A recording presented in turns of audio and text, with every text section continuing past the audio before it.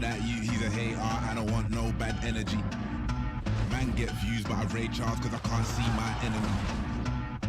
I like all types of girls, melanins and melanies. She wants a man from London, she wants a fellow with felonies. That's probably all my team. There's no I in it, I bring in all my team. Gas when they saw my team. Even the bouncers bounce when they saw my team. Who do you wanna holler, who do you wanna never know? Don't be a sheep when you can be the GOAT. Greatest of all time and you never know. Don't show up to my show if you got no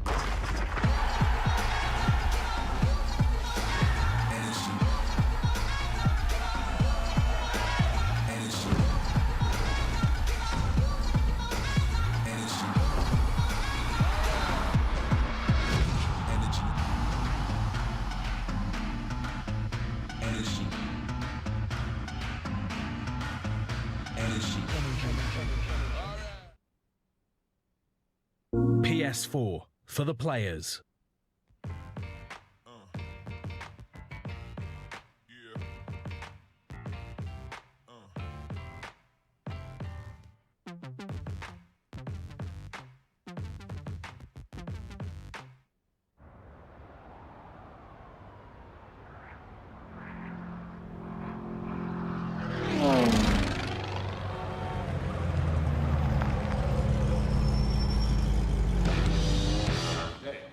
Here's your chance.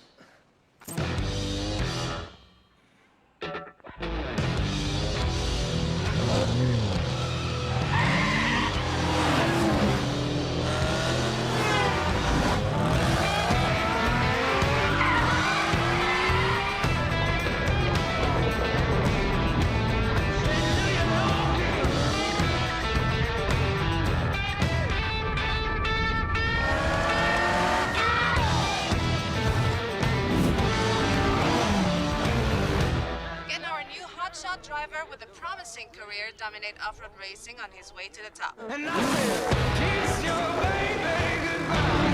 No, it's alright. Never know they wanna break you apart. Kiss your baby goodbye. No, it's alright. Never know unless you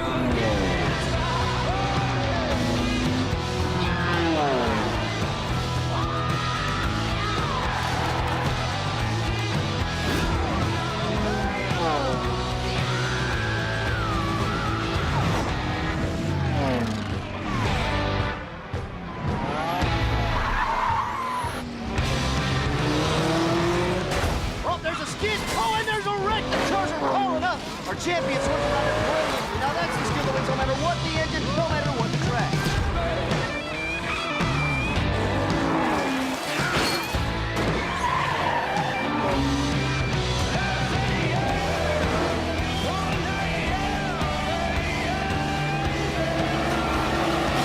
He is this season's undisputed motorsports champion, coming out of nowhere to rise to the top.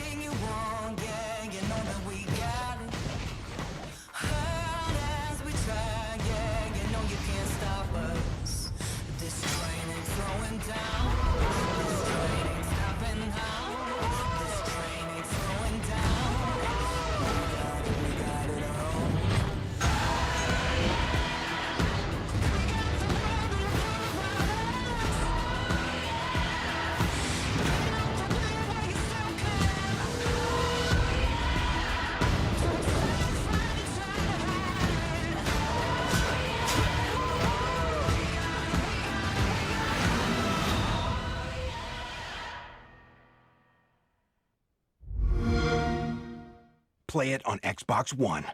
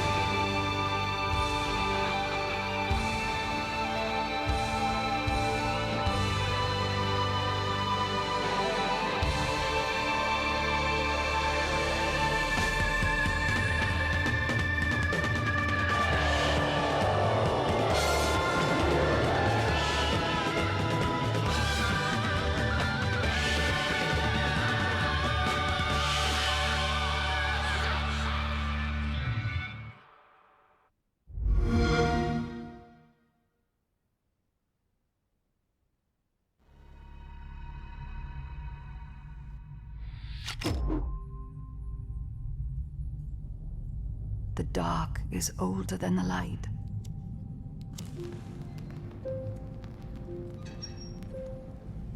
At last a day dawned, and we rose with this first light.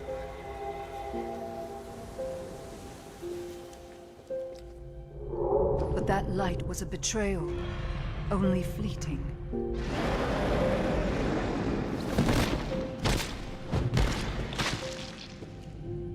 In its wake, the night returned to claim us. After lifetimes, the light grows again, faint and vulnerable.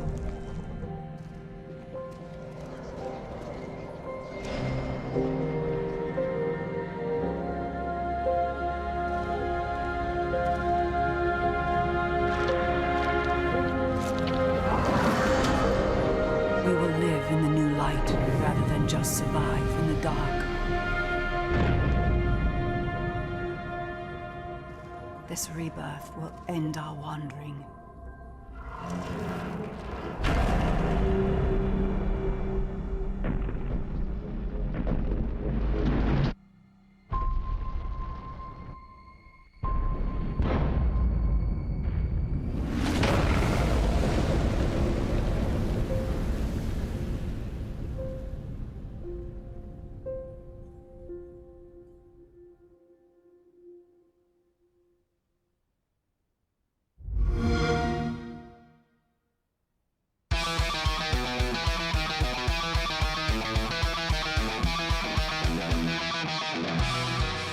So Splatoon 2 was announced during the Switch presentation back in January, and this is the sequel to Nintendo's first big IP that's hit in a number of years now. It's cute, it's wacky, it's random, and it's very much Nintendo. It's Nintendo's take on the third-person shooter. So the last time we saw Splatoon 2 was the end of March as part of the global test fire, so this was people's first real taste of Splatoon multiplayer, and it pretty much played up to what we already knew, right? It's this 4v4, very colorful, and it's pretty much a mode we'd already seen before, so Nintendo has a lot to show, I feel. I'm excited for Splatoon 2 because I did not expect, first of all, for Splatoon 1 to kind of capture me the way that it did. I put in a ton of hours playing Turf Wars, playing the different ranked modes, and I feel that there's a great idea sitting here, something that isn't quite Call of Duty, isn't quite Destiny, isn't quite a lot like multiplayer shooters that I know, but has a unique, interesting mechanic behind it. So I am excited to see where Nintendo takes those concepts from the original game and what they eventually develop them into. And this is a fully fledged sequel, right? So you're expecting bigger, better ideas, which would be interesting because from an art perspective, looks a lot like the first game. There's a big chance you're gonna see Splatoon 2 at E3 this year. The game goes on sale July 21st, which means it's a little over a month away from the trade show, and Nintendo is still slowly ramping up to show you what single player looks like, what the additional modes will look like, and their overall plan, like how's this thing gonna roll out? They need to start talking about that. You could not be at fault for not seeing a major difference between Splatoon 1 and Splatoon 2. Art style is almost identical, and really it just comes down to little touches, little tweaks here and there from what they've shown so far. So we're talking about hair, We're talking about like the splat dualies, the specials have been redone. Weapons like the roller, which when you jumped and you swung out, for example, they had a very specific way that they moved and reacted in Splatoon 1. They are different in Splatoon 2. They've all been tweaked and calibrated. But it's still stuff that at first glance, you can't tell right away that it's different. So I think that Nintendo really has to do a better job of showing folks what's really new in this game and help sort of kick up excitement around it. What I'd like to see from Splatoon 2 at Nintendo's booth this year is more color, more costumes, and more modes. I think that going into Turf Wars, you already know how that mode works. You already know what to expect. You know the flow of the 3-minute match and how it plays out. I want to see something that tries something a little different, something new, fresh and exciting, which is a big reason for putting a number 2 on this game. So I think that there is a heavy chance they want to play up what this game is at the biggest trade show for video games.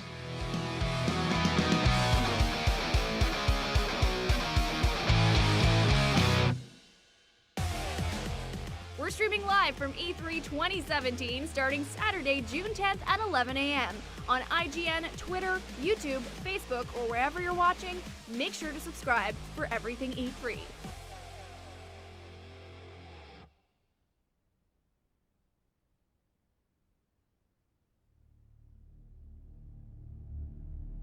Men from all over the world sail the treacherous trade routes of the Indian Ocean. The riches in their holds fuel their dreams of power and fortune, while whetting the appetites of those they fear most. Pirates.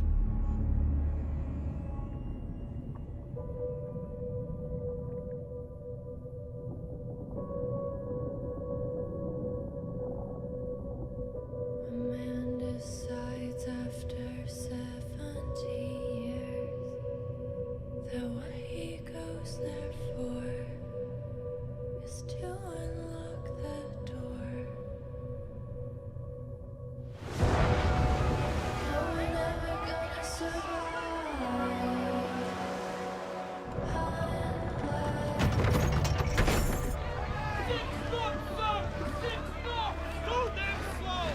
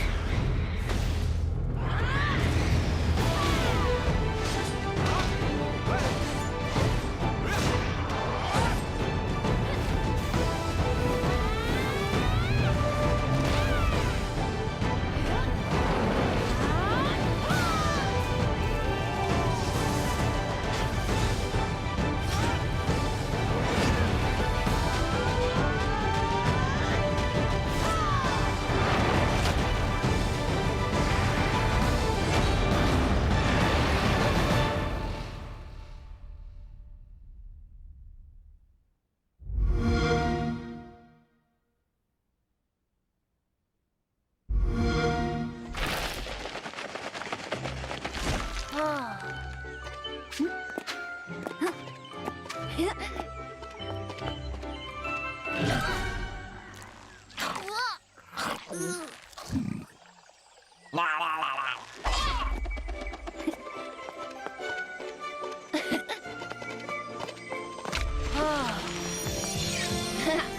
on!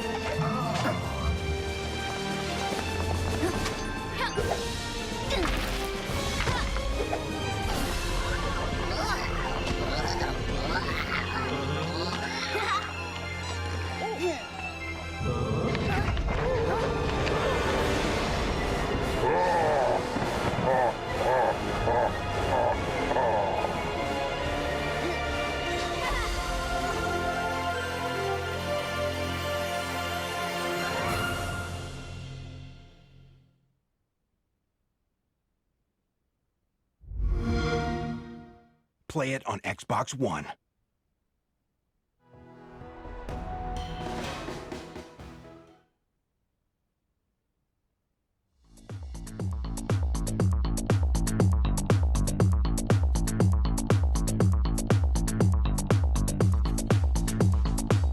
We're back. We are. Good morning, Gus. It's the final day of E3. It is, and boy, is it a morning. What's been your favorite thing so far here at our YouTube E3 coverage? I think my favorite thing has been Anthony's shirts. I haven't seen his shirt I haven't today. seen his shirt today yet, and I'm very excited. It's kind of like a dramatic reveal. Do you think that he peaked yesterday at peak E3 and that it's going to be downhill, or is he like progressing every day and he's going to be more powerful? Knowing Anthony, I have a feeling that this shirt's just going to be the most powerful shirt that he owns. Like, that is his final form. Like, we're going to somehow hear his shirt before he gets before here. he even gets here. We're going to feel the aura of his shirt before he steps in the room. It's going to be incredible. Oh, now I think we've hyped it up too much. Right now. Oh, what if it's disappointing? What if it's like one color? Oh, like he's like playing it cool. Yeah. Right? Oh, that would be sad. But what if it's a color we've never seen before? See, now that's an Anthony Carboni move. Right. I can see It's that like, happening. I was like, what? How do you describe that color? It's just mind-blowing. Well, how about So you? We got real fast. I just want to point out we got a poll here. Oh. Asking people what they're most excited about for day 3 with our programming. Which you can vote on at live at e3.com. And right now, it looks like Shadow of War has a solid lead. Mhm. Pokken Tournament, Crash Bandicoot, and Gran Turismo Sport in there as well. Well, what is your favorite thing that you've seen here so far? Well, my favorite event so far Yeah. here during our coverage is also an Anthony Carboni moment when he just started screaming Jedi names during our Battlefront 2 interview to see if Matt would break, and he would break through his poker face and could figure out what Jedis were going to be playable in the game. It was a classic moment. Yeah, I feel like Anthony's just bringing a lot of joy to our lives. Oh, that also, and the invention of hustle sticks. Hustle Sticks! Yeah. Hustle Sticks is great. So Also, the succulent everything. I'm over succulents. I'm just gonna say it. I think Ryan's going to come on screen and just slap the crap out of you. they're played out. Well, I got Sarah, so he can't hurt me. He can't hurt you if you have Sarah. He'll hurt Sarah too. But yeah, I feel like we've seen a lot of great games. We've had a lot of great interviews, things that I'm really interested in. Also, even talking to people who are so passionate about the things they're making. It's really infectious. It makes me excited for the things that they're working on. Right? Absolutely. Not like I need any more excitement about Right. anything. It's like it's just adding even more games and more games that I'm like, oh, I'm gonna have to play that. I'm gonna have to play Right. this. What a hard life I live. I'm gonna have to play more video games. My games list is so long after this E3. I feel like that's always, it's the catch-22 of E3. You're like so excited about these new games, but then you're like, oh man, Here you go. so many new games. Can you hand those over there? All right. I'm sorry. Little technical issue there off screen. Had to hand someone a tablet. Well, speaking of which, what? That's what's coming up next. Oh, so we're leading off today talking with about ID at Xbox and PlayerUnknown's Battlegrounds, which I'm personally very excited about. That is your thing. I fucking love Battlegrounds. Even though I can't really play because we're here every night before I go to sleep, I go back to my room and I watch Twitch streamers or I watch streamers online playing Battlegrounds. It's like that's my nightly. I'm going to sleep now. Serious dedication. I'm gonna go to sleep in Pachinki tonight. So it's a game that it's really popular amongst a lot of people and for me right now. It's something I'm super passionate about. Like I said earlier, I've never played it because I don't have a PC that I feel like could play it. Coming to Xbox. Exactly. I'm excited. It's coming to Xbox, so I can finally try it out. Yeah, I think it's one of the things hopefully we'll be talking about here in a little bit. Yeah. And I was really, I think when we were doing our coverage and it was announced that, PlayerUnknown Battlegrounds coming to Xbox, I think I started screaming. Yeah, you did. I was so happy. And we even set up like that server and played with the community. Like, you clearly do love Battlegrounds. Oh, yeah. And I think we'll have some more Battlegrounds related polls during our talk here in a little while. Which you can vote where, Gus? Live at e3.com? Yes, it is. Oh, man, I always forget. It's because everyone says it different. It's true. It gets messed up. But also remember, if you want to talk to us, you can hashtag on Twitter, YouTube E3 or RT E3, and we will take a look at those during segments. And we're also checking out YouTube chat as well. And if you can chat with us there. And if we see any questions that stand out, we can ask them. And it's a way you can interact and you can help drive the programming as well. So a lot going on. A lot going on. I really want to go I know Anthony and I are going to try and figure out if we can do it. There's a Sonic photo booth downstairs in the lobby, and it's the green screen and a ring, and I think you jump and try and catch the ring. Oh, is that what that is? Yeah. I saw the ring suspended in the air. Yeah. So we think that that's what that is, and we're like, I wonder if we can go get our photos taken there. And so I think that's my main goal of today. What you got to do is you got to make a poll to have people send you there. Yes, there we go. They pick it, and then you have to. Please, for work. internet, please make it so. Yeah, it's like, oh well, sorry, I have to cut the line. I'm here for work. Show them my badge. Excuse me. Yeah. Do you know who I am? Google me. You probably won't find much, but do it anyway. Yeah. Google me. I still really haven't had too much time to walk around the floor and see anything. So I'm hoping that at some point today I can cut off a little bit of time and go check out some games. I got not a lot, but when I was doing the booth tours, I got some time to look around, and I got to say, Nintendo booth, best booth. I walked by it. It was just like a mad crush of people. Yeah, that's the only problem. But if you get past the mad crush of people, there's the Crazy Cap store, and there's like a day-night cycle and a weather cycle, and it's insane. There's no weather cycle. There is a weather cycle. No. Yes. What does that do? There's no weather in the convention center. It's fake weather, but it rains and it has sunlight, and I know the quotes aren't helping me, but it's supposed to give off the atmosphere of there's the Carboni shirt. Okay, that's good. It's good. I like it. I don't want to spoil it. We don't want to spoil it. Pretty good. Yeah. I'm liking it. All right. So I think you all will be pleasantly surprised as well when you get the full Carboni effect. He's scoffing over there and shaking his head at us. Listen, you did this to yourself. You made yourself the shirt man. He's like. We'll see. We'll see how many video game franchises he can get into today after his stellar run. Oh yeah, being made canon in the XCOM universe. 3 yesterday. I forget what it was. It was XCOM and I don't remember. Far Cry.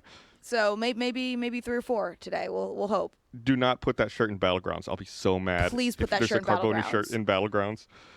Oh, deals are being made. Backdoor deals are being made. They're shaking hands. I think I've started something. Okay, on that note, I think we're going to kick it over to the main stage. Absolutely. We got Anthony and Ryan ready to talk about some Battlegrounds. E3 is all about making deals, Ryan. Apparently. That's what it is. I'm such a networking noob. Yeah, I'm telling you, my friend. This is where I make 87% of my income every year. 87%. It's all microtransactions. Is there like a decimal in there too? It's shirt-based microtransactions. Okay, good. No, I need to. Mine. Apparently, you're the shirt guy. I'm the sock guy. Yeah. Everybody's got to have their thing. All right. Everybody's got to have their thing. Guys, I'm so excited. We are starting off strong this morning. Absolutely. This is a game that you are obsessed with, I know for sure. I am currently obsessed with, yes. Yeah, most of my friends are obsessed with it. Everybody I know is obsessed with it right now. Talking about PlayerUnknown's Battlegrounds. Joining us right now, we've got Chris and Brendan. Thank you so much for coming by, guys. Oh, thank you for having us. Hey. I can't hear about a chicken or a dinner or a chicken dinner. I can't hear about like a 6-piece bucket without just thinking about Battlegrounds now. Apologies. No, thank you. Don't apologize for greatness. I feel I have to. People are telling me that they're, losing time with their kids and stuff like this from just I'm missing my dissertation because I was playing your game, and it's like, dude. Yeah. Well, that's what it means to be a drug dealer, my friend. Yes. And that's where You're you a are right pusher. now. Okay. I accept that life. Some very exciting announcements from you guys. Yeah, we had a busy E3, so we're coming to Xbox. Yeah. Woo.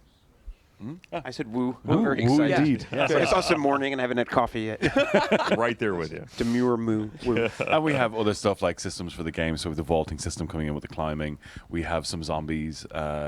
No word on when they're coming in yet, but some interesting stuff. New weather and a new weapon. So Yeah. So let's run all that stuff down. First of all, if I'm playing Battlegrounds on my Xbox One, is there any difference? Technically, is there any difference to modes? Is there any difference to world size? Is there any difference to anything we know? It should be the same game. Absolutely the same. Exactly. 100-player cap and everything. Yep. Wow, that's impressive. That's been I can't think of another title that has that many simultaneous players going currently. No, No, not off the top of my head. Yeah. It's gonna be rad. I like how chill you are about all of these things. You're just like, we're coming. Woo. Yeah, that might be a we nuclear have the most. hellstorm. We have the don't most know yet. players. It's Woo. going to be awesome. Trust me. I like literally could not be more excited about the game coming to Xbox. I've been playing it a ton, and I've been carefully not tweeting about it, not texting it, just and then. I have to be careful with the people I follow. Yeah, so right? I couldn't follow Xbox. Right. I couldn't follow you guys. It's just like, okay, I know them, but I can't follow them yet. The rollout of all the things you've announced at E3 too has been such an interesting stepped thing where you got the E3 the original Microsoft press conference it's coming to Xbox, and that was just kind of a very slice of action style trailer, and then it was like, oh yeah, and while we're doing that you can also climb on things, we got some more guns. And then after that, there was another reveal with the zombie mode. Yeah, we stacked them high. Why do you keep playing with my heart? I know we like that. The zombie stuff was done in 2 days, 3 days by myself and the lead animator, where we just wanted to show off the stuff we had. We had seen the zombie mode that Custom Games had done, and when we were in Prague, we decided, we just mocap some zombie animations. So you just banged out a zombie mode over a weekend in Prague. with just the animations. With just the animations. Just the animation. So we put them into the game to show what they look like. We still want to flesh out the zombie mode and figure out what we want to do with it, but we just wanted to show it off because it looks cool. It does look cool. What do you envision for that mode? How do you see it going? Oh, it's going to be players versus players. So all the zombies will be player controlled. So 90 versus 10 basically, and and whatever else the community can come up with. So, and this is something we were speculating about when this was announced. I'm playing. I get killed by a zombie. Am I still in? Am I a zombie now? Reanimate, yes. Okay. We have reanimation actions of him on the ground, then jumping up to be a zombie. Amazing. So how long am I laying around watching myself get looted before I can just tear into people? No idea. It's Still balance. We're working on optimization at the moment, right? That I just need to keep saying that because people are like, "Oh, you're putting in zombies. Oh, the main game is we're coming to Xbox. We're going to kill the PC version. That's it. It's over. It's done with. Now we're focused." And it's like, no, separate teams, big team. No, but yeah. Zombies, obviously the most visually just I get it, zombies. But I want to talk about how climbing and traversal is going to add to this game because I feel like it's going to change everything. Oh no, it really is. It's going to give a verticality to the world and allow you to get places where you wouldn't expect. And because it's fully dynamic, it just interacts with what's in front of you. So we just set height limits and yeah. So let's talk about that. I'm standing in front of a 3-story bombed out house. I don't want to go inside because I feel like there may be some people inside. How nimble am I? Am I getting in through a 3rd-story window? No, you're not. Okay. Sure. It's not Assassin's Creed climbing up the side of buildings. Do I have wrist blades? What's going on? Eagle vision? Can I fall into hay? Can I get a grappling hook? Grappling hooks? I would like a grappling hook. I would love a grappling hook. Oh, If I could put that in officially, I would love a grappling hook. Can you not hook. see a man in this shirt grappling up the side of a building? I just want to take somebody out with a grappling hook. Right? Can you weaponize it too? This is amazing. We're having a whole concept session right now. We literally We're pitching cannot, things. and I don't mean this as a pun, but we literally cannot put him on the hook for this. We cannot do it. Gus's ears just went. I heard that. It's amazing. Yeah, no. The man banged out a Very zombie punny. mode in a weekend. Yeah. Well, animations. So animator did that. I just edited the video. It's not Assassin's Creed, you're saying. We're not No. that nimble. So Although if we have the coat. If I am outside of that 3-story building, what can I climb? Oh no! So it's basically you can climb over walls, Okay. up to about 2 meters in height. All right, so you're mantling, you're kind of vaulting exactly. over things. You can dive out of windows. We have a few different animations depending on how long the object is. So sometimes you'll step on top of it, sometimes you'll slide across it. So we want to be able to get it that you like jump across a car bonnet and sort of slide across the bonnet. So this kind of stuff just to add those little action moments. Oh, that's so good. That's so good. The new weather looks amazing as well. Yeah, we're really How happy is with that that. going to affect combat, affect what I'm doing? It just changes up the type of game you play, so you're not necessarily playing as a sniper all the time. In Battlefield 1, I play sniper all day, and then but when the fog rolls in, you have to do assault or support or something like that, and that's what I want to do. That you just change up your play style and try to give more variety to the match you play. And I feel like 2 new maps as well, and those are Yeah. going to play into the weather very heavily. One of them is a desert, is that correct? One's like Peruvian desert, like sandswept. I did say sandstorm, but I meant that it was like covered over by a sandstorm. Not that we would have active sandstorms on the map. I just don't want to get my technical team in trouble because they'll be like, "No, we can't do that." What are you talking about? Sandstorms are coming in the grappling hook update. Yes, with Great. the new shirt DLC. So tell me about these 2 new maps and kind of what you were going for with them and what you wanted the dynamic and the feeling of them to be. Well, we actually left it up to the team decided to suggest ideas, and the 2 that came forward were, like as I said, a deserty based map, and then one in the Adriatic. And the Adriatic was designed by our lead terrain artist or environmental artist, Sergi, and he's just spent the last 2 months just going through everything to do with that region. We've got a really cool like ruined cosmodrome in the center of it. It's like, and they're both all new maps are like 8x8 as well, so like big, and it's just about providing lots of content for the public. I feel like I haven't fully explored the map that I have yet. I mean, to be fair, most of the time you're running for your life or trying not to. Yeah, be I mean, seen, we but- want to do stuff like free roam modes, but we have such a relatively small team still, that we're still trying to just focus on what we need to fix rather than sort of adding in lots of new stuff. But even at the same time, it feels like you're adding and tweaking things so quickly for such a small team. It's been really amazing to watch it grow. We have to give the art team some work. It's like they can't touch optimization. So we put in a new weapon and stuff. We have the Groza coming in, which is a beast. I mean, that thing is going to destroy people. What range do you recommend that for? It's short to medium. It will destroy things, and then long range it'll be pretty stable as well. So that's why it's a crate only AOR, because it's just so powerful. Like level 3 vests will not save you. Really? Oh well, no, because it's like 7.62 high rate of fire and pretty stable. So you're going to be getting a lot of bullets on target very quickly. Wow. I look forward to being riddled with bullets very quickly by that very soon. Yeah, you're gonna hate the especially gun. now that you're changing around the different weather patterns. I already end up. I mean, it's a game that has taught me so much about the.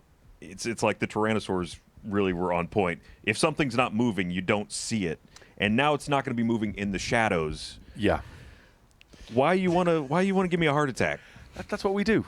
It's a scare factory. This game has made me more afraid of doors than I ever have been in my Right? entire life. It's crazy. If there's just a bend in a hallway now, I feel like I just have to check around the corner very, very carefully. Even just like coming up the stairs here. I have PTSD. Yeah? I have Battlegrounds You PTSD. peeking now? I am. I'm straight You peeking. battle peeking? Battle peeking.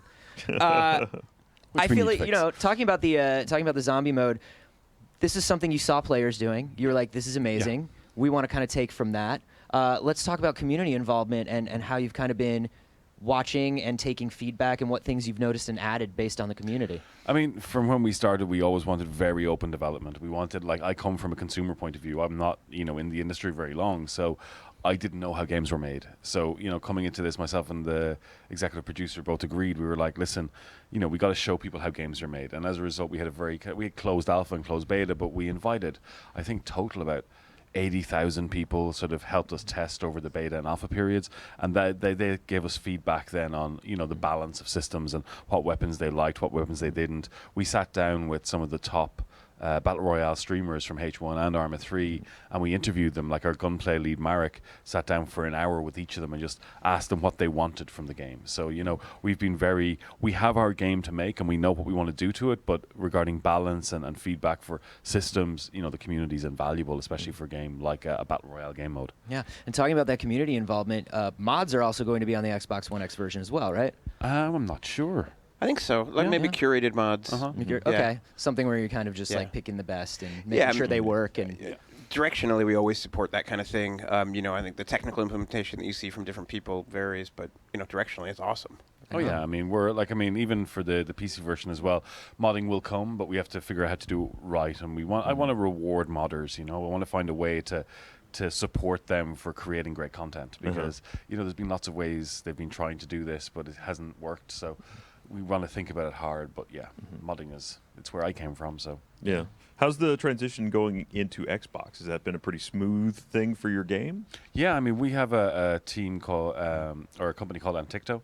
They're based in Spain. They do our character customization system, and they're handling the Xbox development. And it's great because, it doesn't impact on the main PC development because it's a separate team. And we're working on Unreal, and that carrying over to Xbox, it's designed to be multi-platform, so it's great. Yeah. And as well, like the Xbox dev kit, it's really good for both Xbox but also PC, because it finds the optimization bottlenecks and stuff like that. So it's really going to help us optimize all versions of the game. That's really interesting, because that's the second time I've heard a developer say that optimizing for this platform has really greatly benefited all other versions of the game. Yeah, we have some great debugging tools, and they can actually find things that, places CPU bottlenecks and things like that, so that you can step through and find those, and then fixes you make there for the Xbox version can reflect back on the PC version. I want to talk about, developing for the Xbox, bringing things over to the Xbox. ID at Xbox, Chris, had such a strong showing this year. It was awesome. During the press conference. It was amazing. Number one, we got a release date for Cuphead. September 29th. Cuphead is real. September 29th. September 29th. It's really coming. Tell us about some of the other exciting things that are coming to ID Xbox. Oh my gosh. So we showed off some really cool games. We showed off new gameplay footage from Ashen, which is just looking amazing. Just super dark, super creepy, super intense combat. Tacoma got a release date, which is August 2nd, which is the new follow-up adventure game from the folks who made Gone Home. It's going to be really neat. You get to a space station. Something happened. Explore. Dun, exactly. And then we showed off Artful Escape, which is like an amazingly cool-looking, just beautiful, pink, sparkly gem. I don't even know how to describe it. Annapurna, man. They're doing some weird, wild stuff. Those guys are awesome. I absolutely love it. And then, Brendan, Battlegrounds. What's the date on Battlegrounds for the Xbox? Do we have one? No launch yet. Okay. Or date, yeah. Later this year. We want to make sure it's right before we put it out there. Absolutely. Well, Brendan, Chris, thank you so much for coming by and joining us today. So excited a about everything ID at you. Xbox has going on. Obviously very excited about every single way I can play Battlegrounds everywhere I am. So thank you guys so much. Ashley, what are you doing way down the street in Studio B? What's that? Oh, thanks, Anthony. Yeah, it's the reception in here not great, but it's definitely good to hear from you guys. Also, perfect. Thank you. Yes. So we've got a lot of awesome games coming up today. We're going to be touring more booths, but we have one point of order to take care of first, and that involves Ryan Haywood. Do you have him over there with you?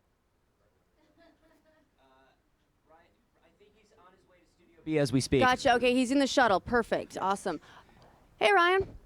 All right, so we over the last couple days, you guys have single-handedly, or if it's community-handedly managed to fix Ryan's style. You didn't. Well done. You made me wear poop. They made you wear poop.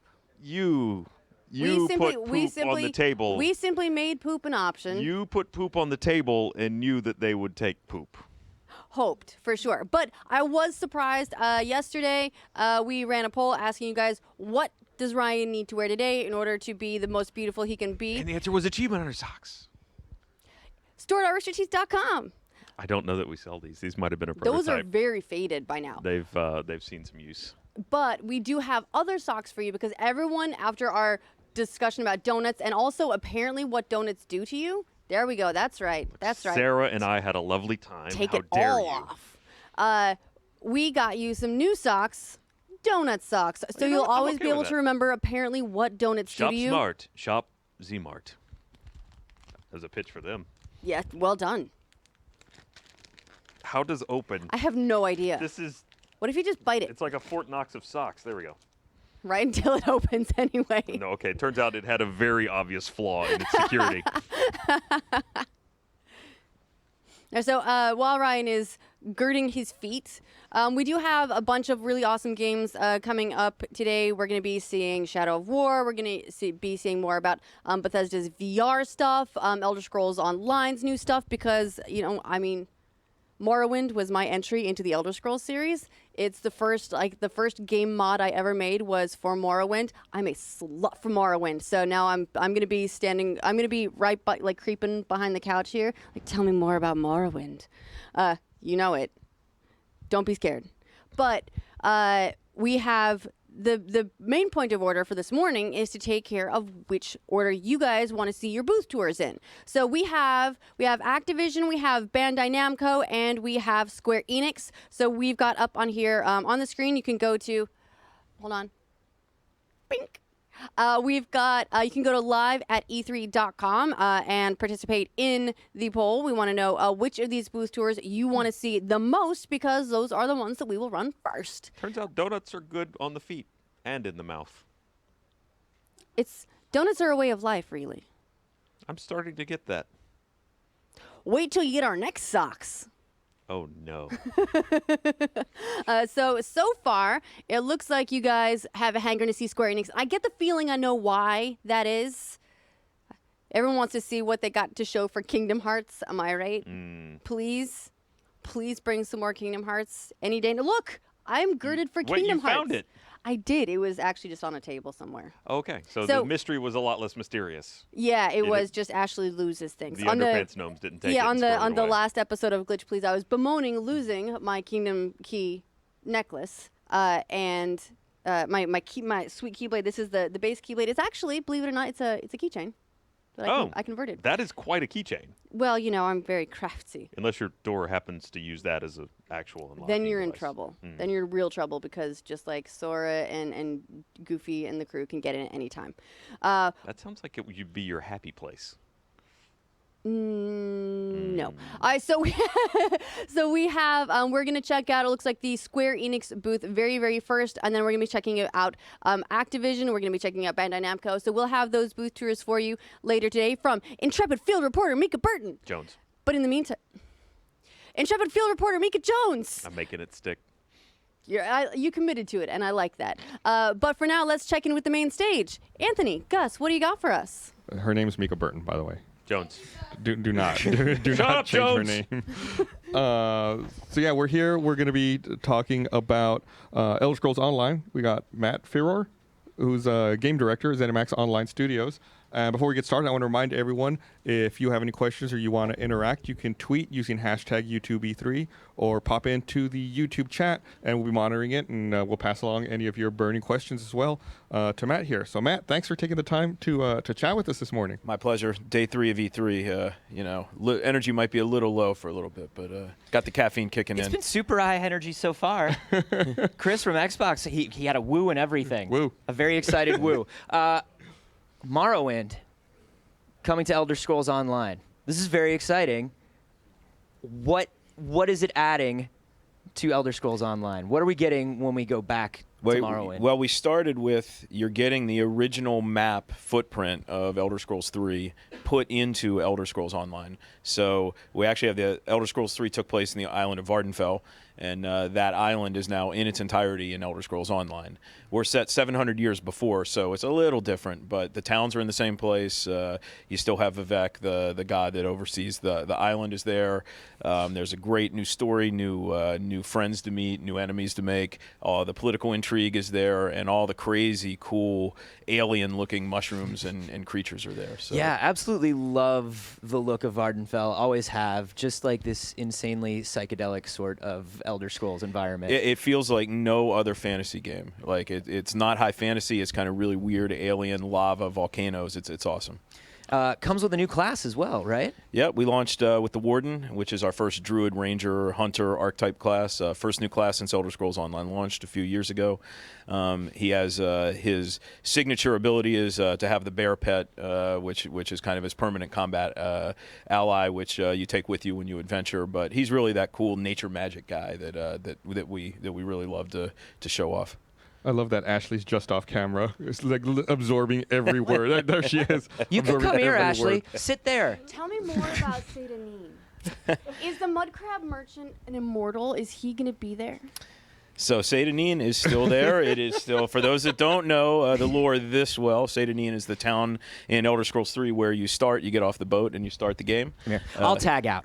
I'll tag out. Go ahead and fangirl. Go ahead and fangirl. We have so much to discuss. She has 2 microphones. I can't keep up. It's because there's so much to talk about. Some guy loves that.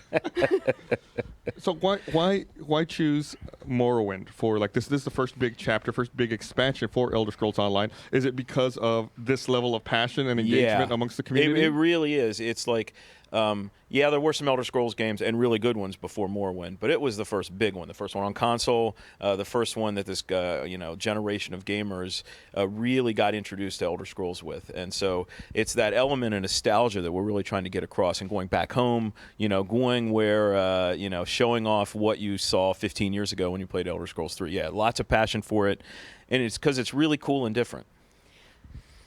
Cliff racers? We have cliff racers.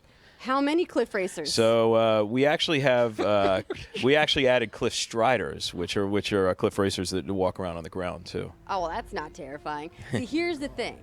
Cliff racers are both they're the hallmark of Morrowind and also the bane of Morrowind. See, in the 700 years after Elder Scrolls Online, they've become a real problem. Yeah, they're a pest. Yeah, fortunately, 700 years before they weren't so bad. Yeah, well, that's a shame because I kind of want. Well, I'm now hoping there's a bunch of them around so I can kill them all. I know your hate relationship with them. We won't even be talking about Elder Scrolls, and then Ash will be like, God damn, Cliff Cliff Racers. She always brings it up. So, like you said, this takes place before the events of Elder Scrolls 3 Morrowind, but 700 years, a lot of time, a lot can happen in that time. What are gonna be the familiar touch points, and what's really changed or not changed yet? Yeah, well, fortunately, 700 years not so long in Elder Scrolls time. Lore hounds will know that most of the Elder Scrolls games, 1, 2, 3, 4, 5, 1, 2, 3, and 4, take place in about 20 years of game time, and then Skyrim takes place about 200 years after that. We're before all those, so we get the cool location, the cities, the political structure, the houses, the Dunmer houses, the tribunal, the gods. So we get that cool stuff that you remember from Elder Scrolls 3, but 700 years gives us the space to tell our own stories with our own political intrigue. You get to experience, you get to help a Morg Tong assassin kind of solve a political problem in Balmora, which you'll remember the city from Elder Scrolls 3. So it gives us a chance to tell our own stories in Elder Scrolls Online, but use Morrowind as the backdrop that is so familiar. So I feel like Elder Scrolls Online has, like you said, it launched a couple of years ago, and it's but really ballooned in popularity. I think you all have over like 10 million players. Yeah, we now. announced 10 million at our E3 event just a couple days ago. I mean, that's crazy huge. Thank you. Congrats. Yes. What is it like? What do you think that secret sauce is that's like drawing people in and making them stick around? The Elder Scrolls is awesome. I mean, as an IP, it is a deep well that we can draw from to add new awesome areas like Morrowind to the world. But we've added the Imperial City, we've added Orsinium, we've added a Thieves Guild Dark Brotherhood area. The Dark Brotherhood area takes place in the Gold Coast of Cyrodiil, so if you played Oblivion, you'll know and love that area. Imperial City is obviously from Oblivion as well. So we have these great areas and stories we can tell.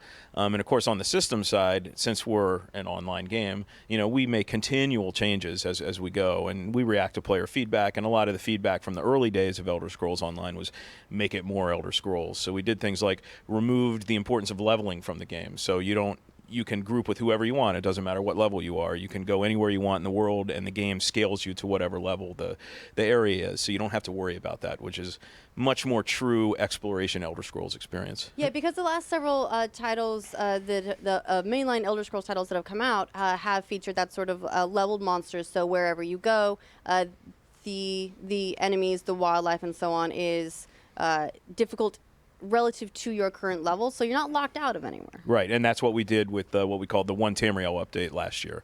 And after that, the game is now much more social because you guys have played these games before. You know, if you played a game for 3 years and you're trying to get your buddy into it, you can't really play together because one's really high level, one's really low level.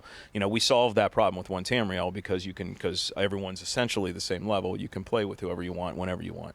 So I saw a great question here that came in via Twitter. It's from Kaylee Dian, who's asking, for someone who hasn't played Morrowind, how easy is it to pick up the lore? Like, if a new player jumps in, you know, are they going to be totally lost, or how do you address like those issues? Yeah, it's actually great question because we designed Morrowind because One Tamriel is Morrowind is built on One Tamriel. This is a perfect time to jump in for new players because new players get to experience Morrowind at the same time as experienced players, so you don't have to worry about someone being ahead of you. It's a good time to jump in. We have a new tutorial. You can experience Morrowind from day one of the game. You don't need to be high level to do it.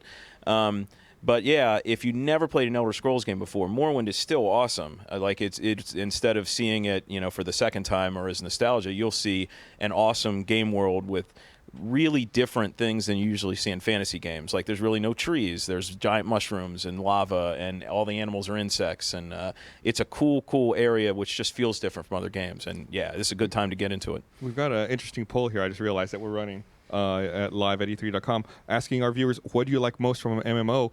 And surprisingly, dungeons and new gear seem to be pretty close to each other, pretty neck and neck. Wow, that is closer than I would have expected. PvP, a distant third there, but it's always the thing in these games, right? Is the gear, the loot. Yep. It's like, what do you have? And you get the best loot in the dungeons. So they actually go hand in hand together. And in Morrowind, of course, there are some great dungeons. You'll find them in some of the places you found them in Elder Scrolls 3. But yeah, there's new dungeons, new loot, lots of cool things.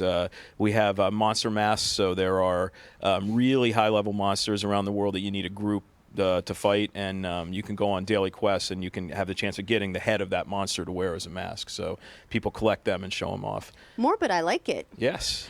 Can I still ride a bug between towns? You can. We have Silt Striders, and you can get on a Silt Strider and you go to the next town.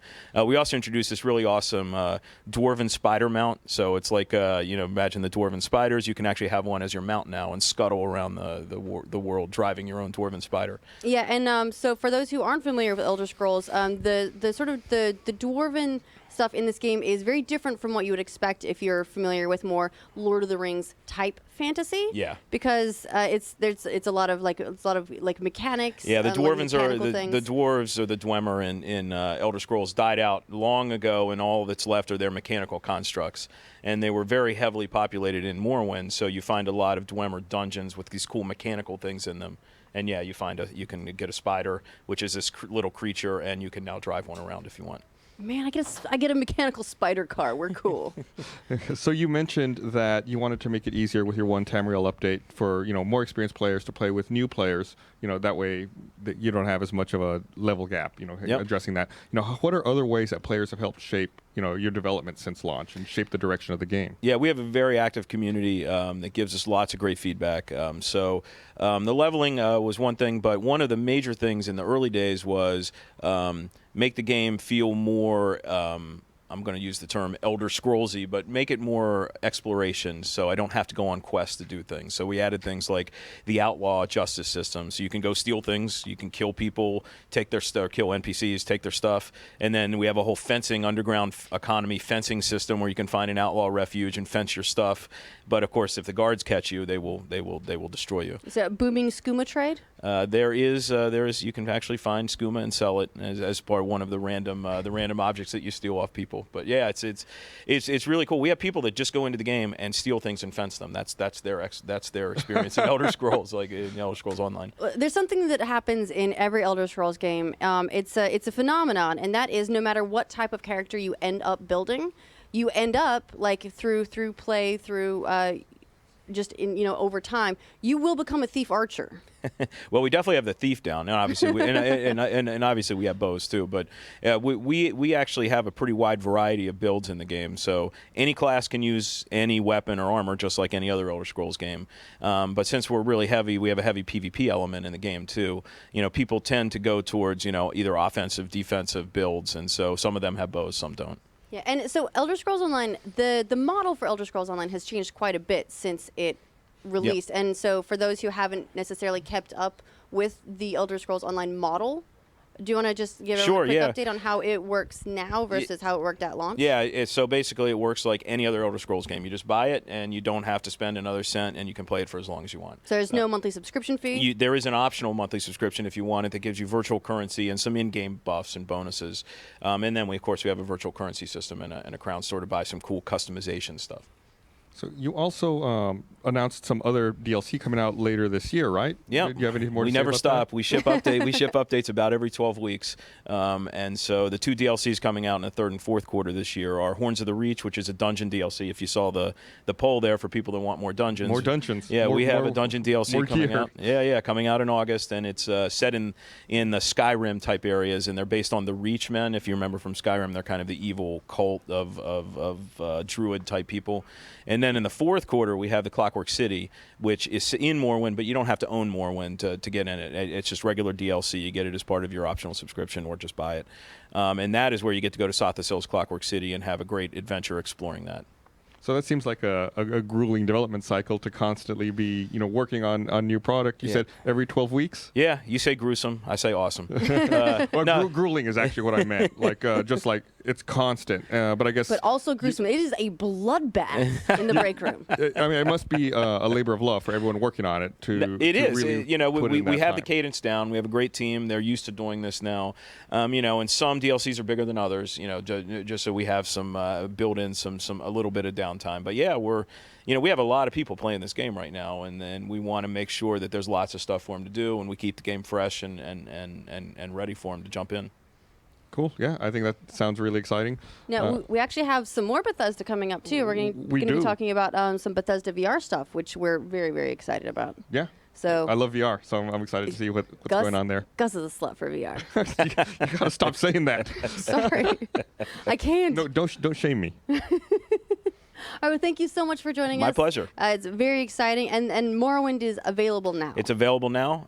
You can get it at, it's available for Xbox, PlayStation, PC, Mac, and then Horns of the Reach comes out in August, and Clockwork City will be out in the 4th quarter. Great. Cool. Thank you so much for joining us. Thank you. Thanks for having me. And for putting up with my Morrowind fangirling. I apologize. I think you handled that perfectly, Ashley. I think watching you sneak onto the set was really funny. And yeah, I know you are. I'm not going to use your words, but you're a huge Morrowind fan.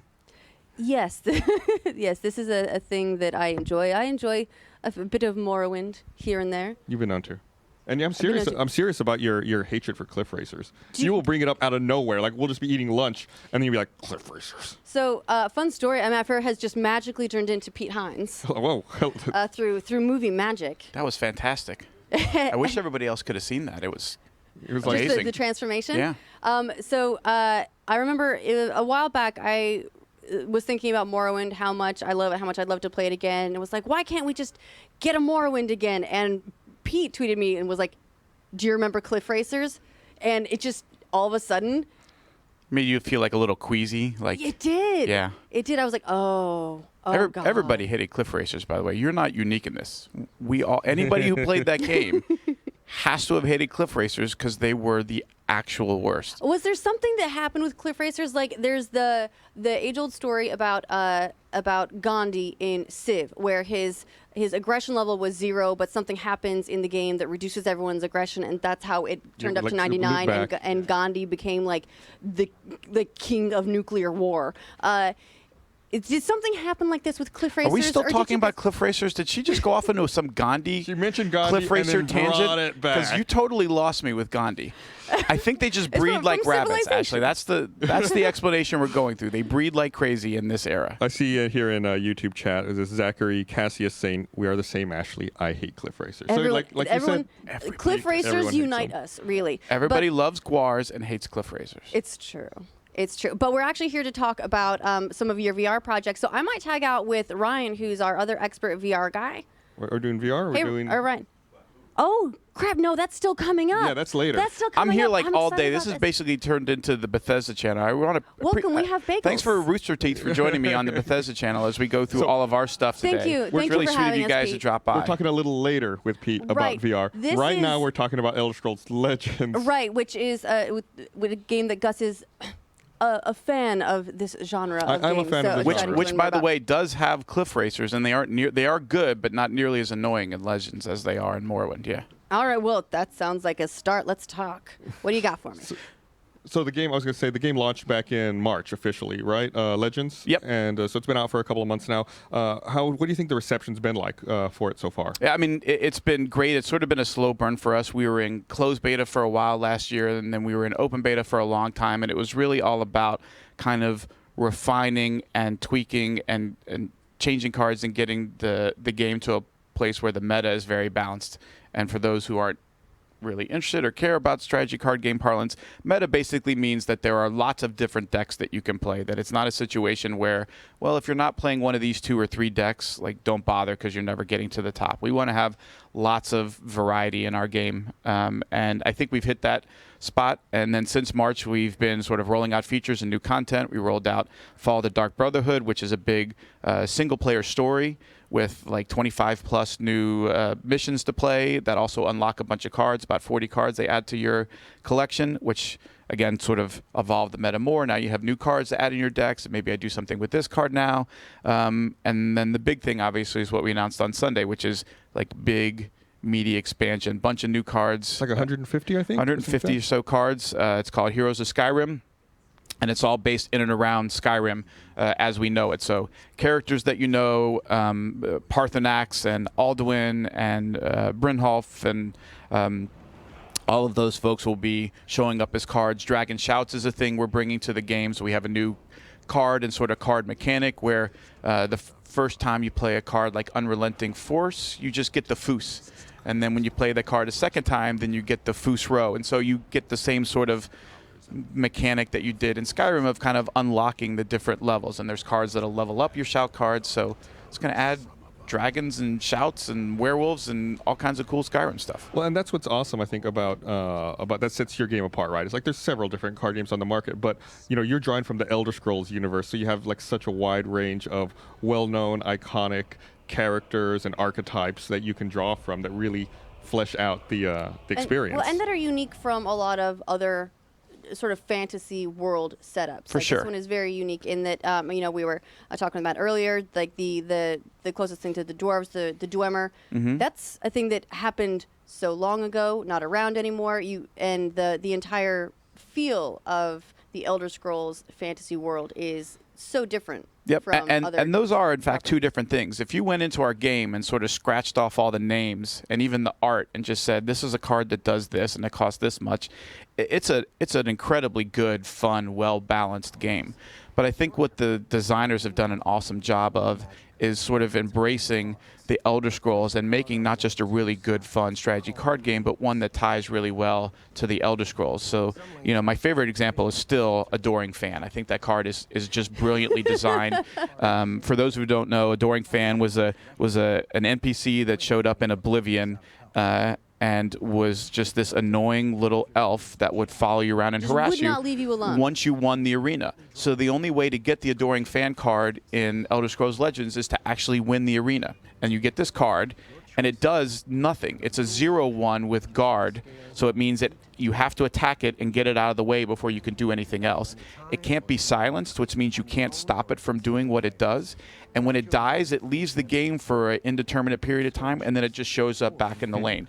So it's just this wonderful sort of, like, as a card, it's just kind of like whatever. That's just kind of a weird, interesting thing. But as an Adoring Fan card, it's such a perfect Elder Scrolls design and sort of encapsulates what that character was like in that game and brings it to a card game in a way that everybody goes, oh, that's really clever. Like, he doesn't actually hurt you. He's just annoying and in the way. And when you finally get rid of him, he comes back and gets in the way again. I think stuff like that is part of what has made Legends much more popular. People who just want a really good strategy card game, it already is. But people who love the Elder Scrolls and, you know, played Skyrim, play Elder Scrolls Online, played Oblivion or Morrowind, there's so much of that lore and flavor in there that they can appreciate, and sort of makes the game even a little bit more meaningful for them, just from a design standpoint. Yeah, and I think it shows, like you're talking about, how you could scratch the names off, and it's still a good game. And I think it shows by the fact that the first thing you talked about when you sat down, we talked about the game, was about the meta, and about making sure that it's balanced. And because I mean, with this kind of game, the meta is everything, and making sure that nothing comes in and disrupts the flow for everyone. So I mean, is that like the bulk of the work, just figuring out the balance between all of the I mean, honestly, cards? it really is. It's a lot of the work. I mean, we sort of spend a lot of time from a development standpoint on a couple of main areas. One is constantly checking and making sure, and it's a really geeky exercise. It's all about the numbers. You're looking at win rates of different decks, win rates of different decks against other decks, like how well are they doing, if they go first, if they go second. And the meta isn't really something that necessarily people talk about as much as feel, right? It's a feel thing. If you play a game and you're just always seeing different types of decks, it feels right. It feels good and interesting and diverse. If you see the same 2 or 3 over and over, you may not even know what the meta is, but you know that feels bad and doesn't feel fun. So that is a big one. 2 is content, and constantly working on new content and doing those in a variety of ways. One is, we think single player is something that folks have really gravitated towards, the fact that you don't have to play against other people to enjoy the game, that we've got this full campaign that you start the game off. It's a 20-mission campaign, and you unlock a bunch of decks and get a bunch of cards and rewards. But then the Fall of the Dark Brotherhood is this big, meaty thing it's the most fun thing that I've ever played from a single-player standpoint in a card game ever. It's really well told. There's lots of player choice. Like, you can decide to kind of help the Dark Brotherhood or really screw them over. You're like a double agent, and you make different choices as you're playing through the missions, and the missions will play differently based on the choices you make, and you kind of get these interesting scenarios. We have a full single-player arena mode, which I think is really fun. Arena is not taking a deck out of the collection you own, but kind of building a deck on a fly. You pick a couple colors, and then you pick cards and build a 30-card deck. And it's a really fun, different way to play, but it can be daunting to play against other players if you haven't. So having lots of that single-player content has been important, and doing more and more of that is definitely something we want to do. But then it's also these big expansions like Skyrim, where you can really kind of stretch your legs and do some big, cool stuff. Lots of dragons and Nords and Imperials versus Stormcloaks and Werewolves, cards that flip and change and do different things. Shouts, all of that stuff. It is all really important to kind of be doing all of that, making sure the game is healthy right now, adding new features, which we haven't really talked about, but we've been adding new features all the time: spectator mode, Twitch integration, different ways to reward people for streaming and watching. All of that's in-game tournament support is all stuff that we continue to work on and build as we go forward. Now, you touched on it a little bit earlier. You're saying you like seeing a bunch of different types of decks rather than having maybe one specific type of deck dominate. Yes. When people are playing against each other. How do you guys tweak, make sure that everything is balanced enough that you don't get one dominating deck type? It honestly, as it all comes down to numbers, like it's a constant state of looking at what's going on, and it's not that like there can't be one dominant deck right now. Like, if everybody decided to play, like, okay, we're going to play blue-yellow, and everybody's going to play some variant of a blue-yellow deck, and that was hugely popular, it's not that in and of itself is bad. It's, are there lots of other decks that you could then decide, oh, well, then I'm seeing a lot of blue-yellow, I'm going to play this red-green deck, which just totally crushes anybody playing blue-yellow, like it's a terrible matchup for them. And then people will naturally move off of it, because it turns out that deck doesn't just beat all decks. Like, it might be popular, but then they start not winning with it because people are saying, oh, well, I'm just going to play a different deck that plays really well against that deck. And then that deck starts losing a lot, and everybody goes, oh, yeah, I guess blue-yellow, I'm going to start playing something else too.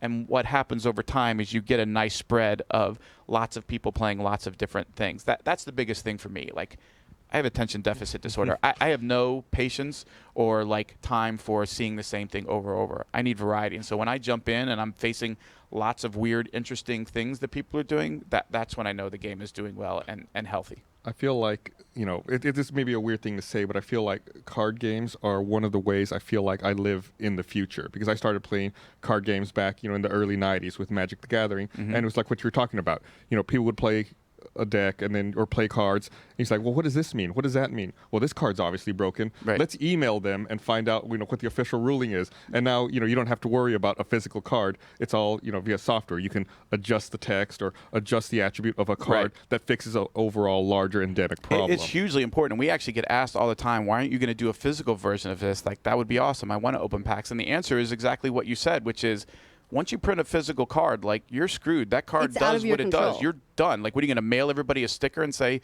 please replace the 3 on that card with this 2 so that the game is now more fun? Like, that ain't happening. But in a digital game, you can do that all the time. Like, and you could do it for one card. We did a change. It's been a while. It was like right around the first of the year where we probably changed like 6, 8, 10 cards just to try and even things out to get it to a healthy place. Now, I want to be clear, like, we take changing cards seriously. We don't do it casually. People get attached to decks, they get attached to cards.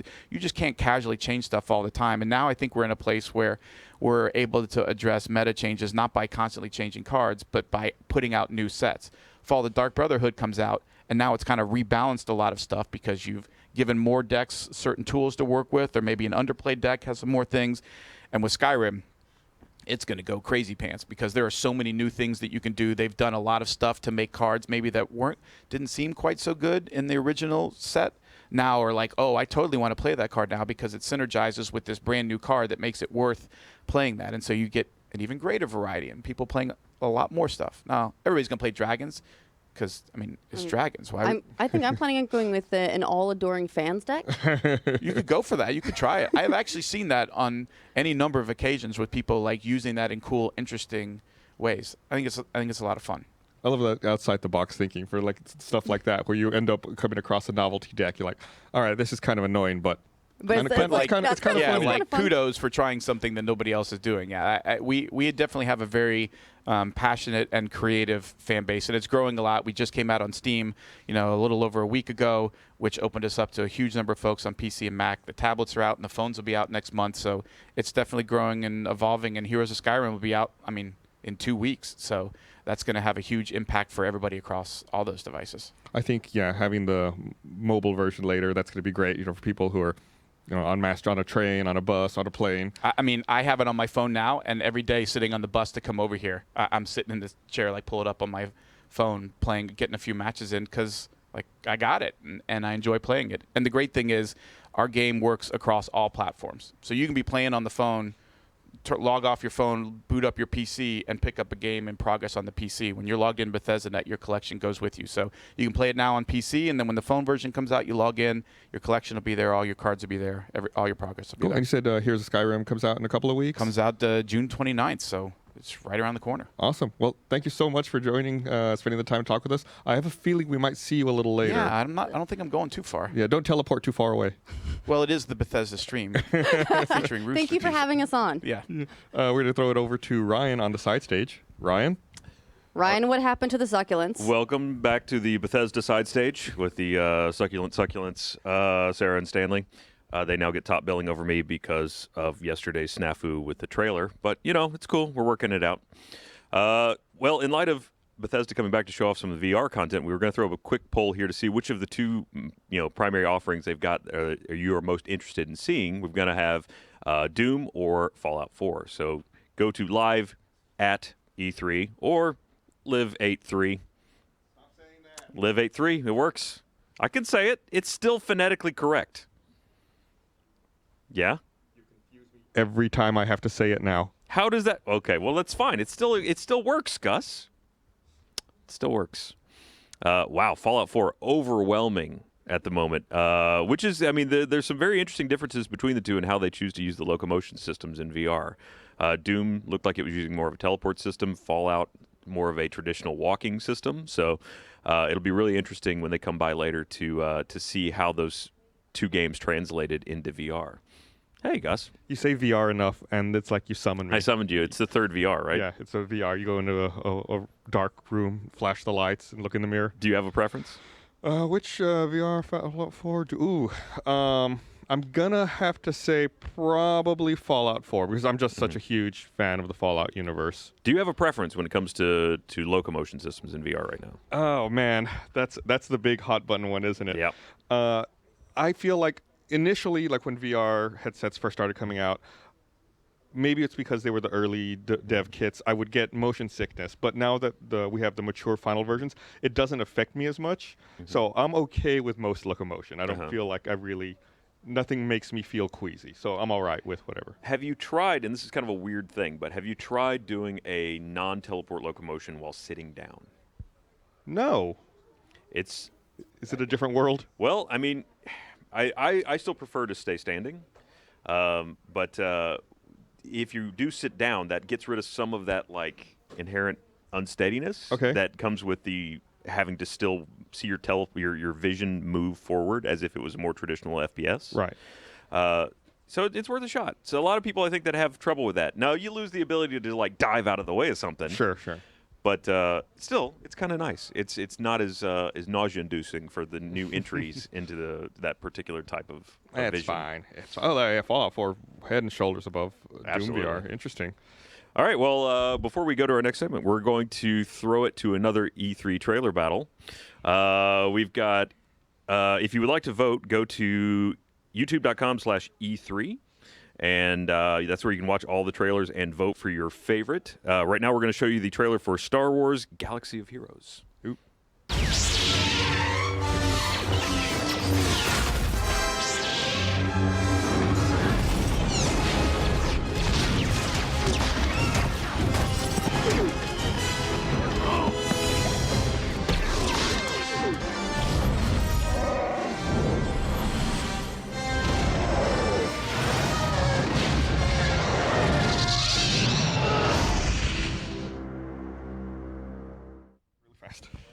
All right.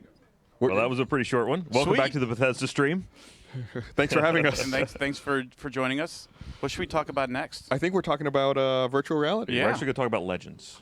We can talk more about Legends. I'm kidding. No, Ashley was never mind. Ashley, she's the one who messed it up earlier. Yeah. So you all showed off some VR titles coming out. We showed off 2 in our showcase. So we showed off Doom VFR and Fallout 4, the 2 you had up in your poll, and then Monday night we revealed Skyrim VR in the Sony press conference as well. So those are the 3 that we've got hands on here in our booth. Can I shout Fuss Roda in the Skyrim on the PlayStation version, and that'll activate a shout in the game? I don't have the foggiest idea. Does the VR headset even do voice control? I think they all have mics on them. I have no idea. I was joking about that the other day, and someone, I think it was Caden, reminded me that on the 360 you could shout at your Kinect. Yes. For to cue your shouts. Which like 8 people used. I honestly don't know. I'll have to go back and check. I've never tried it. I'm gonna go check, see if I can swing by the booth and check it out and try it out. The thing that I know that you can do that is awesome and the most fun feature for me is in playing regular Skyrim with a controller, PC, and mouse, keyboard and mouse. When you go to use dual wielding, like for magic, you're always targeting one thing, right? You're aiming at that enemy or that creature. But in VR, each hand can actually point in a different direction. So you get to do like multiple, like there's a thing coming from this side, a thing from over here. You get to kind of... So you've made combat much more flexible by opening at least for the magic casting, it was kind of an eye-opening, like, oh yeah, because each hand can do its own thing. They're not always automatically just pointing forward. Well, how does that work? Do you have 2 reticles? Is there a reticle? How are you controlling where things are going? Or are you just judging by your hand? Yeah, it's literally just like where your left hand is pointing or swinging or aiming. That's where that thing is going to go, and wherever the right hand is, like it's going to do that. So. You've got something coming from one side, you can whack it with the sword and have your left hand pointing at a different target. 2 things coming at you at once, you can pretty melt amazing. them simultaneously. What does that do to swordplay? How does that change how the sword interaction works? Well, obviously you want it to feel sort of kinetic and grounded, but it is you're not just pressing a button and swinging at the thing that's in the center of the screen. You're like, if you have 2 things and you swing like this, you're clearly aiming at the one at the left, even if where you're kind of looking, or the one on the right, even if where you're looking is kind of in between the 2 of them, it's not swinging there. It's connected to your arm. Like wherever you're doing this, that's where it's aiming and doing its collision. So it seems like, we got a little taste of Fallout 4 and Doom VR last E3. Fallout 4, yes, and Doom. What we showed was kind of, sort of, a little. It was almost like the test bed for what we ultimately wanted to ended up doing with this. But it seems what I'm getting at is it seems like Bethesda's really committed to trying to make virtual reality For work. sure. I mean, these are some of your premier top tier titles. I mean, we started working on this back in 2011, 2012. We had Doom BFG here, Doom 3 BFG here using VR. But it's a thing that we've been looking at, that all of our studios have been looking at. And, obviously everybody's not taking the same approach. Doom is a much smaller sort of bite-sized experience. Skyrim is like Skyrim. Like, you want to play for 300 hours? Yep. Like, it's all of that content. It's all there. It's everything that you expect in Fallout 4 and Skyrim, but now in VR. When you say like a bite-sized experience, what can they expect from? Is it a campaign? What is the? Yeah, it's a campaign. It's sort of like I would almost equate it a little bit to Blue Shift, from that Half-Life series that we're still waiting for the third one of. It's the story of like the last human that was alive on the Mars base, and you have this ability to sort of transfer consciousness from one thing to the other. And so you're not playing as the Doom Marine. And I want to be clear, like, you're not playing Doom 2016. Like, that is a vomit experience about 45 seconds in when you're moving and spinning that fast.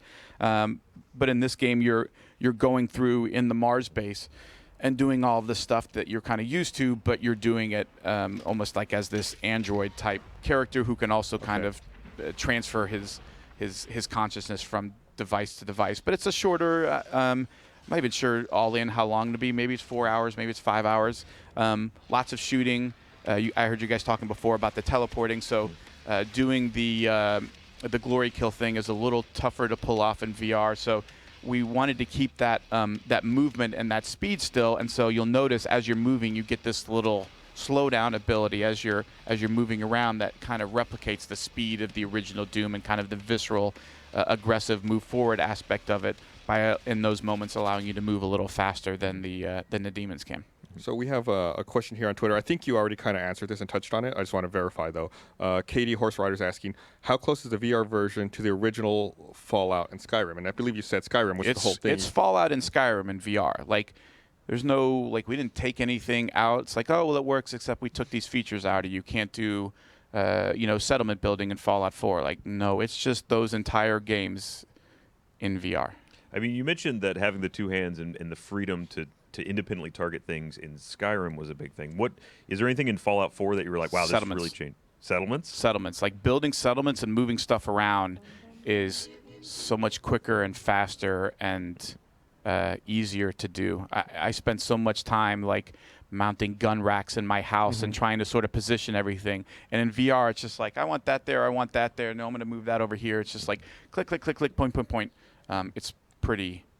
That's great to hear because I loved settlements in Fallout 4, but I would end up getting frustrated sometimes. Like, it's not in my mind. Like, it's not perfect. I'm going to destroy it all and do it again. Yeah. The other one that has come up a couple of times in the booth, folks sort of telling me like what they did and what they enjoyed was VATS seems to be a pretty big hit.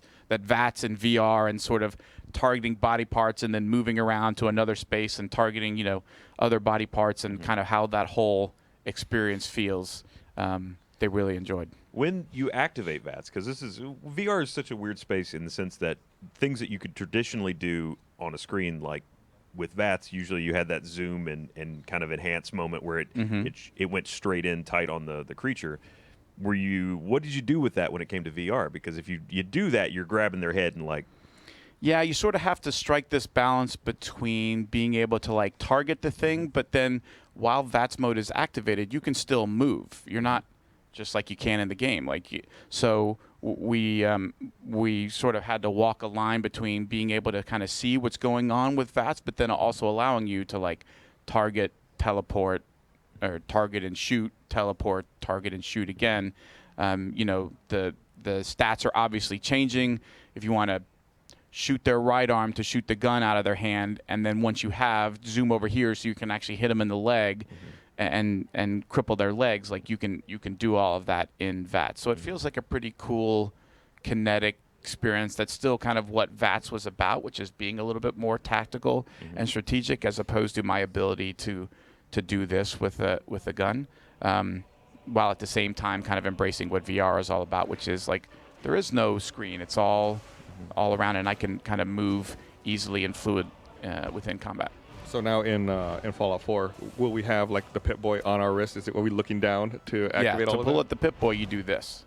Look down at it. Yeah. Yeah, like, I mean, there is going to be, depending on the platform, like other options, button that you can press instead of doing that. But like when you're playing, you want to pull up your Pip-Boy, you just do this, and there's your Pip-Boy, and you can look at it and change the screens and look at your stats, change out your inventory, and then when you're done, you just put your arm down. Say, hopefully it still pauses the game, because I know I use that many times when I'm in a sticky situation. Like, okay, Pip-Boy, let me think about this for a little while. Stim packs. Yeah, a couple of stim packs, and we'll rethink the way I'm approaching this. Yep. Both Skyrim and Fallout have kind of a stealth system, because I'm normally kind of a stealth character. How does VR impact how that works? Do I have to actually like crouch? Well, or? because you have because you have sort of controls in your hand, it's pretty. But yeah, if you wanna crouch, I think the mode that we have right now is the like squat down and you're in stealth. They've been actually playing with a number of different ways of sort of moving through and different control systems for movement and how things work. So the final mix is still kind of in flux. It's another crouch option, right? It's no longer just toggle crouch, hold to crouch. Yeah, it's also like crouch to crouch. I mean, if I crouch to crouch, I would absolutely throw out my back within a couple of minutes, because I'm always crouched. I want to say the last time that I played, it was on a button and I wasn't actually crouching. But now I'm not actually sure which version I played versus the way it works now. So I appreciate the option for both, because yeah, I think my back is a little too old for crouch to crouch anymore. Like you said, I think I'll appreciate a button. Yeah. Particularly if you're playing very stealthy and you literally have to stay that way the whole time, that might be bad. Yeah, and I'm not very good at squats, or I don't have the leg I strength. always said VR was going to turn gamers into the next race of superhumans. Just from all the physical activity. Yeah, we're all going to be physically fit now. Yeah. You just weight the controllers, play a little Skyrim, you're good. Or even like dealing with encumbrance. It's like once you're encumbered, it's like, oh, now you gotta pick up like 100-pound pack. That's the next level. And hold it on. Yep. Yeah, and hold it. Get the full experience. I'm excited that, like I said, Bethesda seems to be really doubling down, investing on VR. Do you, what's your, not on a Bethesda level, on a personal level, do you have a preferred platform to play VR on? I don't think I get the luxury of ever saying that. Of like, oh, no, this is just personally has nothing to do with the company. Okay. Actually, right now, I don't. And to be honest with you, I'm not a huge VR person. Because I still struggle with motion sickness in some first-person games. So even the ones that people are like, oh, it's great, this VR game doesn't make me motion sick, good for you, it makes me motion sick. So when I play Fallout and Skyrim and Doom, it's in very short, digestible chunks. It's 10 minutes here or 20 minutes there. Like, I am not a guy who could play Skyrim and Fallout 4. But, like, I also struggled with Doom 2016. Like, I could play that game for a half hour before I start getting motion sick. It's just some first-person shooters still throw me off, and VR in general, whatever it's doing to my eyes or brain, it still messes with me, and I start feeling a little dizzy. The only, so this is going to be a weird thing to say, but the only game that ever did that to me was the old original Return to Castle Wolfenstein. Oh yeah, the, like shareware on floppy. Like, it was really like the first 3D game, or quote unquote 3D game I ever played. Like sitting down to play it, it just hurt my head. Yeah, it was something weird about that. You just game. had to get over like a mental hurdle to make it where that sort of thing was okay. Right. It was like a transition. Right. It's like we had never seen like a first-person shooter type game before. So then experiencing it for the first time, like I just couldn't wrap my brain around it. And I feel like maybe it's the same thing, hopefully with VR, where people can get used to it. There's folks in my department and in our company who have the same issue, and none of us can figure out what it is about either our eyes or our head that work. And some of us are fine with shooters and not fine with VR, and get a little both. I'm hoping eventually I get used to it, because it sure is a fun way to play games that I hate to miss out on. Yeah, I feel like I'm very lucky. I've gotten used to it. I've really not had any trouble with any VR title. That's awesome. So I had a really weird transition with that, where at first especially the early VR had a lot of things like you're on a roller coaster, and you had that very mental version of what movement felt like. And then eventually it just stopped, and now I don't get any of it. I envy you. I can't watch the roller coaster intros with the popcorn and soda at the beginning of the movies. That's how bad mine is. Well, with Doom, that game is so about like the environmental pressure and psychology and just everything around you really kind of starting to wear in on you. Did you have to pull it back at some point where you're like, we're playing this game and people are just, they can't They rip the headset off? Yeah, it is a balance thing, and I think it goes back to the well, we can't do Doom 2016 like that. That's just not viable in a VR experience. But we can do something where there's you're under assault. It's an onslaught, but because of the way movement works and so forth, you can manage it and sort of handle it in a way that doesn't make you crazy or want to rip the headset off. That it feels like a Doom experience. It looks really good. It's super fast and super smooth, but it's not like turny, spinny, like I'm gonna make myself throw up. That the intensity level is kind of fun and interesting, and you do get a few down moments where you kind of figure out what's going on in the station and what's going on in this particular game, so that it's not just 5 hours of nonstop intense combat. I'm not sure how well that would fly, but at the same time, it's a lot of combat, and it's a lot of Doom combat, so it's cool and fun and bloody and visceral.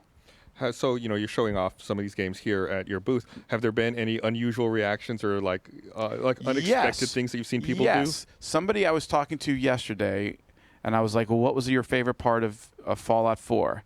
And he's like, I was in VATS, and I shot this guy's leg, and then I teleported over here, and I shot him in his other leg, and then I had damaged him enough that I teleported again and shot him in the head, and his head exploded.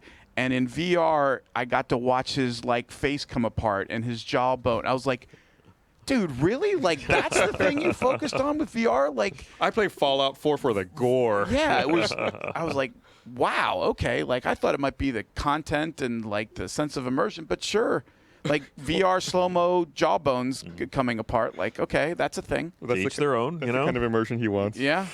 To each their own. You wrote his name down carefully and backed away slowly. Well, thanks so much for joining us again to talk about VR. But we're both huge VR fans. I'm all about it. And we're super excited to check it out. And they're both coming later this year, right? I think Fallout 4 is October. All of them are this year. Yeah, great. So thank you so much. Absolutely. We'll kick it over to Ashley. Yeah, you're coming through good. So I want to take a quick second to say thanks to War for Planet of the Apes for sponsoring this live stream. They've made all of this possible. We wouldn't be able to do E3 without them. So huge shout out to War for the Planet of the Apes. It's actually going to be in theaters on July 14th if you want to see it. But if you've been checking out the trailers that we show you during these streams and you're feeling super into it, you want to see that ape throw that grenade. Then they actually are doing early showings starting June 19th. And if you want to find out where the local showings are in your area, you can go to warfortheplanetscreening.com and you'll be able to see where it is in your area. We have a bunch more games coming up. We're going to have Indie Power Hour. In a second here, we're going to see Ooblets and Knights and Bikes from Double Fine. But in the meantime, while we get set up for that, please check out the trailer for the movie. The effects are just top notch. So it's awesome.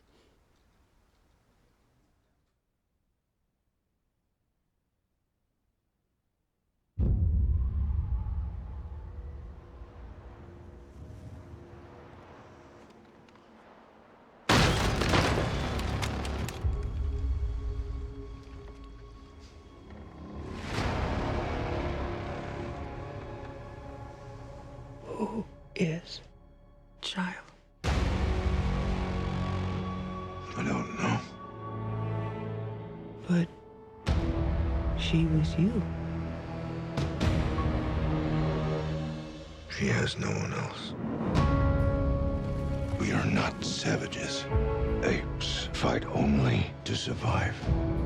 Bad human kill ape. All dead now. A long time. Long time. Bad humans. Soldier.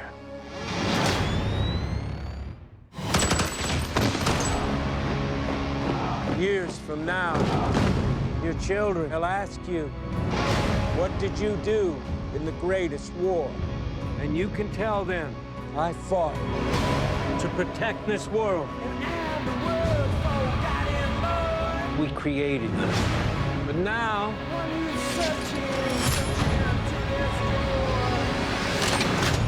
we will bring an end to their kind.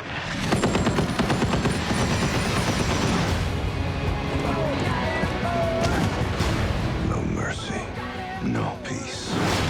This is war. Apes together, strong. You are impressive. Smart as hell, You're stronger than we are, but you're taking this all much too personally. So emotional!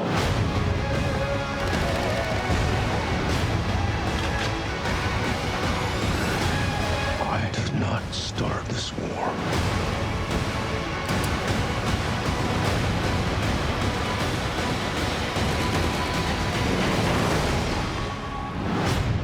But I will finish it.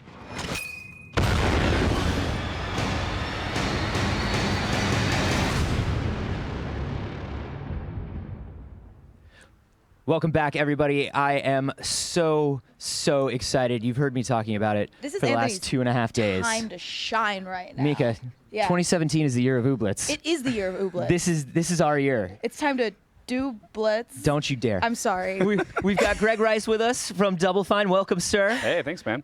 This game, from the moment I saw the first GIFs pop up on the developer's Twitter, I was like, I need to know everything about this game. Yeah. It is absolutely wonderful. And what we're looking at with Ooblets is we've got sort of precious. it feels sort of like a Harvest Moon and Pokemon and Animal Crossing all rolled into one adorable package. Wait, with chunky sweaters. With chunky sweaters, of course. Exactly. Yeah. No, and you and I both. I saw those tweets too, and you can't resist the Ooblets. No. Yeah. I think when I first saw the trailer for this game, it was just like my first reaction was just, Yeah. just a very soft gasp because like look at it, look at this art style. It's so freaking cute.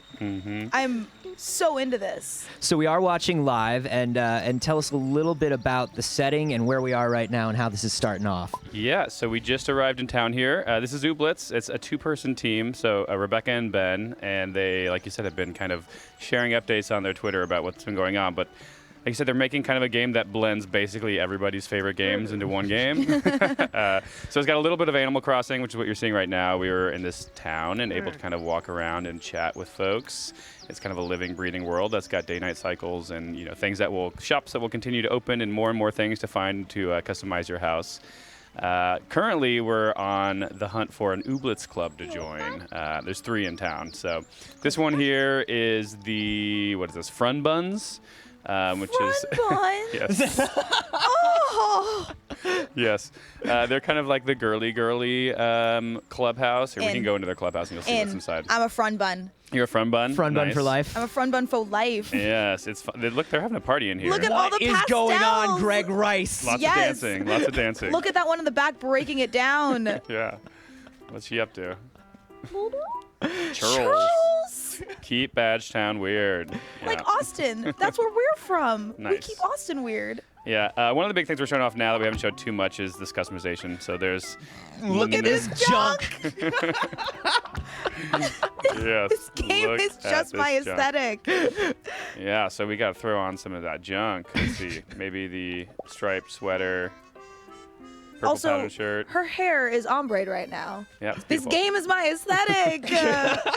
Well, we can change that too, so that's a new thing. This is the kind of clothing store and hairdresser here. Look at all these soft pastels. It's beautiful. So all the art is done by Rebecca. Rebecca does all the art and programming, and then Ben does design and writing, which is really silly in this game. Green jammies, nice. But let's go get a new hairdo since you were so excited about the hairdo. I'm so ready for this. Monday hair. You can change hair depending on day of the week. I think that's just what they're called. Okay, I was about to say. A lot of options in here. Oh yeah, there you go. Day. Blurp's Day, Tom Tom's Day, St. Swithin's Day. Wibbles Day. Yeah, they're all pretty good. Yeah. Let's go hat here. Pick our color. Green hair. The soft pastel. So aesthetic. is this something, going back to that sort of Animal Crossing vibe? Is this something where we will be gifted, we will unlock new hairstyles, new clothes, new everything throughout the year? Oh yeah, no, and purchase too. So there is an economy here. Like when you defeat Ooblets, you'll get coins to spend on seeds that you can plant in your garden. It's the idea is it's a big living world that you can kind of spend some time in, actually really nurture your garden and your space. I love that grow up the ridiculous city. butler-looking seed man. Right? Yeah. That's a good man. I'm also loving everybody's unique style here. There's not just one shirt or one pant. Everybody's got their own personality. Yeah, there's a lot of it. So this guy is not going to let us out of town without an ooblet, titular ooblet here. So we got to find one. Like I said, there was a club back in town we could have joined, but this one over here is my favorite. Kind of an adventurers club. Ooh, he's got that nice adventurer hat. Oh, this is a real Greg club. The Moss Sprouts. This is that rustic urban lumberjack club. Exactly. Rustic urban lumberjack. That's good. But they got me a Shrumbo. Oh, Yes. he has What is sunglasses. up, Shrumbo? I love him. Look at his bowler hat. Oh, look at him go. Look at his little legs. Dare you, Shrumbo? Look at those hustle sticks Look on at that those Shrumbo. hustle sticks. Oh, he's hustling. We got our own first little ooblet pal. God, Anthony. Well, Look Mika, at this game. I'm aware. I am looking at it and I am aware. Now we can get out on adventures. That's a dinky little fella. You're right, Officer Guelpham. That is dinky, Yeah. but in the best way. Look at him. It's true. So now we're going to see a little bit more of the Pokemon style stuff. It's got turn-based combat out here in the wild. You never know. You might be jumped at any moment, which we just have been by clicky claws. My heart can't take any more. Yes. So I think he is pretty low level here. Get him with a snoot boot. The snoot boot. Get him with a snoot boot. It's weaker, but you're right. The You snoot can boot boop can't the be passed. snoots. Oh. Snoot boop. Clicky claws. All right, let's do Durasplode here. Oh my God. Nice. This is one of my favorite things I've More ever dancing, more experienced. Look at that dancing. So How level does up our dancing Ooblets. figure into the game, Greg? Are they just doing it because they do it, or is there an actual dancing sort of mechanic I somewhere? think they're doing it because they got a mocap rig and wanted to Got have a it. dance All right. party. They just got to dance. It's in them. So I beat my Clicky Claws. I got a Clicky Claws seed. Can you plant and ooblets? We can now plant a Clicky Claw ooblet in our farm, which is right this way. Farm. Farm. Yeah. So yeah, this is now where you'll get a little bit more Harvest Moony.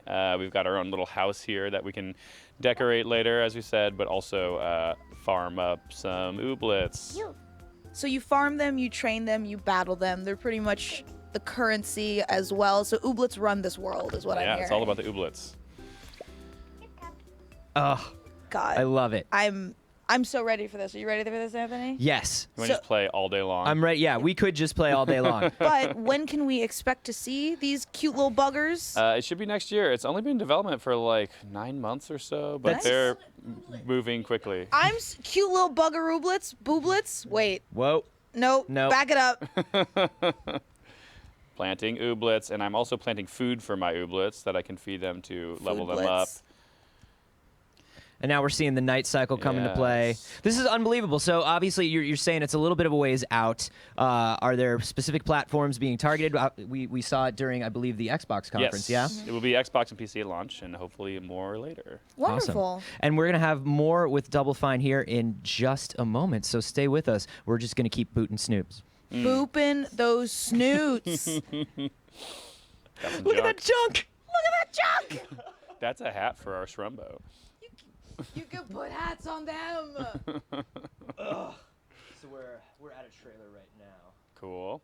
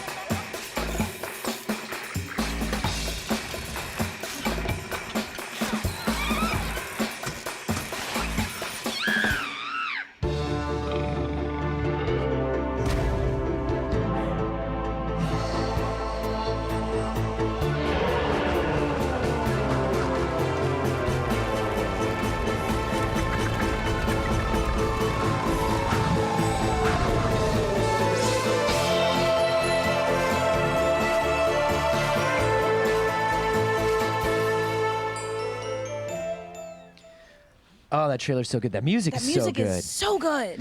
We got Double Fine with us here as well. We're joined by Spaff is with us now. Hi, Spaff. Hi. How's it going? And we're going to check out Knights and Bikes. We are. We got a live gameplay demo here. This was kickstarted last year.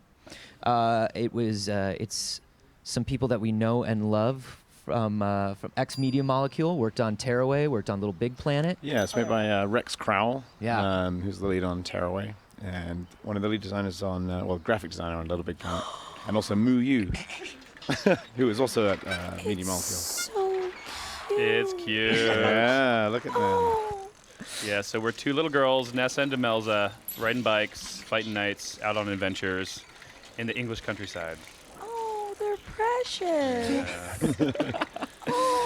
I'm gonna catch up with you. Yes, so there's lots of fun tricks you can do on your bikes. I can get some speed up. I'm in the front and brake and do a skid. Oh, you need your inhaler though. Yeah, if I Yes. pedal too much. Don't then I pedal run too out much, of man. breath. That was me as a kid. I had asthma. I feel you. Yeah, that's So you your can- little stamina meter. So you can ramp up over those hills and stuff. There's there's a skid. There's basically you can gather speed by like jamming on the pedals and then hold down to kind of continue and coast. My girl stands up. I think Spaff's is a little bit sillier, and she might kind of kick out her legs a little bit. Oh my That's so gosh. cute. And you'll see sometimes when we're running over these little sparkly bits will come out, and that's the currency in the game. It's like little bits of basically trash. To It's stuff that adult. kids would find to be treasure, Yeah. owl pellets and Yeah. little bread clips and fun little Stuff where like my mom would make me Treasure. turn out my pockets after I Right. came Exactly, inside. yeah. But when you were a little kid, you put them in your treasure chest because they were special. Yes. So we're off our bikes now on foot, and it's kind of pretty much action adventure, co-op action adventure. We have roles.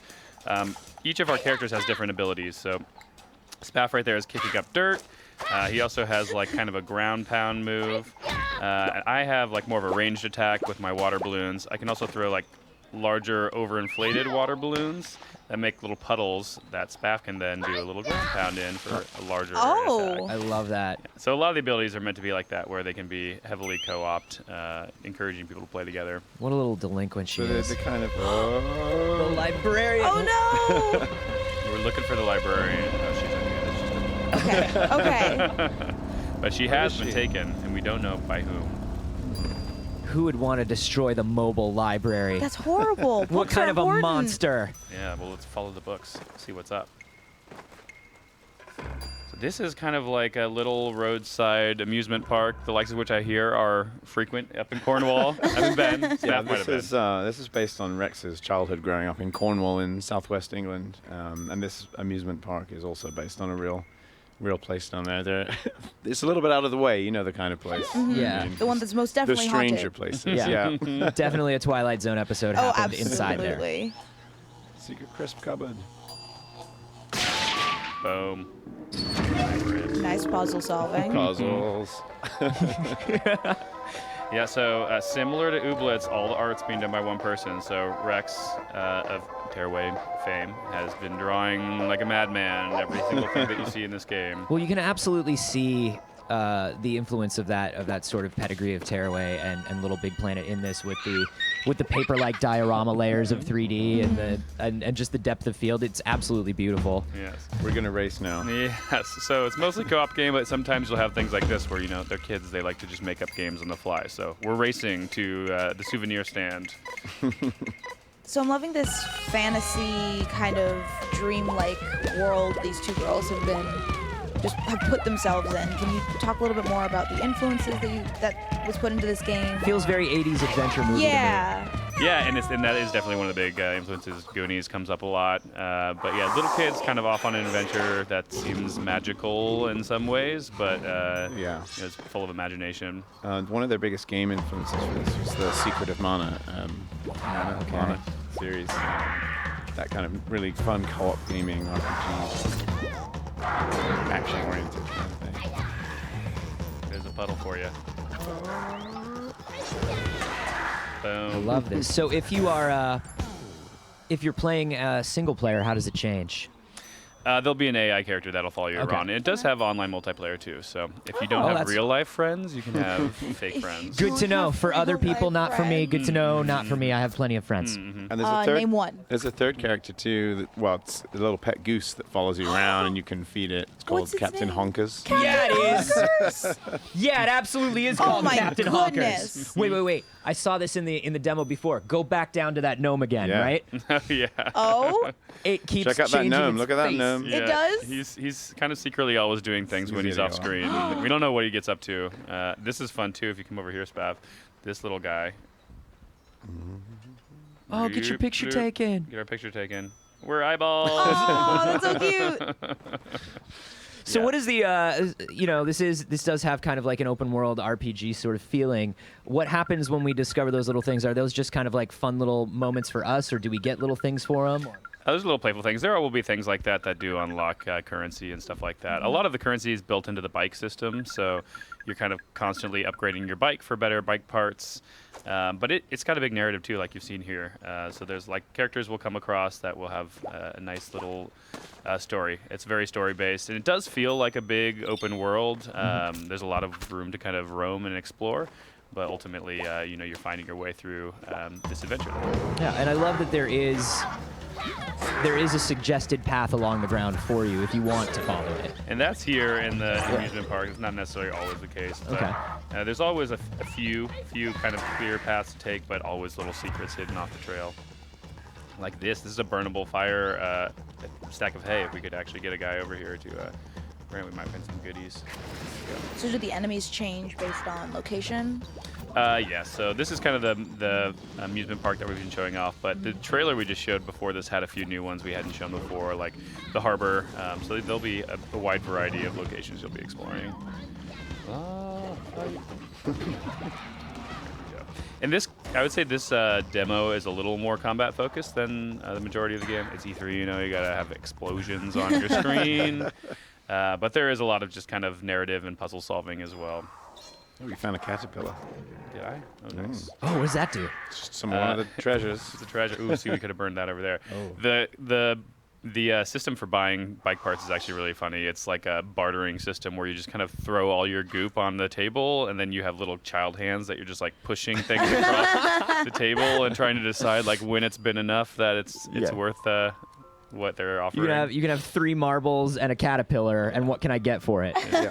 And this is like you'll kind of see there's a little bit of, I mean, it's all lighthearted on the surface, but there are some kind of deeper themes that get explored throughout the game. Like we said, these kids have asthma and they've been bullied, and it's not all sunshine and rainbows for sure. This is kind of a little sneak peek of that. So this is amazing. You guys kickstarted last year, as we were saying. You've been in development for a little bit of time. About how far out do you think we are? Is there a timeline yet? Yeah, it's as of now, it just became like fully playable, which is really exciting from the beginning to the end. Congratulations. So that's awesome. But yeah, it'll still be a bit. So lots to polish, and with a one-person art team and one-person programming team, everything takes a bit of time. But Sure. It should be ready to go next year, 2018. And For platforms? PlayStation 4 and PC at launch. Nice. Great. And if they want to keep up with it, should they just hit you guys up at the Double Fine website, or where they go? Double Fine Twitter is good. Foam Sword has one. They also did a Kickstarter, like you said, so they've been doing a lot of really frequent Kickstarter update posts, and that's a good way to see what's going on with the game. Awesome. Greg, Spaff, thank you so much for coming by, so guys. much. Thanks, guys. Ashley, how adorable are these games, Are you Ashley? loving them? Because I am loving them. They're Ashley. They're so cute. Ashley, can we get like pet ooblets, like actual IRL ooblets for the office? Yeah, I think we just like order some in. Yeah, I feel And apparently we they can don't, plant them. as long as no one shakes the box too much while they're in transit, they should get to us alive. Perfect. I'm in love with this. Right? Okay, great. Actually, get over here, intrepid field reporter Mika Burton. I'm on my way. You have something to show people. Oh, I should. All right, so we've been asking you guys which booths on the E3 show floor you want to see. We've been using live at e3.com. You can go there. You can interact with the stream. Tell us what you think. Tell us how excited you are for stuff, and tell us which booth tours you want to see the most. Absolutely. So this morning when we started the stream, we asked you guys which booths you wanted to see the most. And intrepid field reporter Mika Burton. We went to go see Square Enix, the booth filled with all of my husbandos. So many. You got so many husbandos out of that Listen, company. I'm trying to build a harem. Or is it a reverse Is it harem? Manum? What's Manum? a man harem? A lot of dudes in one place. That's just what we're Yes. gonna call it. And that's called the Square Enix booth. Let's take a look. Yeah.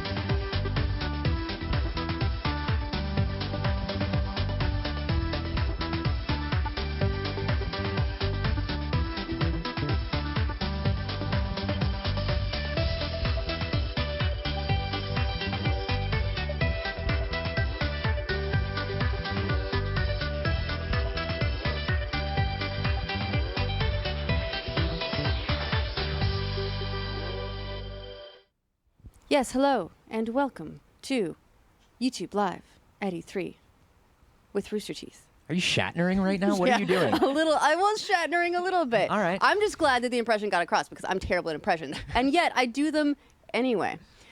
Not what we're talking about here, though. We're talking about video games. We're talking about Crash Bandicoot and Sane Trilogy and the people responsible for bringing it back to us. Vicarious Visions. We've got Jen and Dan. Thank you guys so much for joining us. You're welcome. You guys have been showing off the game. So for those who maybe missed Crash Bandicoot around the first time, do you want to give a quick primer on what it is and what the Insane Trilogy is? Yeah, so Crash Bandicoot was a majorly iconic franchise. I can't imagine there's anyone out there that doesn't know who he is, but yeah, he was a mascot. Kids these days, yeah, am I kids right? these days, seriously. He was a mascot character, a platformer, really revolutionized platforming by going 3D into and out of the camera. Just a really amazing platformer. Also notable because it Yeah. was really it's fun, it's irreverent, it's I don't know, it was one of the games I always thought that helped to put Naughty Dog really on the map. Yeah. And you guys are going to be bringing it back. You're remastering the trilogy of games, so no mean feat. What kind of work is going into that to make it fresh for new audiences? Well, we've certainly taken the game and pretty much rebuilt it from the ground up to meet kind of modern gamers' expectations, right? So, it has top-of-the-line graphics, audio. It feels and plays just as it did 20 years ago. But, we've certainly made some quality of life improvements, I guess is the best way to, the first game as an example, used passwords. I don't think the kids these days would care much for passwords. So Right. we have a safe game system. No fruit on a grid, man. Yeah. Yes. Not bringing back the fruit on a grid system. But this is, you have been calling it a remaster plus. You're talking about these quality of life improvements. Yep. One of the things that we always talk about with these remasters and remakes is making the game the way you remember it playing versus Yes. the way it actually played. Absolutely. Our memories are very rosy. Yeah. Right. Oh, yes. One of my favorite examples of it is, when you go back and you play the PS3 remake of Shadow of the Colossus. I'm like, yeah, this is how Shadow of the Colossus played, but no, they actually tightened up the camera a little bit, tightened up the control a little bit. Yeah. What were some of these sort of quality of life improvements that you wanted to bring to this remaster? I mean, ditching the passwords aside. Right. Certainly, we tried to make improvements to the controls wherever we could, while still preserving, that original feel. One of the key things we actually did is really focused in on analog support. Most people who pick up a controller these days go right for the analog sticks, but the original games were designed with digital in mind. So, we had to make sure that analog really worked with all the game modes, and there's a whole bunch of game modes in that game. So beyond that, I mean, we've added time trials everywhere. We've got leaderboards. Any other? Yeah, well, for those of you who remember it being a little bit unforgiving, there was... That's a very kind way of putting yes, it. yes. Hello. There was a dynamic difficulty adjustment that was added later on, but we brought that through all 3 games. So just when you think you're about to throw the controller at the screen, you might actually get, a continue box that you can So Insane create Trilogy saving TV screens everywhere. Yes. One of my favorite moments, I think one of a lot of people's favorite moments in Uncharted 4 was the very early moment where, oh my gosh, I'm playing the first level of Crash Bandicoot. This is insane to me. I love this. I'm having so much fun. Naughty Dog obviously really loves their roots, really loves where they came from. How much did you work with them? How much were they involved? Did they were just kind of like, we love this and we love what you're doing and we're hanging back? Like, we trust you. Take good care of it. Yeah, there was a little bit of that up front. We worked directly with Sony on this, and Sony and Naughty Dog gave us our space. But this is Naughty Dog's creation, so before we went public with anything, we would always go to Naughty Dog and say, "Hey guys, here's what we got. What do you think?" And each time we went to them, they loved it, and that was just the absolute best praise you could get, and really gave us the confidence that when we put it out to the public that people are going to go nuts for Getting it. that endorsement was very important to us, so it was really nice, and I think they were genuinely touched and happy that we gave it so much love and care. It looks absolutely beautiful. We're watching some of the trailer footage right now. Yeah. We've seen a lot of spiritual successors to classic platformers come out recently. We had our ukuleles come out, things like that. What do you think is kind of the impetus now? Why do people kind of want these classic platformers coming back now? What made it interesting to you to work on one of these again? Well, I think for me personally, I have some history with Crash. After Naughty Dog left the franchise, I worked on a few of the sequels through Vivendi. So for me, it was like a homecoming. I absolutely loved the franchise, and it was just an honor to be able to bring it back and introduce Crash to new audiences. And I think also that's kind of our overall impetus, I guess, is it's been 20 years. Yeah, I think that's it. When 20 years goes by, there's this desire for nostalgia, the things from our youth that we want to recapture. And, we brought Crash back in Skylanders Imaginators last year, giving parents an opportunity to introduce their favorite, character to their kids. And there was a great response. And so, now's just the perfect time. We had a passionate team who had a history with it, and it just made sense. Yeah. Make a whole bunch of new Crash fans now. Yeah. Anthony, you mentioned earlier there are a lot of there's almost like a revival going on right now. A lot of these early sort of 3D open world games, open-ish world games are making a huge comeback. And then the trick with a remaster or a remake in general is, again, we have these very rosy memories. We remember it playing a certain way or controlling a certain way. And you mentioned that you had to, for example, make it all work with analog sticks. What are some of the other tweaks that you have to make that people don't remember? Maybe some of the more difficult, more challenging aspects of the game to deal with that you don't want them to remember. Like they go away. They don't exist anymore. Right. So what we found is we wanted to preserve the challenge, but you've got to kind of divorce challenge from frustration. There's a number of different reasons why people might get frustrated. And so one of the ones that we sought to attack early on was that kind of the game communicating what is expected of you. Oh my gosh, look how good Tiny looks. I'm sorry. Okay. Look at how good Tiny looks. We'll I've come been back in just a upstaged by moment. Tiny. That's amazing. That looks so good, you guys. Oh, this frustrated me. Yeah, talk about divorcing difficulty from frustration. Right. Remember those lines Yes. running at me. Yes. So there were cases, especially in the earlier games, where bosses or AI or even some of the puzzles wouldn't necessarily say what you needed to do, and you would try and overcome it, and the game would smack you down and say try again without really telling you any information. Like so, what you did wrong, what you Yeah. needed to do better, what, Yeah, what needed to be so- fixed, if you were even on the right track. Yeah. So to give you a good example, I mean, there's a boss later in the first game named Pinstripe. He has a Gatling gun. Yeah, he does. And Yeah, I you know, remember we found players actually didn't know exactly when he was vulnerable. So we just went in and added a few more VFX to, in a cartoon fashion, illustrate that, you know, he was now vulnerable. Couple of tells. Yeah, a God. couple of tells. Look at how beautiful that looks with Yeah. that lighting. Yeah. God, that's gorgeous. Yeah. That's you guys did just such a really amazing job. Thank you. It's so beautiful. No, I do appreciate a lot of these games coming back too in a way that Oh, the Great Wall level. again these are formative for a lot of us who like Yeah. we grew up playing these games. They have a very fond place in our hearts, but it's difficult to go back and play the originals, not only because gamer sensibilities have changed in terms of what constitutes frustrating gameplay and what like is totally okay, but also the graphics.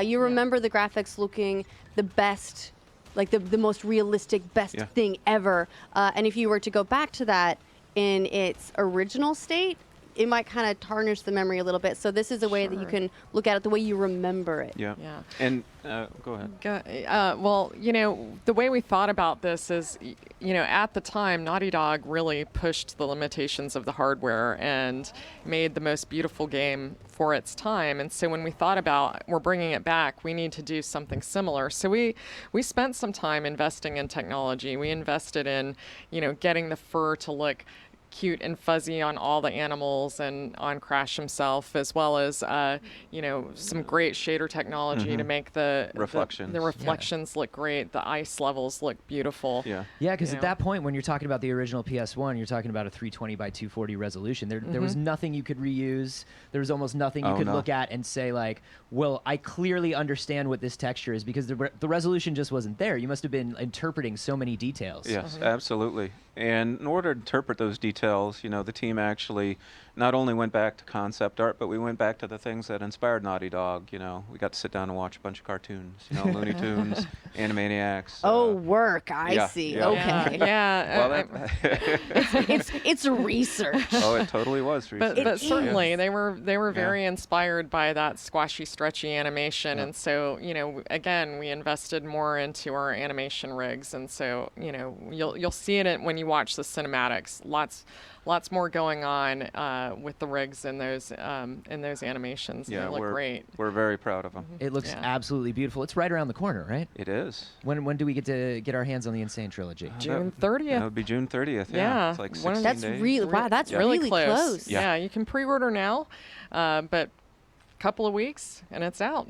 That's amazing. Thank you so much for coming by, Jennifer and Dan. We really appreciate it. We're looking so forward to it. Just watching that gameplay was bringing me back. That Yeah, Great Wall I level, think was like, we lost you there yeah, for a little yeah, bit. I kind of went off into my own little place there. Ryan, Mika, what did that look like to you? I love Crash Bandicoot. Crash Team Racing was one of my favorite games ever, and I'm freaking pumped for this. Do you have a phone in your boot? No? Do you have a snake in your boot? No? Why would you call out the phone in my boot, Ryan? I didn't have time to put it anywhere else. Okay, you know, I just didn't know that was a special pocket for some people. It's not. It just was convenient. So you have, excuse me, you have a thing that you put up to your face that now smells like foot. You just got to ruin everything I do, don't you, Ryan? Am I ruining everything you do? You just take such pride and pleasure in just finding things that Mika likes and just taking a needle and just poking a hole in it and watching them. Mika Jones, I am so sorry. Why did this happen? Why is my last you name have changed? You have a reporter ID. What? Okay. So you just Look- changed my last name, not my first name? Well, yeah. I can't be like, I don't know, Trinity Jones? You want to be Trinity Jones? No, I don't I want like to. that you're embracing this idea. No, Trinity Jones, God damn it. intrepid reporter. Oh, all right. Now, first of her name. Here on the set, we have discovered her secret identity, Trinity Jones. Well, we went to the Activision booth, so let's take a look at that. Trinity Jones, bring you the Activision booth. Oh, Ryan. Completely divorced. There you go.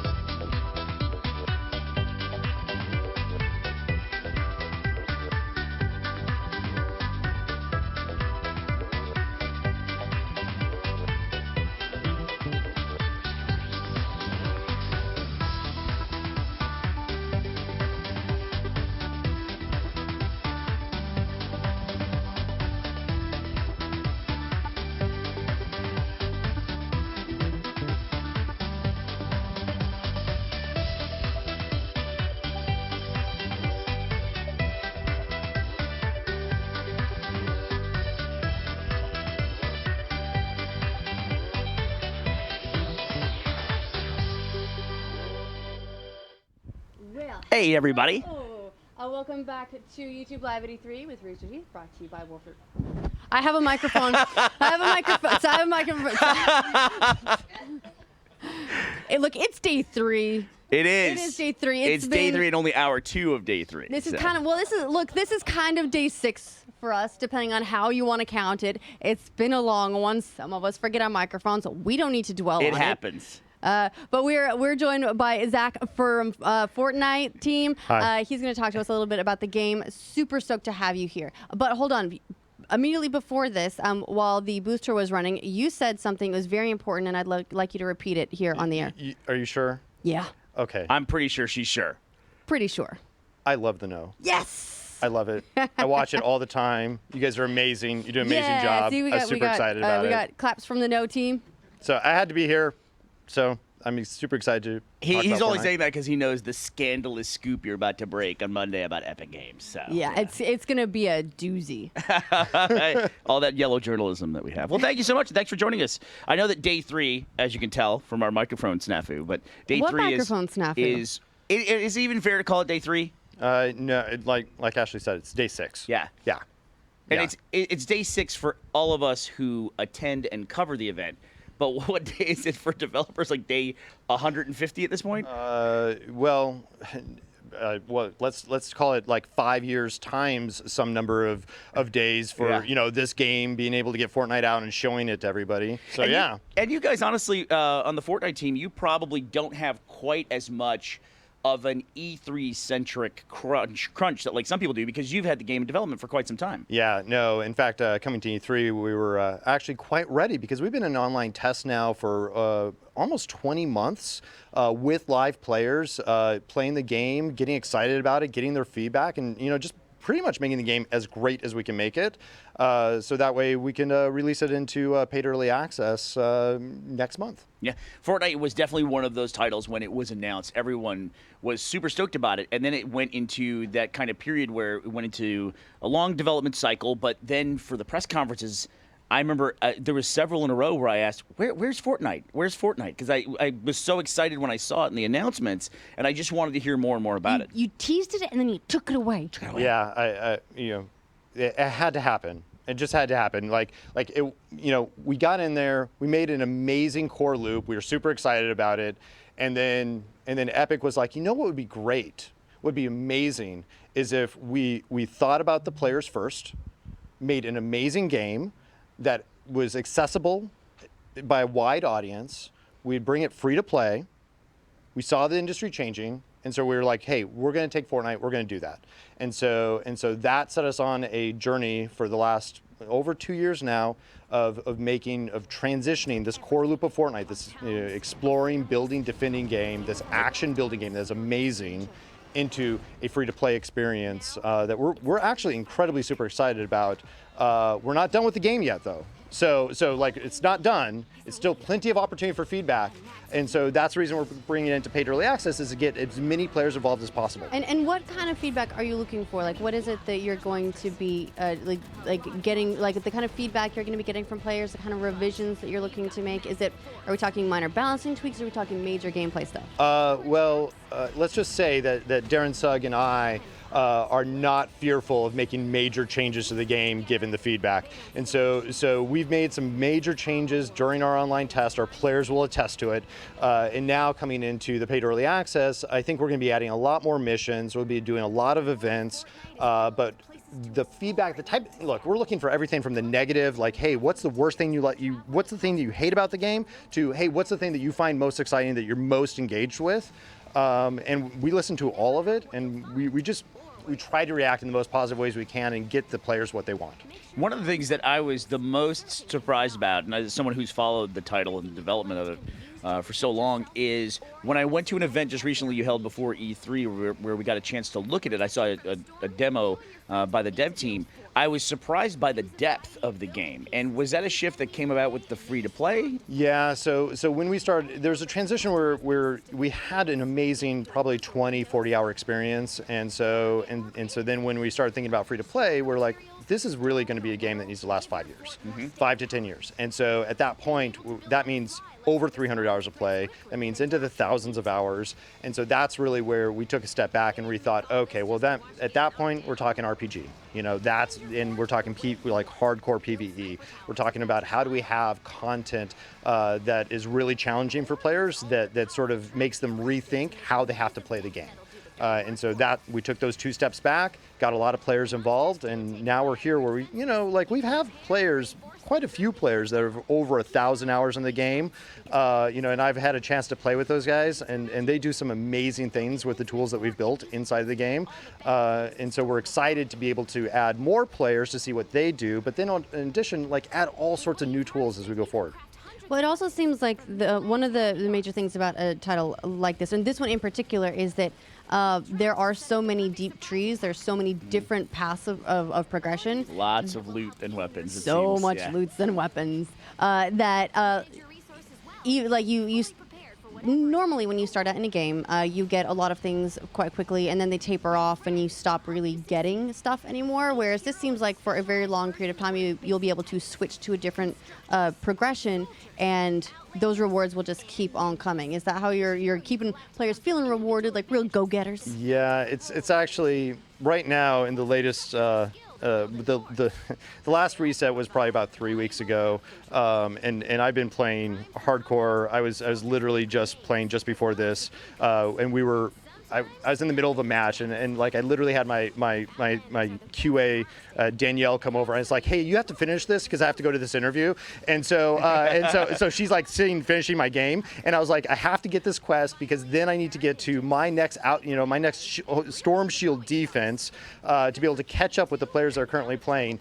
In order to be able to get the next set of card packs that I'm excited about to be able to unlock my next set of heroes, and so it's actually really scary when you're addicted to your own game. That's not necessarily a good place to be, but that is definitely where I'm at the moment. Well, as someone who doesn't have an assistant to playing games, I find myself increasingly, I'm a lifelong gamer, and I think I fall in a category that more and more people are falling into, which is I wish I had more time to play games. Yeah. So for someone who is...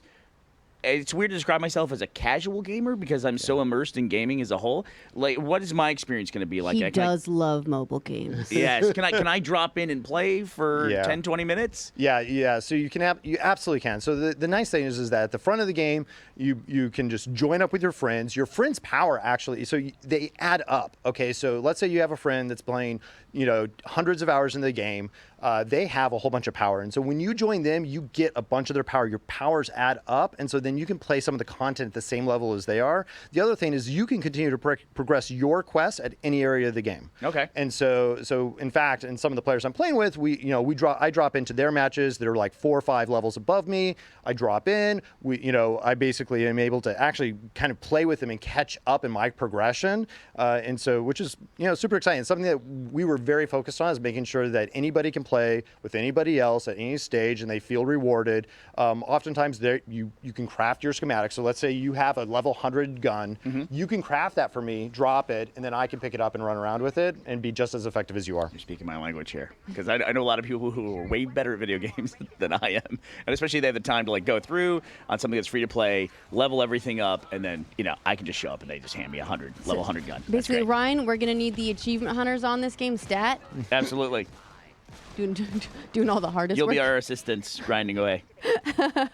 So for those who are not as familiar with this game, do you want to just go through and describe the gameplay loop? Because we're seeing some of the gameplay here, and so you're seeing some of the building, some of the construction, but this all leads to defense. So you kind of go back and forth between these phases. One of the things I got super excited about is I think this is a game at its core, if I may, that people were very excited. They wanted this game to exist where it's I don't know if you use the word zombies. I know that's a word that people kind of stay away from. Husks, mist monsters. We like those words a little better. Right. But some kind of environmental enemy that's coming at you in a mass horde, and you have a base that you're defending, and it's your job to build it and fortify it, maintain it in one cycle, and then defend it in another cycle. Yeah, no, that's exactly right. So and actually, it's really exciting. Okay, so all right, there's 2 different kind of gameplay loops. All right, so one is that you have your storm shield area, which is your persistent building area. So you go out in the world, you collect resources, you build there,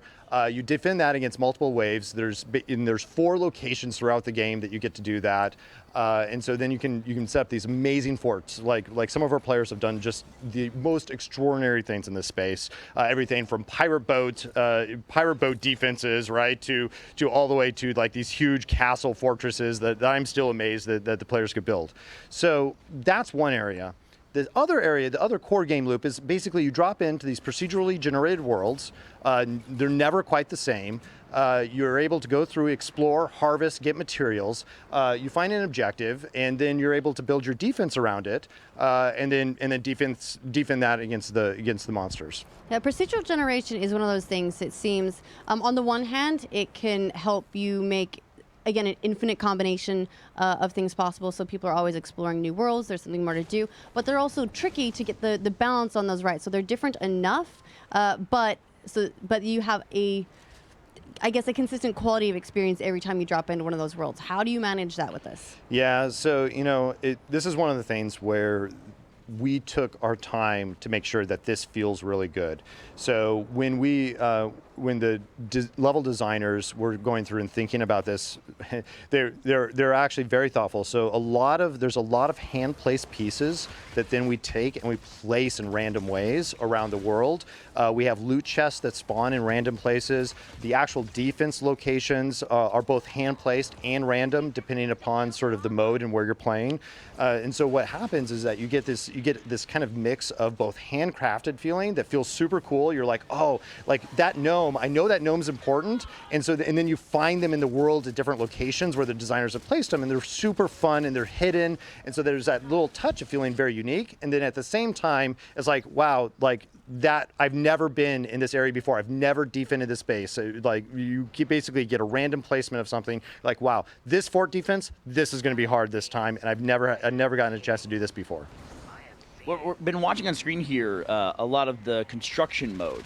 And one of the things that I noticed in the demo was the unique approach you all have to construction, like what's a wall versus what's a wall with a window and what's a wall with a door. Can you talk a little bit about that part of it? Yeah, so action building. Mm-hmm. It's all about action building. It's about building really fast, really effectively against monsters. At the same time, we're like, hey, you know what would be cool is a window. So what we have is you drop a wall, you edit it, and then you can put a window in it. You just like click out the middle piece. If you want 2 windows, you click out the 2 side middle pieces. And so essentially there's all these different configurations for all of our pieces, and there's 4 base types, and then you can mix and match those in a lot of different ways. Is it fair to call that like a recipe? About like a geometric recipe?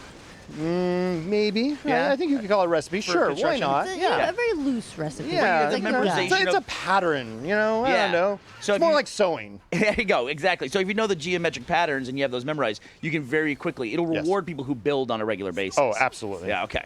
Yeah, and what are the 4? You said there's the 4 base types. What are you looking at? So we've got you have a wall, you have a floor, you have a set of stairs, and then you have a roof piece. And so then that roof piece can be made into a couple different patterns to be able to build pyramids, essentially. Okay, and so with those 4 different things, all things are possible. There's a lot of possibilities. What the players do is amazing. The key thing for us was making sure that it was very easy to do, it was very fast, and you could do it in the middle of action. So when you see a monster, when like that blaster on screen right now, when that thing spawns, you want to put a wall up right away because that guy will just mow you down. And so you have the gun, you can switch quickly into a wall, drop it right in front of you, peek out to the right or the left, and take that guy down. And it's that fast and it's that easy.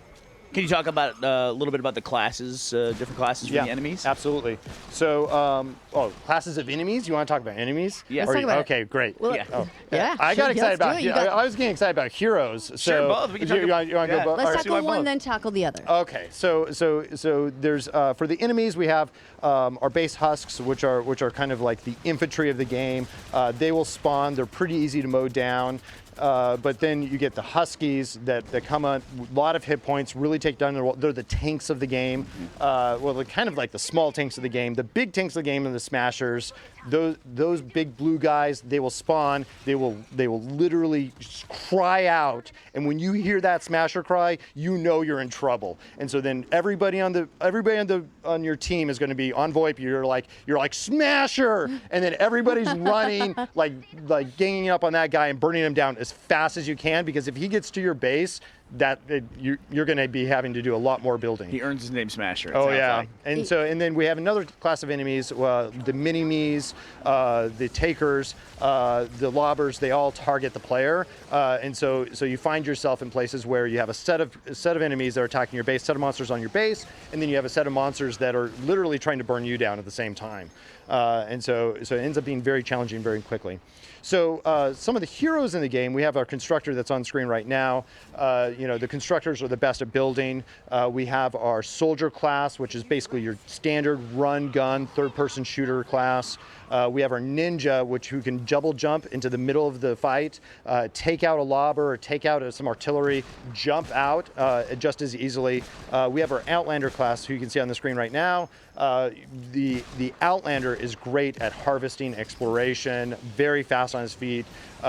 Each of the classes, each of the heroes, we have 116 heroes in the game. They have different perks and abilities, and so as you collect them over the extent of the game, you'll find that you want a different arsenal every time you go in. And especially when you're playing with friends, somebody will be like, "Hey, I'm going to play constructor." You're like, "Great, that allows me to be the Outlander this time. I can go in and harvest and have and basically you have a different gameplay experience every time." Yeah, no, we actually we've been running a poll here using alive@e3.com, asking the people who are watching what class they want to play, and for a while there, it actually looked like constructor was winning, but in the end, split between that and ninja. Yeah, the ninja took the lead. 45% of people want to play ninjas. They want that double jumping into the action. I and did then watch the jumping poll, back out. though, do what I did mentally, which was I would have chosen constructor. That's the way I like to play. Yeah. I like to play more support and building. But then, as you described the Outlander, I was like, oh, I get to go out and explore and everything. I would switch over to that character. Yeah, totally. And it's not a class that I think many people. It seems very unique to Fortnite, the Outlander class. It is a very specific, and so we really tried to build classes that kind of can stand up for each of the core phases of the game, where exploration or building or the defense. And so there's kind of each of those classes has a mix of an area that they're best at. Yeah, which one do you play? What's your bestest class? What's your main? I play them all right now. Actually, in this latest progression, I'm maining a soldier. Her name's Rooney. She's a mythic soldier. She's amazing. She's a master grenadier. Get 6 grenades. I have a cluster bomb. It's super fun. But it's the first time I've made soldier. For people who are new to the genre, what's a class that you'd say is like friendlier for people to start out with? Yeah, so we start everybody out with Ramirez, who's kind of our main character in the front of the game, and sort of like you start the story out with her. And so Ramirez is really easy to pick up and play. If you're used to third-person action shooting, you're going to love Ramirez. She'll take you through the front of the game, and then we give you basically our constructor, and so Ken, he'll come on, and then you'll be able to choose between those types until you unlock other characters. Well, we are super excited to get our hands on Fortnite. So when can people take the game home? Yeah, so 7/25. We're going to be coming out in paid early access through the Epic Games launcher, PC, Mac, PS4, Xbox One. Now, if you pre-order, you get a 4-day head start. All right. Okay. Great. Well, we're looking forward to it. Thanks for joining us. Thank you. And we're going to kick it over to Jack and Mika. Hello, Jack. Hello, Mika. If people don't know, this is Jack from Achievement Hunter. Hi, I'm Jack from Achievement Hunter. That you are. So, Jack, play how the have you video been games. enjoying your E3 so far? This E3 has been a blast. Yeah? I've really, really enjoyed it, and I will say I've enjoyed having consumers on the floor, which might be kind of sort of against the grain for hot some people. Because the energy just feels back to me. Like I've seen a lot of people being at E3 for the first time ever, and they're so excited to be here. year. And it's Right, like I remember yeah. the first time I went to E3 Yeah. like 300 years ago, and sort of that energy and that enthusiasm. It's nice to see it again on the floor. Like It's a magical feeling. Absolutely. Like I was fortunate to host a couple panels and talk to some people in front of a crowd, Mhm. and feeling that industry people kind of get not jaded, but they're like, okay, we've done this before. Like we've got appointments to hit. We don't really need to sit around and listen to you. So, Right. So it's nice to actually have kind of the like cheering back and like people like getting excited for stuff. But I mean, all in all, it's been a really great E3. You know me, I'm a Ubisoft fanboy. As am I. And Ubisoft crushed it this year. at They least did. in They my opinion. really did. Yeah. No, I mean, I can't wait for all of the games that I got to get my hands on Yeah. at that booth. It's going to be a lot of fun. Yeah, you managed to sneak through and get to play pretty much everything, right? Yeah, I did. Yeah, Yeah, I it's- did. It pays to know the right people. Yeah, I it guess. does. Specifically Stone. Yeah. Thanks, Stone. Thank you, Stone. Yeah, I got to play Skull and Bones. That's which, the one thing I didn't get to Oh, play. really? Yeah, Oh, so my tell us God. about it. How was that? So Skull and Bones, if you played Assassin's Creed Black Flag, all of the ship portion of the game, Yeah. it's that. It's literally, that's I'm it. in. It's just you're on a boat, I'm you're in. doing, I mean, you've got like different kind of classes. So you have like a Mhm. frigate, it was more of like a bruiser, sort of like, heavy, like slower moving, but has more firepower and has Right, more right. defense. There's like a sniper type boat, which is like just used for Boats like have mortars. snipers? Boats are snipers? Well, they have like mortars, that Okay, launch okay. really far away, which, you have to be a little bit more precise about it. So you kind of have like lead boats because, it's like, okay, I'm going to fire there and they'll eventually get there. Right. And then there's sort of like an assault class. So I forget what it's called, but I mean, you're in between kind of like the running gun. Oh, it has a ramming thing. That's right. On the front of the boat, it has like a ramming rod. They you also can slam teased a into stuff. Kraken. Yeah. So Yeah. excited to see Krakens. So what have you played on the show floor? That was a lot of fun. I got to play all of the Destiny 2 stuff yesterday. Beautiful, And that beautiful. was extremely exciting for me. I got to play through the first story mission on Mhm. PC, which surprisingly I rocked at. Oh, yeah? I'd never played a Destiny type game on PC before. Like mouse and keyboard? Mouse and keyboard, but I was very proud of myself Yeah. for holding my own. They were like, "Oh, I wouldn't even know that you hadn't played on." I'm like, either you're buttering me up or I'm actually good at this. I mean, I got lucky. I got to play it at the NVIDIA booth and Mhm. play some Destiny 2. And I sat down and the game loaded where I was playing, and I just moved my mouse. And whoever played before me just had crazy sensitivity. So when I just moved the mouse to the right, it spun around like 4 times. Like, Right. oh my God. And which is a little strange because Destiny's, you play with a controller, so Yeah. you don't really see that kind of speed. Exactly. And then, but having like the twitch snapping the characters, like, oh my God, that's pretty badass, actually. I mean, it wasn't enough to make me a convert because my whole clan is on Xbox and they would kill me if I abandoned them.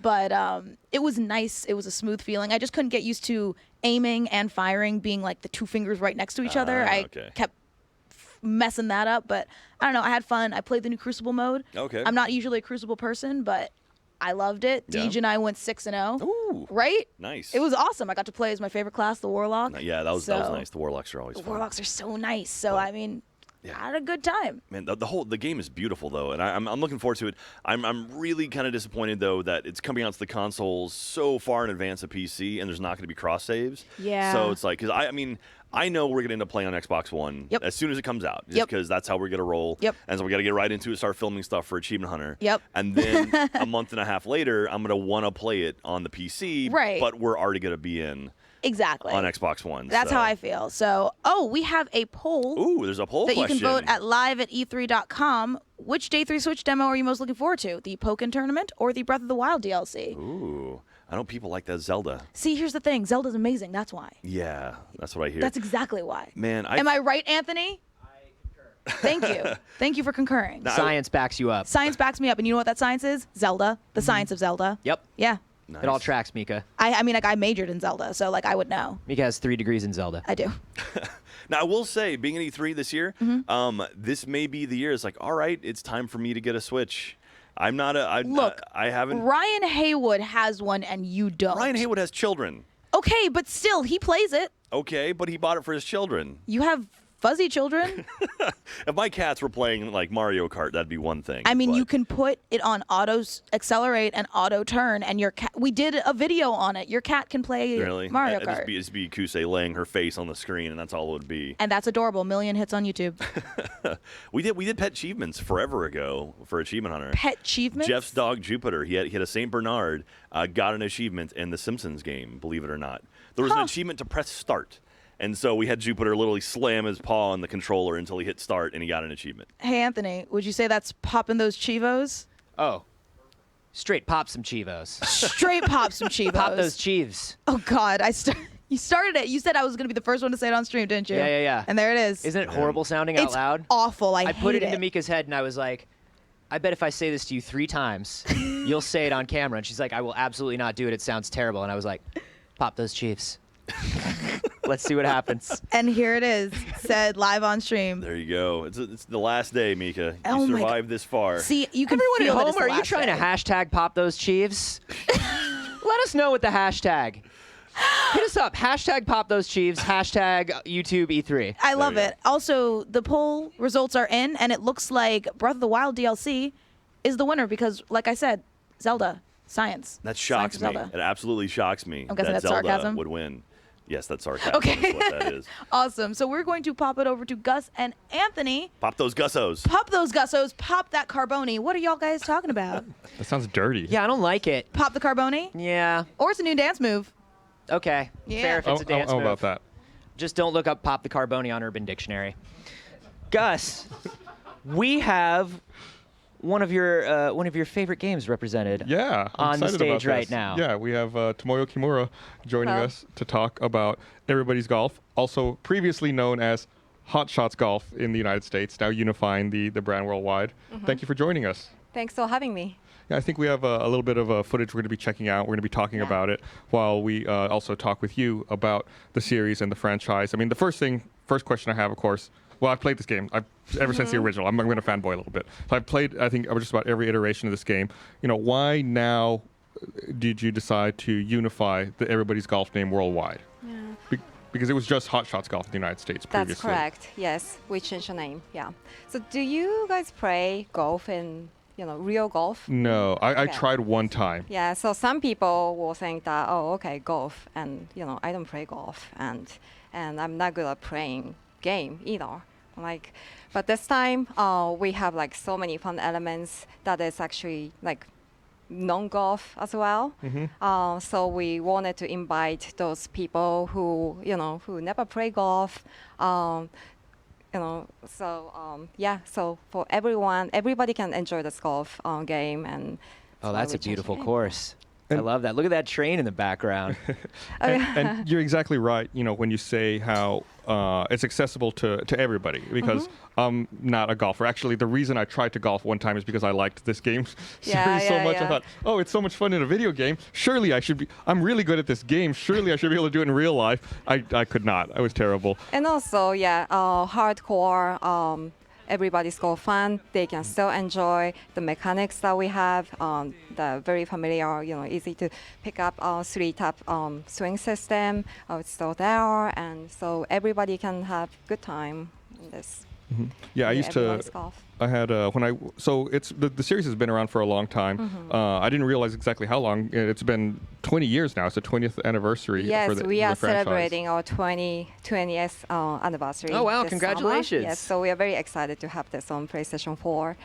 So that honestly makes me feel a little old, because I remember buying the first Hot Shots Golf and playing with a good friend of mine that I grew up with, and we'd have stay up all night trying to see who was the better golfer, and now technology has evolved so much that back then that was on the original PlayStation. Obviously, there was no online, no PlayStation Network, so it's now you have to sit down together Wait, and play. Gus, you didn't tell me there was fishing in Everybody's Golf.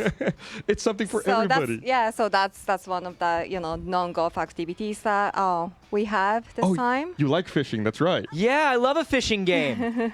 Is that Shu Yoshida? Yes. Oh, Shu, what's up?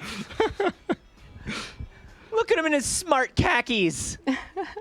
So what other non-golfing activities have you added to People the can game? hop on the golf cart and then can go around the golf course and then say hi to people playing in the same golf course. So we have a lot of social elements. We definitely took advantage of online what we can do on PlayStation 4.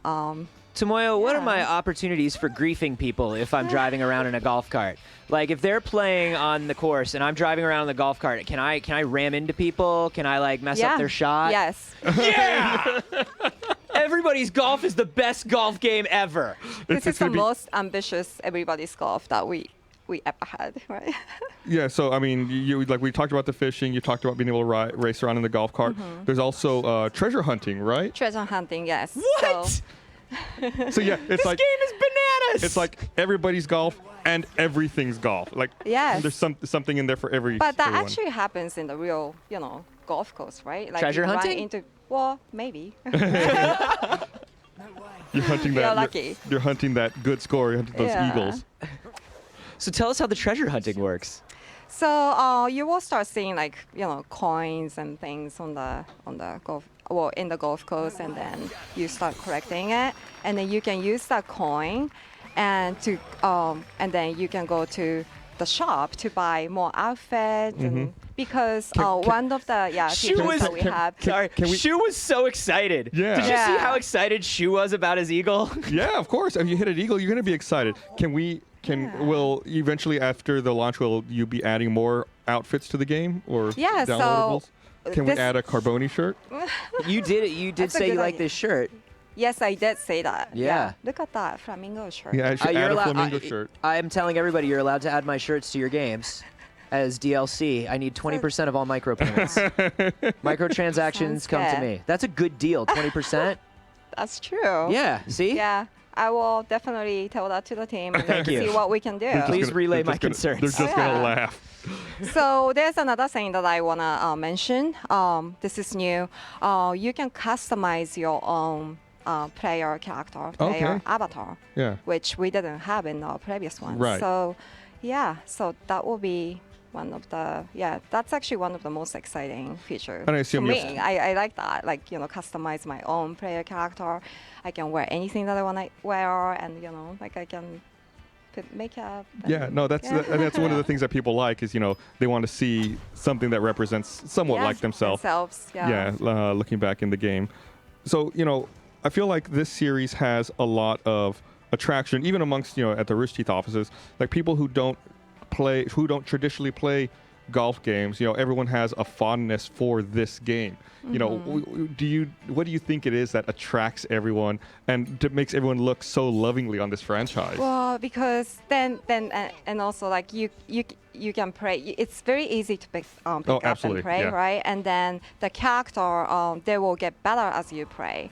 So people will start loving playing golf, right? Like even if they never experienced the golf and then they feel like really sucky about like, oh, I can play the golf, but once you're in, you create your own character and you play more, you get better, and you feel good playing the game. And there are a couple sports where in actual life, I don't want to play them. I am bad at playing them, but I think they make absolutely fantastic video games every time.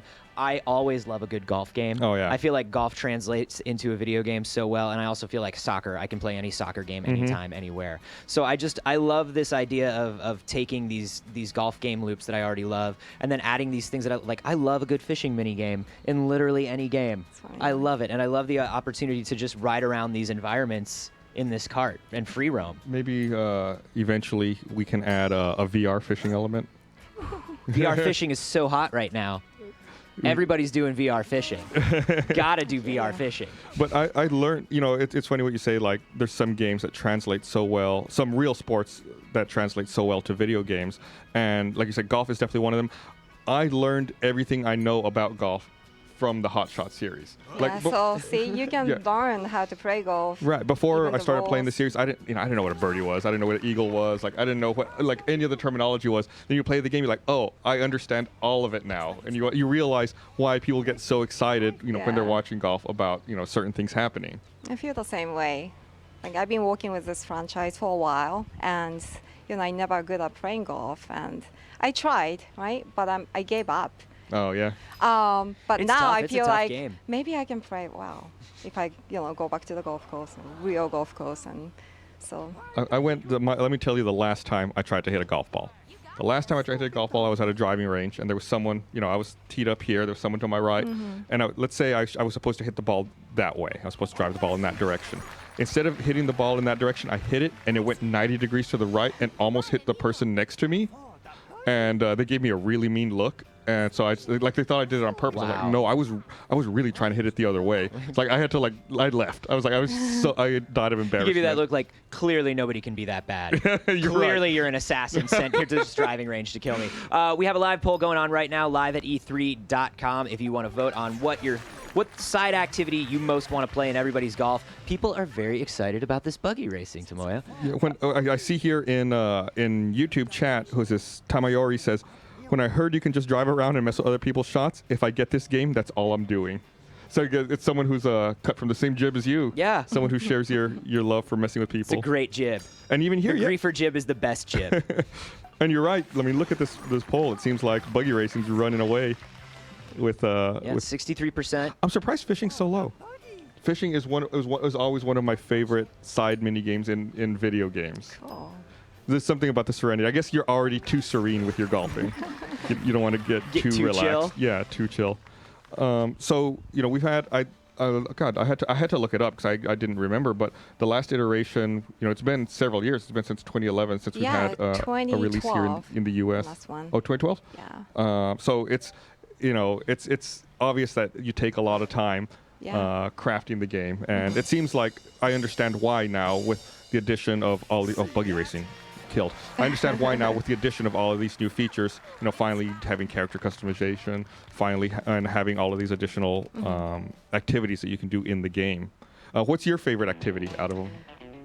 I like fishing. You like the fishing? Yeah, that's a fun one. Love a good fishing game. So, I've heard it said that this is supposedly a sort of pseudo open world environment. Yes, this is open world. Once you're connected, then yes, it is open world. How does that work? Well, because I'm thinking about a traditional golf game. I'm Yeah. thinking I have to choose a course and go through the 18 holes in you a row. can go to any hole. Okay. Yeah, so you can hop on the, for example, golf cart, and then you can go to the next hole that you want to go to, and then you can take a shot from there. And you just kind of use that as a practice mode, or just kind of familiarize you can do yourself? that. There's this mode called single stroke play, where you can choose the course that you wanna practice your shots in, and then you can even choose the weather condition and the cup hole, and you can practice. You can practice your play, and that's amazing. I never thought to approach a golf game that way, where you go out of order. It seems like there's one of those things you have to go in order. But it's funny, you think about when I was a kid, I had a friend who lived near a golf course, right? And when you're a kid looking at a golf course, it just kind of looks like this giant park to explore. And so I do love this idea of you look at it and you look at all these hills and these different terrains, and you're just like, wow, this is this looks like a Zelda map or something. This looks like adventure to me. And the idea of having a bunch of different golf courses all laid out and just being able to go wherever you want in them is really cool. interesting to me. Yeah. That's so entertaining. And it's golf course is really beautiful in this. We have 5 brand new courses. That is not from the previous ones, but we have brand new courses. So. And how I'm new to the series. I haven't played it like Gus has, but how crazy do you get with the terrain of the golf courses? How much does it change up? Does it stay pretty realistic and pretty very true? Very realistic. Yeah? It's very beautiful. Different sceneries. Some of them like desert coast, and then something that is close to the ocean. It's really beautiful. Yeah. So when we were talking about this open world thing, I want to go back and just clarify something really fast. So you said you can approach any hole you want. Is that across any course as well? You do one hole from this course, a hole from that course? That I'm not gonna spoil you, but okay. Yeah, you will see. No spoilers here, but I'm excited. I'll say. So now we have the custom avatars. Someone here on Twitter's asking, is it possible to hit an avatar, or do they or are they not on the I guess on the people course? love that. Yeah, it's so funny. This is the third question we've had about harming people physically. People want to know. I think that's part of the fun now that they realize how you can get around that. You want to mess with your friends when they're taking their shot. Do you know what I think did it? Is there was a part in the gameplay B-roll where he hit a long drive and we saw people scatter. Yeah. And so I think people are wondering, and you were also saying you can drive your cart through other people's games, and so I think people are wondering is it possible to just accidentally whack someone in the head? No comment. She's like, why would you want to do that? Who are Because you, it's fun, monsters? right? You have the opportunity to fish, and this is what you want to do? You want to fish and you want to play golf. This is not a game about hurting people. We don't want to hurt people. I can make any game into a game about hurting people, Tomoyo. That's my special skill. But you still have the, you said like the traditional 3-click system Yes, for hitting and yeah. all the same mechanics that we've all grown used to over the past Of course, 20 years. we've been working, like tuning a little bit. It's more accurate, and it's like really refined by now. But yes, we kept that system. So you've been talking a lot about once you're connected and once you're online. So obviously online is a very, very strong component of this. Can you talk about some of the different online modes? I mean, obviously we'll be able to join up with people and play around. So there's this mode called Turf War, where we have like 2 teams, red team and then the blue team. Oh, I like red and blue. Yeah. And then so player who the point earned by a player will be added as a team score. Okay. And whoever made, whoever earned more points will win. So like 4 versus 4, maybe 5 versus 5. And then you can go online and then meet people, and then you can make a team with them, and you compete. Well, you said war, so I think that probably got the attention of everyone wanting to hit. Listen, once again, this is not a game about hurting people. This is a game about golf.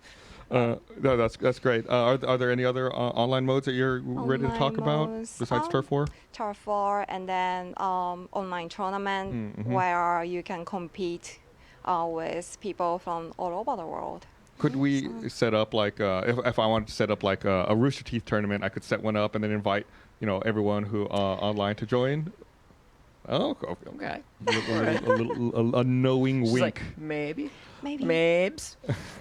Let's talk about the avatar customization. Is that stuff where it is going to be done through unlocks? Are we going to be buying extra things for our avatars? How does that all work? Both. Yeah. Okay. So as you play, then of course you will start unlocking a lot of things.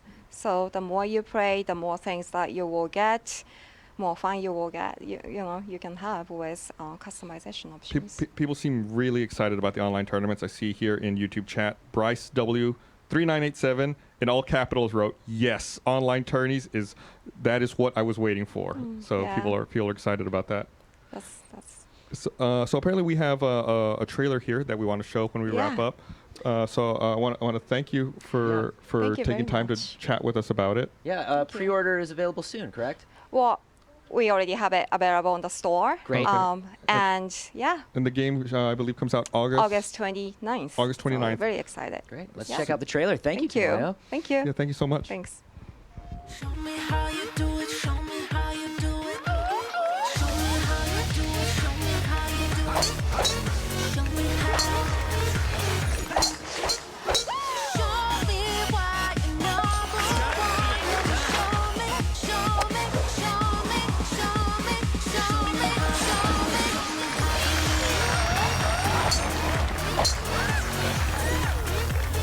show me how. PlayStation. Hey guys, welcome back to YouTube Live at E3 with Rooster Teeth, brought to you by War for the Planet of the Apes. We've got a couple of games coming up that I'm really excited about. I know Anthony over there and his shirt are both excited about over in our main studio several blocks away. Yes, hello. Coming up later on today, we have Tunic, which if you haven't seen that, it's an absolutely wonderful looking isometric action RPG where you play as an adorable fox. Being described largely as a Zelda-like, or in that genre. Absolutely. But with a fox. And what can you add a fox to that it doesn't improve? I mean, everything is better with foxes. Everything is better with foxes. My grandmother used to have that knitted on a pillow. It is 100% true. What does the fox say? Go away, Gus. Go away, Gus. Gus, that is so. What is that? 2015? That's the 2014, whatever it is. You need to get it out of here. We also have Minute coming up, which is from one of the developers of Nuclear Throne. It's a very interesting, it's all about tight loops, tight gameplay loops. You have 1 minute to live. And you have to do as much as you can in this RPG world in 1 minute before you die and everything resets. And you try to just get a little bit farther and a little bit farther every time. I'm very excited for this one. Yeah, a minute is not long. A minute is not long. That sounds like a very short period of time to be alive. And we've also, I know we've got Battle Sloths coming on, which should be a lot of fun. Let me pull up our schedule here and see what else what else we've got. We got Lego Marvel Superheroes 2. Super excited. Dude, Lego knocks it out of the park with all of the games that they do. They're so good for multiplayer, especially with family. Well, I say that, what I mean is you can play co-op with someone and they don't have to be good at it for you to have a good time and make some progress in the game. Oh, well, hello. I'm glad you could get here so quickly. Yeah, it's cool. I took an Uber. We've also got Minecraft Story Mode coming up. Excited about that. We got Shadow of War. Dude, we're ending on a pretty high note with Shadow of War. Obviously, Shadow of Mordor was such a breakout hit when it arrived. I didn't anticipate enjoying that game nearly as much as I ended up, because I figured, it's Lord of the Rings. I enjoy the lore. I like that world. We do have a lot of games with elves and stuff now, and so what's going to make this one different? And then when they dropped this Nemesis system, and at first I thought that might be just, you're like, here's a feature, and it's just a tiny twist on features that already exist. This was a whole new thing. Yeah. One of the most amazing new systems that came in games. We were talking about this yesterday, and I was genuinely shocked that games didn't rip off the Nemesis system whole cloth after it came out. I agree completely. I was expecting just suddenly every game Nemesis system, because it did such a good job of investing you in destroying specific enemies. Like it had those, you made grudges. Yeah. It's like the opposite of XCOM or something, where you have your characters and then you're invested in their survival, and you feel really bad if they end up just dying, especially if they die in a stupid way. This was like, I need you to die. Right. And they've added, talking about that XCOM, they've added some of that in Shadow of War 2, where now you're going to have trusted commanders on your side. You're going to have your battalions, and you're going to choose who is going to lead them. You're going to have people in different positions throughout the battle. Oh, I have people for that. Yeah, exactly. Exactly. So I'm excited to see everything that they're adding on to it. It was one of my favorite games a couple years ago. Definitely Game of the Year contender for me that year. So having them come by is going to be really wonderful. Yeah. How do you feel about them messing around with the timeline a little bit? I think that's fine. It's. I know that there are a lot of people that are really deep into Lord of the Rings lore, and I'm not one of them. So when you're like, oh, they messed around with the timeline a little bit, I was like, yeah, they certainly did change. I don't know what you're talking about. It all seems like Lord of the Rings to me. So I'm one of those people. Yeah. So I'm not the Lord of the Rings super fan to ask about that. Well, the trick with a lot of Lord of the Rings lore too is that so much of it isn't specifically related in the books that most people know. A lot of the dipping lore into the Silmarillion. We're talking Silmarillion, which is, I mean, let me tell you, that's some hard going if you're reading that. It's like a Bible crossed with like a dictionary crossed with like a tour book. There's just, it covers a lot of things, but almost not really. Well, not really with a driving narrative that you. It's the base reality of Middle Earth. Yes. It sets the rules. It sets the tone. It tells you where you are and all the history that leads up to the stories that are then told in the Lord of the Rings. Yeah, but it's cool. People have read it. Yeah, and it's super interesting that there's only so much you can do based on a specific book, based on a specific story. So it was very interesting to me in Shadow of Mordor that they're going into the story of Celebrimbor. They're going into the Bright Lord. They are dipping into the Silmarillion a little bit, and so that is like there are a lot of stories they can pull from. There are a lot of things they can do. There are a lot of stories they can pull from. I mean, even when Peter Jackson decided to turn The Hobbit into 3 movies, what's he dip into? Great decision, 100% wonderful decision. Tightly paced movies, all 3 of them needed to exist. Super happy. I think one of them was just barrels in a river for 85 minutes. Is that correct? Yeah, it was an 85-minute action scene of barrels. Loved it. It's it's hard to beat. It's a driving cinematic achievement. But I heard this game is just 85 minutes of barrels too. Look forward to that. We have 85 minutes of barrel in river gameplay coming from Shadow of War. If there isn't a point at which you can get in a barrel in a river, I feel like it's a why missed bother opportunity. making a game? Right. It's like when I heard there were no pizza delivery missions in the new Spider-Man game. I was like, shut it down. Why even bother making a Spider-Man game? You've got people for that. I think it'd be a lot of fun. Curious to see. Maybe. Remember who was it that did there was a really surprising edit down to one movie, and it was like the guy who was in that '70s show. Oh yeah. And That he was actually Topher went Grace. He back- took the original Star Wars prequels. And cut it down. made them like he cut them down into like one sort of like comprehensive movie that you could watch. As an What if official we had- Lucasfilm representative, I have no opinion on that. I forgot it was the Star Wars one that he did, but yes, we'll hold off on. Love any to talk official with you about judgments. anything else. But who knows? Maybe Topher is hard at work on Hobbit version. Sure. I'd love it. So all that stuff coming up soon. Really packed ending to the day. I'm so excited about everything we've been able to see at the show so far. Yeah, me too. I'm actually really glad that we get some of these cool indie titles on the show today. In particular, obviously, we opened first thing today talking to PlayerUnknown himself and Chris Harla from Xbox about ID at Xbox, because they announced, but we didn't really get to see too much more of a lot of their over 40 indie titles. That's a lot of titles. Yeah. And when you try and pack 40 titles into a tiny montage, you see a couple screens and go, "Ooh, that one looks okay," and we're on to the next one. That one, oh, and then you forget all the names because you don't get to spend enough time with them. Sure. Although I think Artful Escape definitely made an impression. Absolutely but I'm unbelievable super looking. excited about. I'm super excited about Minute that we get to see, because it's just a very cool concept. I'm really excited about Tunic. I remember that one was announced, I think, at the PC gaming show. Yes. And we specifically ended up pulling that trailer because we didn't stream the PC press conference, but we wanted to make sure we hit that one because it looked so cool. Battle Sloths, obviously, it involves pizza. Great. And anything involving pizza, we're on board with. In fact, we've got a couple of folks over here. They look vaguely familiar. Was that some Michael Hadwin? So we'll go talk to him about some Battle Sloths. Right on. Eh? Let's do it. Well, off to the studio. Awesome. Took you so long. Should I meet you there? Yeah, you might want to take the 405. Did you leave already? Don't avoid the 405. Maybe take 110 north. This is the LA part where we argue about how to get it somewhere. We're not going to do the Californians. I'm just going to come over. Okay. All right, so Michael Hadwin. Then what company are you representing here today? I think collusion, conflict of interest. I think I've Corrupt heard of Games Media. This is ridiculous. Make Games Media great again. We are going to make games great again. So you guys have been here. I think I see hello over there. I think I see a couple people in there. You guys have all you've been bringing your games to the show. You've been showing it off to a bunch of people. What's the response so far? It's been great. Yeah, we just launched last. Are you talking about Battle Sloths? Sorry. Talking about Battle Sloths. Okay, good. So we just launched last Tuesday, and the response was great. We're hoping to get a lot more of our Let's Play teams out there playing the game, and a lot more streamers out. So. And so, who have you talked to so far? What you've been showing people the game? What's the response? Are they all like, "Pizza's good"? Well, yeah. I mean, like this game's it's the pizza party game of your dreams.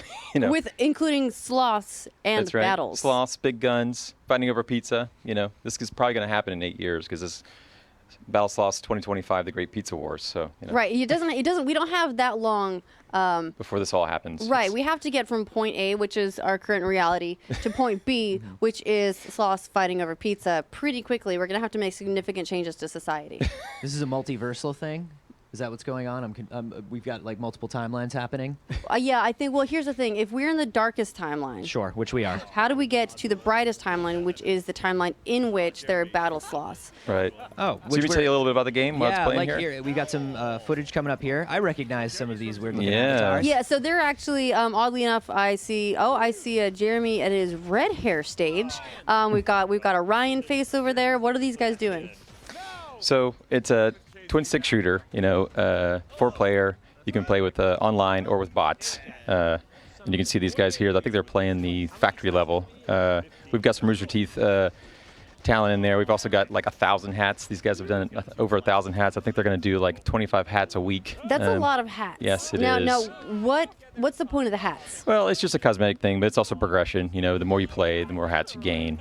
And so are there certain hats that are extra rare? So if you see the guy with like Yes. the purple sombrero, that's a big deal. It's a pretty big deal, yes. There's actually a hat demon that if you see him in the levels and everybody kills the hat demon, you can go to the haberdashery where you can get a special hat. So it's basically a different game mode that just happens spontaneously, randomly in the levels. So it's just like an event that will pop up, and everyone has to like work together, defeat the hat demon, and then you all get to go shopping. Yes, exactly. Yes, and those were the special hats that you're talking about are in. Now, so this game, it's just recently released. Yes, last Tuesday actually. And yeah. how can people get it? On Steam. They can actually go to games.roosterteeth.com and find out all the information they want about it. Get the Steam link. Roosterteeth.com, I hear, is a fine place to go. Wow! It is. This whole stream is crooked. Straight crooked. It's true. Not true. No, we're really happy with this game. We actually met these guys at South by last year, and they were showing off this game at one of their indie booths, and our guys fell in love with it. We brought it into the Let's Play teams. They all fell in love with it, and it's just kind of the first of many of these fun little titles we want to do. Yeah, so this is one of the first that obviously you guys have Ruby Grim Eclipse that was developed and published by RT Games, but this is one that is actually from an outside developer because we, at Rooster Teeth have the resources to help get some of this stuff out there where a lot of indie devs might not have those resources, and so you're able to sweep them off their feet with their glass slippers.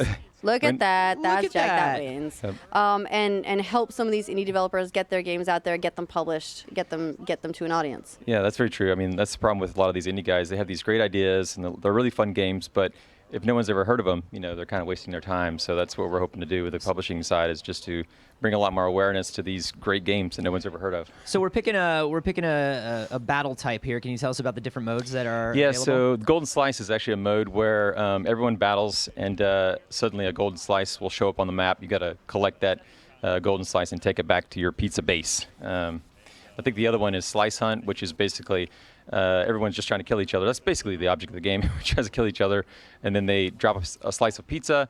You got to bring that slice of pizza back to your base, and that's how you score points. Now, can you steal slices of pizza from someone else's base? You can't, no. And actually, you can't go camp on someone's base because when someone else respawns there, like Jack just did right there, it'll actually kill the other player. So impressive. So we see Achievement Hunter faces in here a whole bunch right now. I also see RT animated adventure faces. Yep. What other kinds of nods are going to be in the game? Not just to Rooster Teeth, although we do appreciate a good alter to ourselves every now and again. But are you guys doing this entire live stream, Ashley? Exactly like this entire live stream. Great. But what are some of the other things that you guys are going to put in? Like some other nods, other people, other crazy, ridiculous things, we're working other on more. Ryans. Can we put the shirt? Can we put the shirt in the game? I will cut you a we can get some deal flamingos in there. on We my actually might have a percentage. flamingo hat. I'm pretty sure we do. Oh, great. A flamingo hat to match your flamingo shirt. Then I'm on board. If we may, would really like to get some succulents in there. That's a new thing. Yeah. So these guys do a hat stream every Tuesday on Twitch where they just sit there and their artist, he's so awesome. He sits there and just makes hats as people make requests. And he can sometimes get 10 done in an hour. It's pretty. All right, nuts. and what's this Twitch channel? People can go to it and they can essentially request request a hat. And you're going to then ask me that. What is might end up in the the address game? for the Twitch stream? But that's actually, you can find that on games.roosterteeth.com too. So yeah. Fabulous. So basically, anyone, if you have an idea for a fabulous hat and you want it in the game, so that then you can get to the haberdashery, you can get a special hat, you can play and have an idea that you asked for in a game, that you can check it out on the stream. That's pretty cool. Yeah. These guys are really, really engaged with their community, and yeah, I mean it's funny. On Tuesday, I asked for a crawfish hat, and the next day it was in the game, so it's pretty awesome. A crawfish hat. Yeah. That sounds tasty. Yeah. I think. All right, well, thank you so much for coming by. I'm glad you guys are having an awesome response for the show. You guys have been super, super busy, running around all over the place. Yeah. And meeting all the indies. Yeah, seeing all the indies, and we'll catch some of the other games that you guys they're working on, or publishing, or helping out soon. Yep. All right. Thank you guys. Thanks. Thanks. Bye. Ryan, you're in a battle, Sloths. So I was going to say, so far the score thus far for E3 is you have 3 shirt integrations and I have a head. I don't know what the exchange rate on that is. Shirt to head. Yeah. I feel like maybe you're maybe winning. it depends on how big the head is. I mean, the fact that it's a pretty big head. Rooster Teeth published the game probably gives me a leg up on that, but oh well, I'll take what I can get. Well, I just want to remind everybody that this coverage is brought to you by War for the Planet of the Apes, which is coming out on July 14th. And you can go to warfortheplanetscreening.com if you want a chance to get an early screening. I think actually they're this month and around June 19th, I want to say. Yeah, so that's way early. Yeah, that's that's just shy of a month early. I had to do quick maths and see that 19 was more than 14. But if you would like to take a look at the trailer, we're going to play it for you now.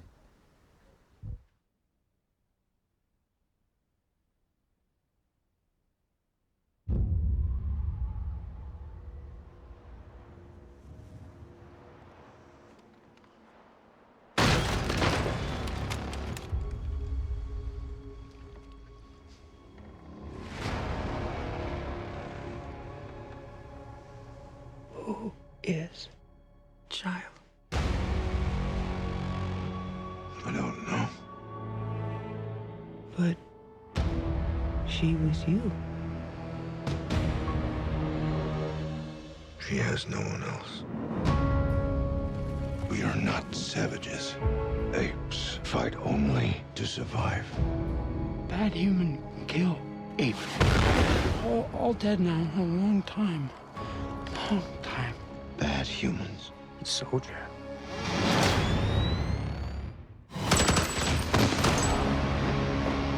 Years from now, your children will ask you, what did you do in the greatest war? And you can tell them, I fought to protect this world. We created them. But now,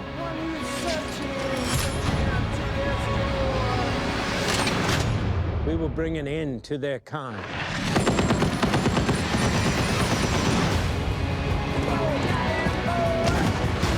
No mercy, no peace. This is war. Apes together, strong. You are impressive. You're smart as hell. You're stronger than we are. But you're taking this all much too personally. So emotional!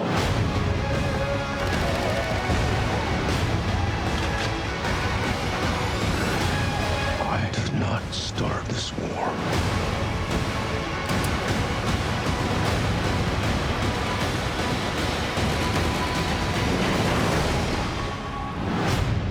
But I will finish it.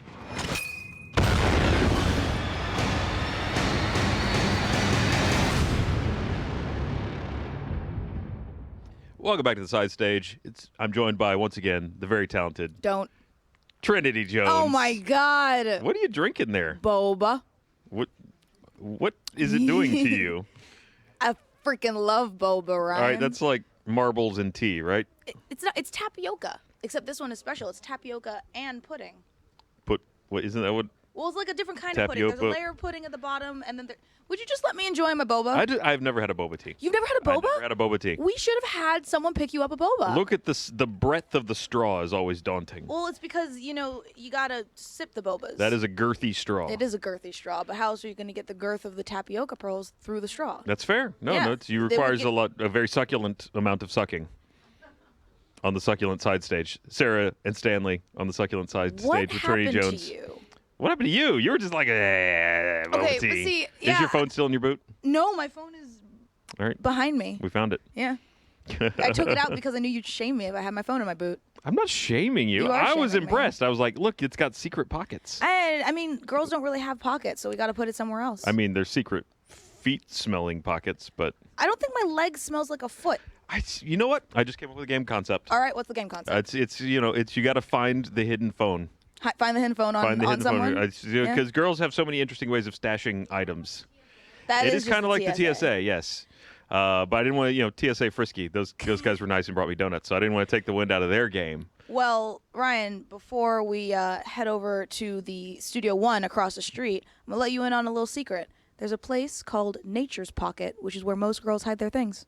We're not allowed to ocular pat down that area. No, though. you're not. No. Anyway, so Ashley and Anthony over all the way across the street. How's it going? What do you got the for us? studio keeps changing distances. First, I think yesterday was 3.5 blocks. It was a few miles away at some point. Now we're a block away. Sure. It's Well, gradually. that's what happens when one of your studios is in nature's pocket universe.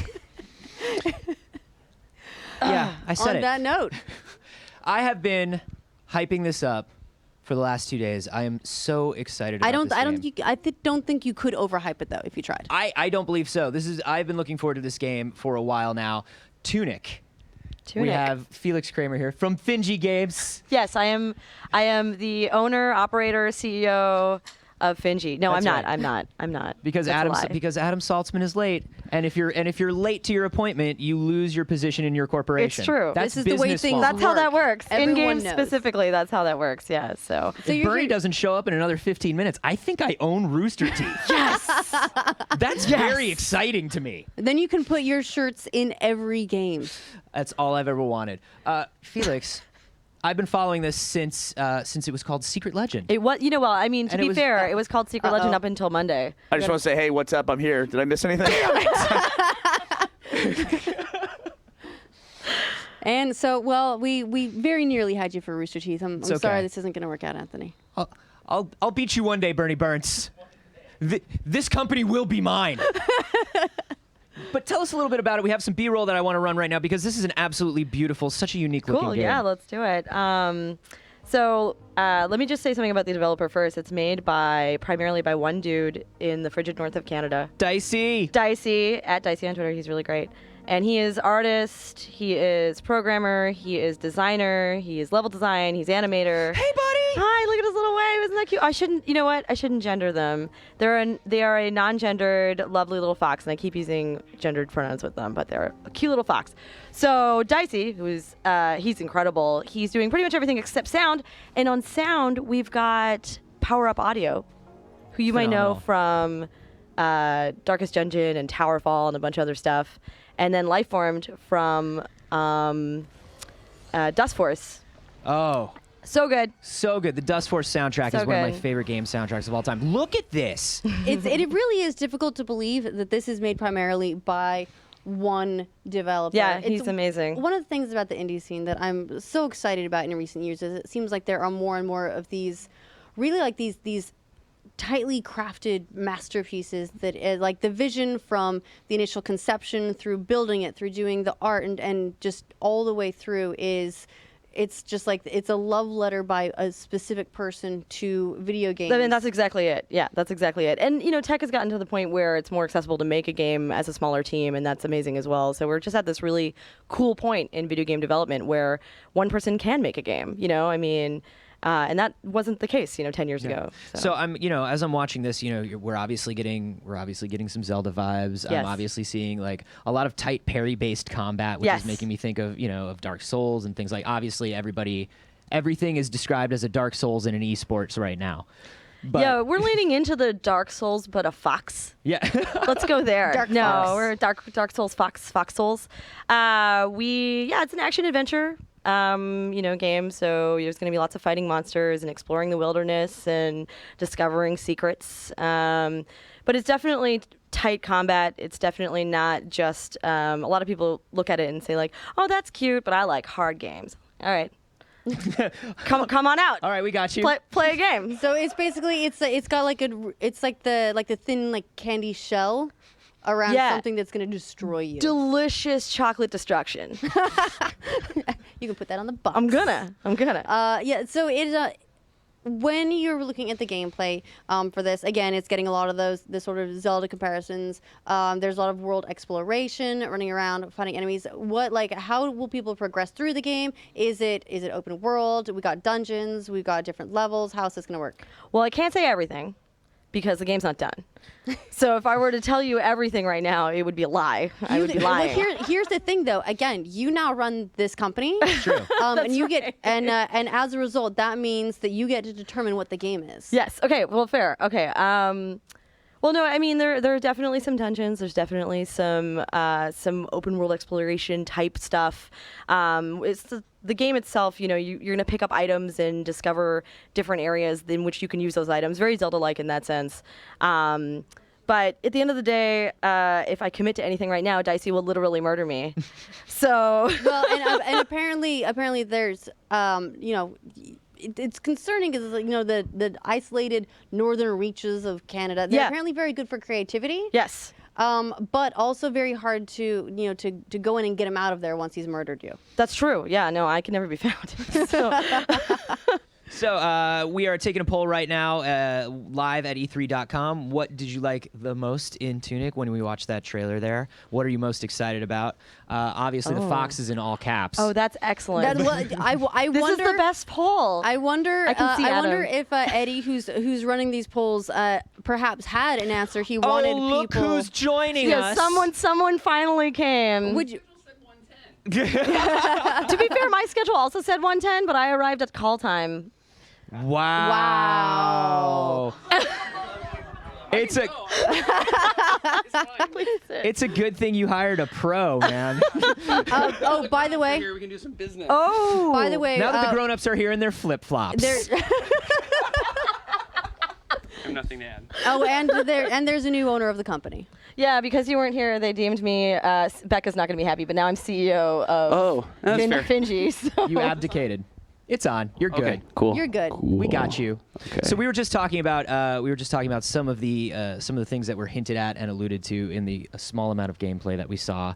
Are there any systems that you can tell us about? Any kind of cool mechanics? Anything that's So I was saying Dicey would murder me if I committed to any specific set of systems. He'll kill all of us and feed us to puffins. Yeah. Those are in Canada apparently now. There's so. really cool stuff. We just can't say anything about it yet. But I will say that I think for a project that started out as a love letter to Zelda, there's been a lot of like sort of recognizing or realizing that there have been like several Zelda games. Do you know this? There have been like at least 3 Zelda games. Are you ready for this? Are you ready for this? They made a sequel? Yeah. At least 2. Yeah. Zelda is a boy. Did you know What? that? No. This Zelda is a political. This is political Zelda correctness is gone a boy too in far. a green tunic. This changes everything. We have to go back to this. Did you know that? I know a lot about Zelda. There's more than one. There's more than one. There's at least 2. You said at least 3. At least 3. Okay.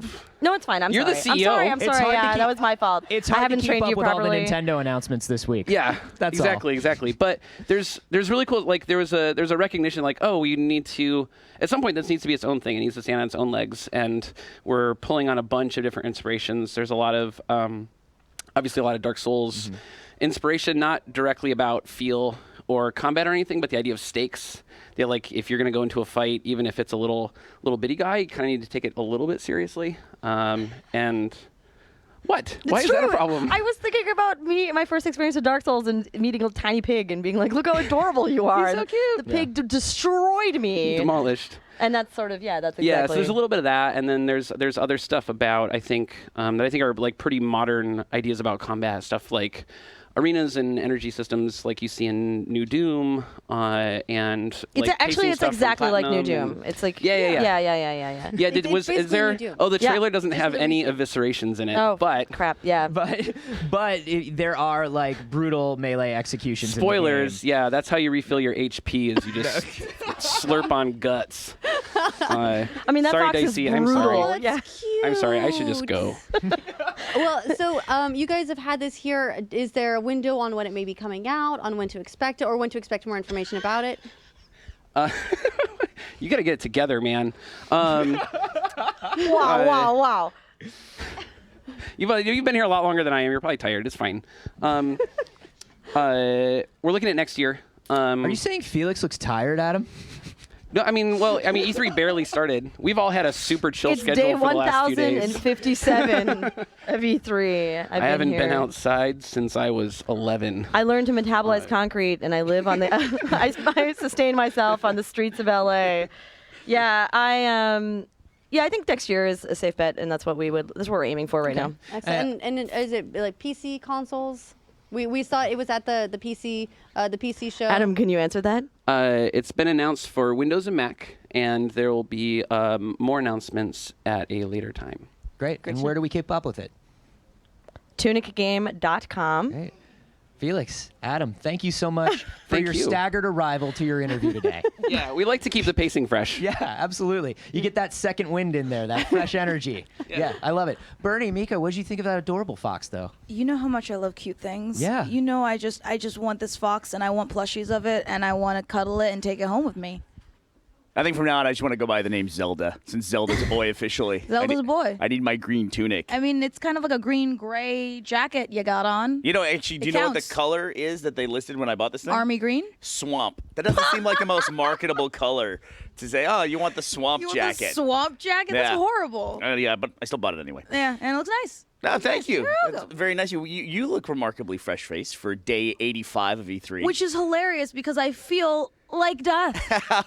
Was it a long night last night? No, I went to bed at like a fresh-faced 9 p.m. and I woke up and I was like, kill me. That is impressive. Right? Yeah. I know. So you've also had the job, though, of not only being here and visiting with everyone as they come into our studio, but you've actually ventured out onto the E3 floor. Yes, I've seen the outside of these four walls. It's magical and beautiful, and there are, gosh darn it, a lot of people. And, of course, as you know, with our coverage of Live at E3, you can help shape the programming, and you all have helped determine what Mika was going to go out onto the show floor and visit. Yes, and so this little video we have for you is the Bandai Namco booth, or BAMCO. All right. Yeah.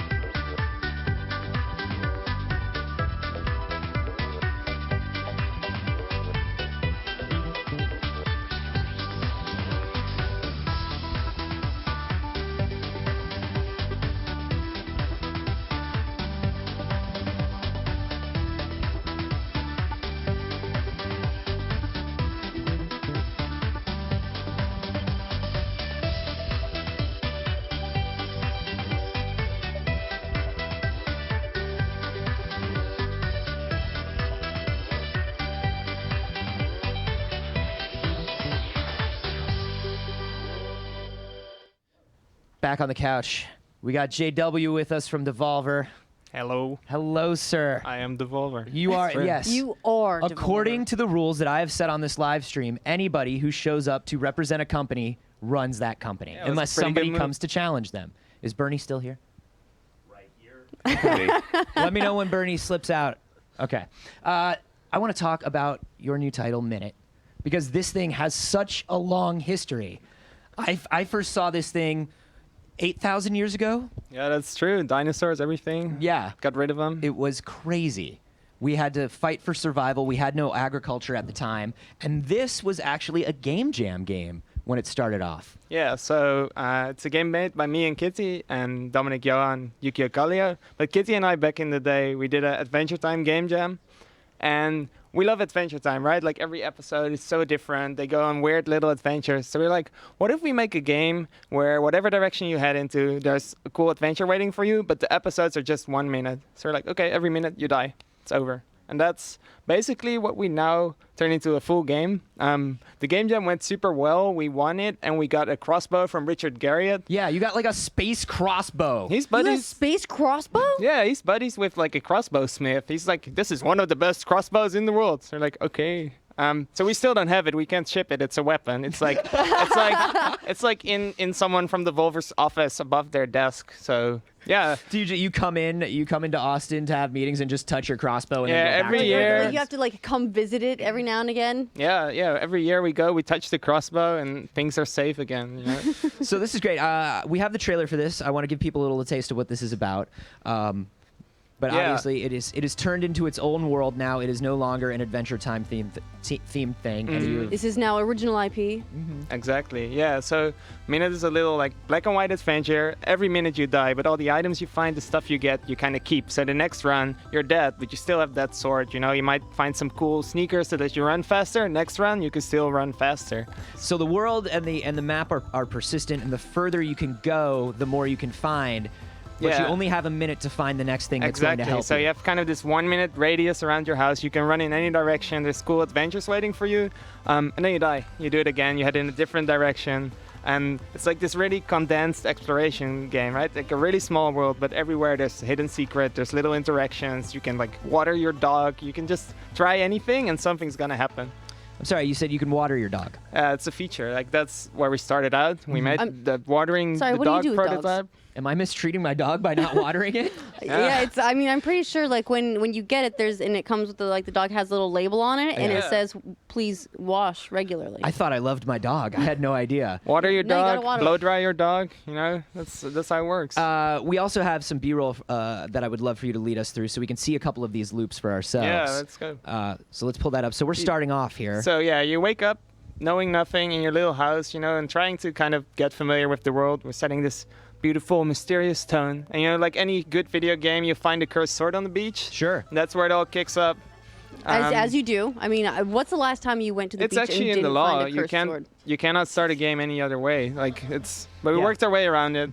So you get the cursed sword, and you see the timer starts ticking down, right? So it's all about, all right, suddenly there's this little pressure, which is great because we can put like really simple mazes and stuff in there, and it's still exciting. It's perfect. Right, like time just limits. trying to complete this one thing in this amount of time that you have, this short, brief time in this world. Exactly. So you're trying to kind of get to the next thing or find out how to solve puzzles, because any upgrade you find or like this guy wants 5 crabs dead and he might help you with something. So you're like, okay, maybe my next minute I can try hunting down those 5 crabs.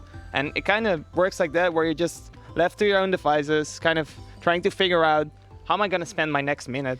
Oh my gosh, and we have 12 seconds left, and we just found a dungeon. Exactly. And so there's that moment of discovery immediately followed by a moment of frustration. Exactly. So your next round, you're like, So I'm going to go check out there's the a bunch dungeon. of crabs. So and so now in this you uncovered the stairs down into the dungeon. Obviously not enough time to do much in the dungeon, but those stairs remain There's your uncovered. dog, freshly watered. Yes. Exactly, and you got the information, Watered on. right? You know where the crabs are now, you know where the dungeon is, and most exploration, like games like this, are a bit linear, right? It's like find the red key, go to the red door. For Minute, it's more like the further you get, the more the world opens up. Your list of little things to do just keeps on growing. So it's like, what am I gonna do next? Am I gonna go check out that dungeon again? Do I want to go talk to that really stupid old man? Like, am I gonna try find the sword ghost and fight him to death? You know, it's about figuring out all these cool little adventures. Yeah, are you going to chop down the tree, open the way into the next area? It's like now you got some coffee, which like everybody knows lets you push boxes, right? You can't do heavy labor in the morning.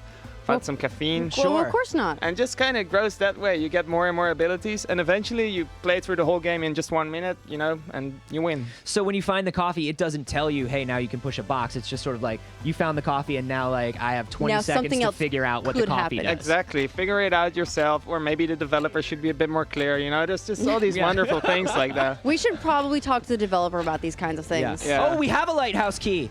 Exactly, Oh, but and it's then too you're late. dead. Oh, but it's too late for us. This is great. I love this freshly watered dog, and we're back on the way to the lighthouse. We've got our key. We already know we've got our key. We've got 53 seconds. Yeah, right? And it's also keeping track of all those things. So, you know, the world is not that big, so you don't need a map, but it's really like, wait, why did I get this key again? You know, because the list just keeps on growing and growing. And now this guy is really, really slow. Oh, he talks so slow. Oh, no. That's my favorite Talk character. faster. What's wrong with you? It's I only have fine. limited time. You know, But you he's- have to be he's like the- respectful he's like to the old sloth people. at the You have to be DMV. respectful to old people. You have to be. You have to let him finish his story. Oh, yeah, but I've only got 20 seconds to For live. that, he got a treasure too, by the way. He's just talking literally about not that. saying anything important. Oh my God. 12 seconds. Oh. And meanwhile, you know, you hear the clock ticking down. It's really. Where's Are the you gonna pot? find it? Next to, what's the pot? Next to your old fireplace. Nice. Yes, okay. All right. Well, look, at least he completed the sentence. We This is don't have to amazing. go through that one again. I love this. How close is this to being done since it was started in the time of the dinosaurs, JW? So, as we all know, making games takes millennia. No, it's coming out. It's coming out this year, on PC and hopefully consoles. You know, I can't confirm anything yet, but like I can blink a bunch. JW, I would love to see this on some sort of mobile platform so badly. Do you want to blink me any Morse code about any mobile platforms? No, my eyes are too dry. Okay, cool. Can't That's blink cool. anymore. That's cool. Well, wait. How about DLC? Is there any chance that we may be able to get some DLC with, I don't know, something really cool like perhaps a flamingo shirt? That's a great idea. Yeah. I Thank think you. Flamingo shirts. I have very, very reasonable rates for my IP. I want you to know that. Where can people keep up with Minute? So there's minutegame.com. You can check it out. There's a trailer. There's cool stuff. And then this year, just go and play it. JW, I love you. I love you too. All right, Bernie, how you doing, man? I want to be clear about one thing. I'm not entirely sure that Anthony actually owns the designs to his shirts. The guy who made the shirt left the room, Bernie. Oh, that's it. So now you assume And so it. now it's mine. You made it what it is. I have a new book. It's a business book called Object Permanence in You. The Carboni model. The Carboni model of business. The second you walk out of here, man, I own all of this stuff, It's Bernie. a new system, a whole new economic system. All right, well, one of my favorite things about our coverage of Live at E3 is that it's part of YouTube. And, you know, we sit down and talk with a lot of developers, and we have over the last few days.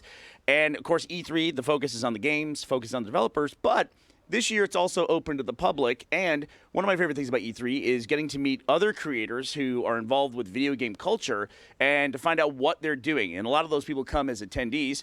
I want to introduce Adam from Geekiverse. Adam, can you tell us a little bit about your channel and what you're doing?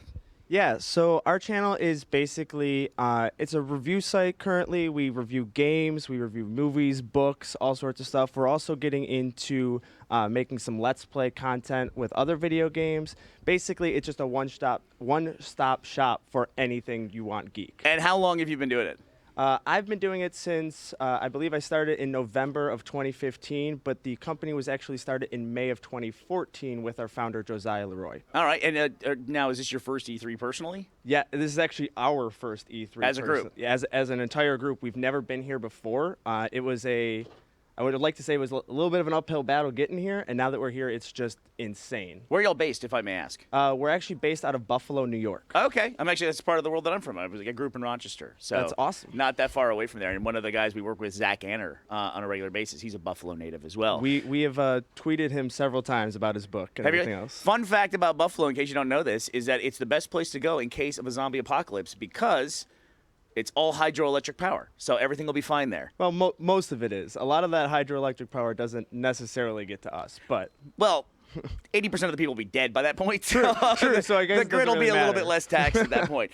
Well, that's great. It's, one of the things that's most challenging in today's environment is that there's an incredible amount of content on YouTube. Every minute on YouTube, hundreds and hundreds of hours of footage are uploaded to the platform. I love that statistic. It's a little scary, though. You know, it's terrifying, but it's to show that it's just moving, and the industry that we're in is just it's cool. It's cool. Yeah, and it's funny too because it seems like at Geekiverse your focus is primarily on gaming. Is that fair? I would say that we're both equally divided between like gaming and movies. So like comic book movies, things that fall in that geek sphere. Yes. Maybe some technology in there as well, like for products. I'm actually working on setting up a hey, send us a thing, and then we'll review it and talk about what's cool about it and stuff like that. So good luck with that. Yeah. It's amazing how long I tried to do that. One of our first websites that I ever worked on with some of the guys at Rooster Teeth was a gaming site, and our whole goal was just to get free games, and we never got it. We got one game. We got Blinks the Time Sweeper. That's all we got. I would be lying if I said that when I originally joined in, I was like, hey, I can be a YouTuber and then just get free games. It'd be awesome. Yeah, but, it doesn't work that way. Does not necessarily go according to plan. Well, the old stories with E3 too of being able to establish yourself as a game journalism site or a games journalism, destination. A lot of people, their first experiences with E3 were just faking that. Like Ashley, her first E3, she made up a gaming website, made all her credentials, faxed them in, and that's how she came to her first E3. E3, if you're listening, I promise I did not make any of this up. We are real. Hey, they were nice. They waited 2 years as an established site before coming to E3. Now, where can we find you guys? Are you primarily on YouTube, or do you have another destination as well? We have our website, which is where you're going to find all of our major content. That's thegeekiverse.com. You can also find us on Twitter. We're pretty active on Twitter @the_Geekiverse. We're on Facebook, pretty much every social media platform you can think of. We're there. We're also, like you said, on YouTube. We're trying to build that up and get going. And even like here at E3, when we talk about the noise floor on YouTube, I mean, just at E3, there's lots of people covering what's taking place here, and they're interviewing developers and showing the show floor. What are you guys doing to stand out? Like, what are you guys trying to do different? We're doing a lot of, if the Rooster Teeth community is familiar with the recaps that you guys used to do, I'm kind of doing something a little bit more of that kind of style where we're just showing everything we possibly can. We're also doing game demos, and we're recording a bunch of that and then giving you our impressions almost immediately afterwards. That's great. Yeah. And do you find that you're able to record a lot of those, or is it still some developers like, don't record our footage? It's interesting because as you're going up to some of these booths, you kind of want to say like, oh, we don't have an appointment because we were confirmed really late to go here. So we didn't have the opportunity, like a lot of people did, to set up appointments. Sure. So it's basically one of my jobs, besides doing all the filming and doing a lot of the editing, is going over and walking up to these booths and saying, we don't have something, but I promise you we're media. Can we do something? And usually, with the exception of like maybe 3 or 4 booths, everybody's like, yeah, no, we'll get you in. Here's this time slot right here. So it's easy, pretty much. I would like to say that it's easy. It's just getting the courage to walk up and say, I don't have an appointment, and I'd really like to play your game. Yeah, and those things help with like viewership and, an established body of work if you can show that. But that statement you made of, I promise you, media, that's one of those things that I think we all went through for a number of years. And actually, someone who's been to E3 a number of different times, I've seen a shift this year, not only with the public aspect of the show floor, but also with the developers themselves now focusing less on gaming news sites and more so on YouTube creators and on Twitch streamers as well. Yeah, that's a huge thing that we've dealt with. Like, I'm all for the general public being allowed to come to E3. I mean, really, when you get down to it, I think that this event is essentially for them in a way. Like, our job as media influencers and everything else is to show them what's coming out and show them the stuff. But that takes place at E3. Yeah. Those announcements. But I don't necessarily love that I now have to go and wait in a 2-hour line. All of our subscribers, all of our viewers need to see this stuff. And if I have to wait in a 2-hour line to play Assassin's Creed, I got to sacrifice something else somewhere. Well, here's the deal. Adam waits in a 2-hour line so that you don't have to. Exactly. Or come to LA and buy a pass and everything else. Okay, great. Well, best of luck with Geekiverse. What are you guys excited to see? What's the best thing you've seen so far at E3 2017? Well, I'm torn between two. I'm a huge Destiny 2 fan, and we got to play that. That's on our channel right now. And then me and Josiah got to sit down and actually play Battlefront 2 at the Sony booth, and that was just a little tiny pre-alpha glitches here and there, but I cannot wait till those games come out. I was very fortunate enough to be brought out to E3 by EA to play Battlefront as part of their event. I may have watched your vlog about that. Oh, well, thank you very much. And I was never much of a Battlefront player. I was always more of a Battlefield guy. I absolutely loved playing Battlefront 2. It's so good. That's coming from a biased source, though. EA did bring me out, so I'm not a biased source, but I would like to be a biased source. So EA, hit me up. What a great final appeal. Okay, once again, where can people find your content? You can find us on the internet at www.thegeekiverse.com, on YouTube, youtube.com/thegeekiverse, and at Twitter at @the_Geekiverse. Go check them out. New creators up and coming. Thanks for stopping by and talking to us. No problem. Thank you for letting us come by and stop by. My pleasure. And we'll kick it over to Mika and Mr. Carboni. Well, thank you, Mr. Burney. Guys, I'm 100% excited to So have am I. TT Games here in the studio to show off Lego Marvel Superheroes 2. Arthur, I love everything you do. Oh, You know that's this. so kind. We have talked about this before. I love everything you do with these Lego licensed games because you have so much fun and you are so respectful to the source worlds and you just get everything you're doing. And I love it. Yeah, I can't take full credit for it. There's probably an army of 200 people back in the UK, but yeah, we do. You're right. We absolutely respect every part of the Marvel universe, and our job as kind of custodians is to throw that out to people and make it as fun and funny and humor packed, whimsical, and coming back to this after Lego Marvel Superheroes 1, being able to come back and make a sequel. It's so exciting. Well, the first Lego Marvel Superheroes was one of my favorite entries into your Lego games. You did in a linear story. You told so many hero stories, got so many in-jokes in there. I had so much fun with all of the different mechanics and the cooperative mechanics between different heroes. What did you want to build on? What did you want to do bigger, better for Marvel Superheroes 2? Well, I think those are the words, bigger and better. You can't So you can't go for that game, which was so well received and so many people have played it and love playing it.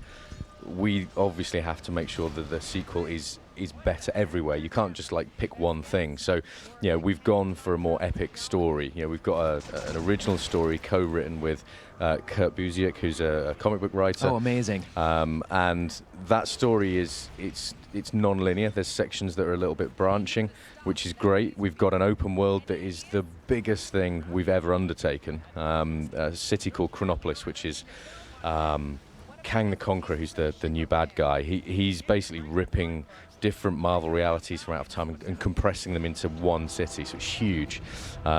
We've got a whole new look for everything. We've redone the customizer for the character creation.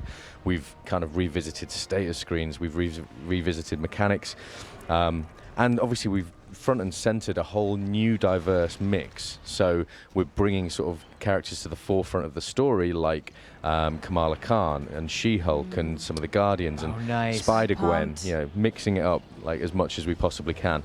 And things like combat, big overhaul on combat and team-up moves, and the list is incredibly lengthy, wouldn't you say? Would you say, Matt? Yeah, definitely. Over 200.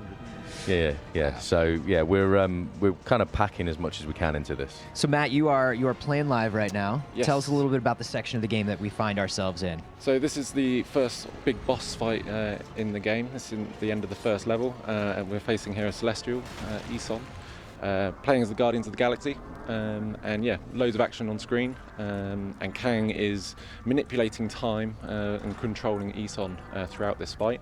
But I think this really shows sort of the amount of action that we can have in this game. We're really upping that. Well, it's crazy because we're fighting Eson, right? But Kang is opening these portals, and we're getting all kinds of like little villains from the Marvel universe dropping in. Yeah, the game is all about time, because Kang's from the 40th century. If you didn't know, and if you didn't know, there's a great Avengers Forever run from I think '98, 12 issues, which is awesome. Read that. But Kang has come back, and he is effectively just bringing all kinds of stuff to take on the heroes. And so you're right, you look at the villains, there's Wild West goons, there's future goons, there's robots, there's like Egyptian mummies, there's anything from every different area of Marvel. And that's the great thing about this game. We can do that. We can go to 2099. We can go to, believe it or not, medieval England. There are heroes and villains. Are you doing that 1602? Oh yeah, we're going got that 1602 up in there? We're going everywhere we possibly can. Oh, so. I like that. So we're playing as playing as Star-Lord, and it looks like we've swapped off. Is that correct? We've got a bit of Drax action going on there. And actually, this is really exciting. The reason we've got so focused on Guardians in level 1 is that this level itself actually takes place in like timeline-wise just before the end of Lego Marvel Super Heroes 1. Oh, nice. So if you've not played the first game, don't worry. The story will make sense and it's epic. But if you have, there's a lovely little crossover piece, because we finished the first game with a real big tease. You just saved the Earth. And then the Guardians come, and Nick Fury's like, we're done. Why are you coming? And Star-Lord's just like, that's not why we're here. There's something else. And then, so this is what we're kind of catching up on, bringing the Lego Marvel Super Heroes 1 players up to date with, is they're on Xandar. Kang's turned up. It's like, what is happening? Right, let's go and, let's go back to Earth and let those guys know. So there's just a really nice crossover. Oh, look at him walking it out. Yeah, and that's it. One of his special moves, he can basically listen to his awesome mixtape, and the bad guys will just stop and have a dance. So, that's amazing. But it's all the characters have got cool stuff. Yeah, walk us through some of what the different Guardians can do. Well, we've got obviously Star-Lord, who can fly and play his awesome mixtape. He's got some cool combat moves. Groot is a personal favorite. So we'll get Matt on here now, just giving us a bit of Groot action. If you, he's bound to be. Oh, baby Groot! Lego baby Groot! And at any point, we actually have a little contrivance in the story where he finds a piece of Kang technology, so he can fast forward through time and go back in time, so you can transform at any time, basically. To Baby Groot and Big Groot? Oh, that's amazing. That's great. There's some really awesome stuff in there as well with team-up moves, so you can have Rocket jump on Groot's shoulders and run around, and it's just a game about fun interactions. And any of these characters, what we kind of love is we make sure that every button does something. So when someone's playing, they'll be like, oh, this character's really cool, and you won't realize until you do it. And it's like you'll find a special move, or there'll be a really funny idle animation. Because the animation team they go absolutely to town on this stuff. We actually revealed a character from the Inhumans, Medusa, earlier. Whoa! Which she's awesome. And when we were looking and like playing, I didn't know it was in there, but she has an idle animation where she kind of just stops, pulls out a hairdryer, and Medusa's all about amazing. Like, That's so great. And it was just really, really funny. So all of the stuff we put in is just to really bring that personality, everyone's personality, to life. Yeah, so let's chat about some of these new heroes that we're going to play as. I mean, you mentioned Medusa. We're seeing the Guardians playable. Who else are we going to see? So when I said like we're about time and out of time, we can go, it's cool, Spider-Man's in the game. But then you can go, well, we've also got Spider-Man Noir in the game. We've also got Spider-Man 2099 in the game. You've got Spider-Gwen in the game. There is actually more. Spider-Gwen is in the game? Yep. I mean, look at his shirt. Spider-Gwen. Of course Spider-Gwen's in the game. Yep, Spider-Gwen's right there. And what we'll do is Matt will drop into, just to give you a little tease of the open world, and when he does, you'll be able to see a couple of the characters that are currently revealed on the roster, because there's just like so many that aren't yet. And you can see, we're going everywhere. It's like you've got Captain America in there, but we've also got classic, Kirby's classic Wild West cap. Yeah. So, an old Western version of Captain America. You got some Planet Hulk going on. Oh, absolutely. I saw the Milano. Absolutely. Can you fly that, or is that? Yep. Milano's playable in the game. Well, I am in. Count me in. Spider-Man 2099 front and center? There's Miguel right there. Yep. Who's the big 2099 fan? Like, why? Yeah, you've mentioned that quite a lot. It's and I love 20. I'm not like, right. Why No, did it's you not do why it? 2099. It's just, it's I'm a general so question. happy to see him in the game. What prompted that sort of like deep dive? It's because the game is so focused on time. Bringing those alternate realities together. Miles. Yeah, absolutely. and that's the thing. We can't. Amazing. If we just stick like original classic versions of characters on the box art, people aren't gonna instantly get that sort of, whoa, what's this character doing with this character in? Putting that version of Spider-Man front and center makes people scratch their head, because they know it's a Spider-Man, and if they don't know 2099, it piques their interest a little bit. Right. But also, we saw that huge roster. Yeah. Is that just like a little sneak peek of what we can be seeing? Because wow. Yeah, that's a lot of characters. It is, and it's not actually all of them.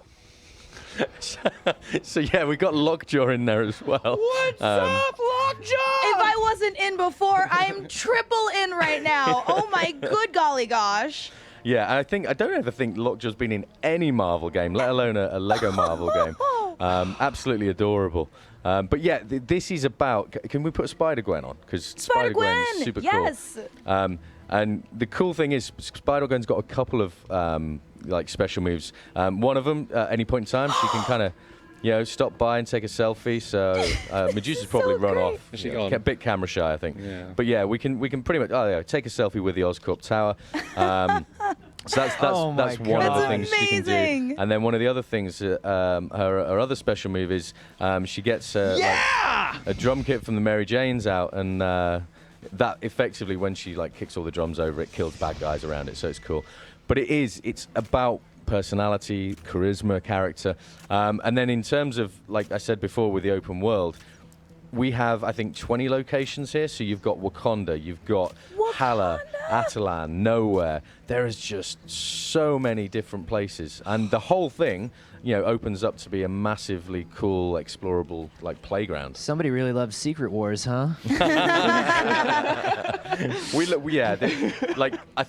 I think pretty much every single person on the team is a fan of comic books and Marvel comic books, but that's got to be so great as a game designer and a game developer. You're like, how do I bring all of these environments together? And then Secret Wars comes out, and you're like, oh, absolutely. I'll just do that. Yeah, absolutely. To be fair, there was Chronopolis actually originates from one of the older comics, and we saw this kind of this image from the comics. I was like, we have to do this. Yeah. Looking at, we have to do it. And so, can you bring the map up, Matt? Yep. So if you bring the map up and Matt kind of pulls round, you've got like, we've got the Hydra Empire there, ancient Egypt, Oh my goodness. Noir, New York, like I say, Hala, obviously Kang Citadel bang in the middle. There's Lemuria's down there. The underwater city of Lemuria. There's Wakanda. So much awesome stuff. And the idea is we wanted to be like bigger and better, so much more ambitious than we could possibly imagine. And the team have just like completely got behind it and gone, let's kind of smash this. Every time I see this hub, I'm kind of like, the artists have done an awesome job. And they've not finished yet. We're still obviously beavering away working on it. Yeah, what's the timeline? How far out are we? We're releasing on November the 14th in North America. Nice. And I think November the 17th back home and across the rest of Europe and the world. So yeah, you've got a whole underwater city you can explore and go and find cool stuff, and there's some awesome characters.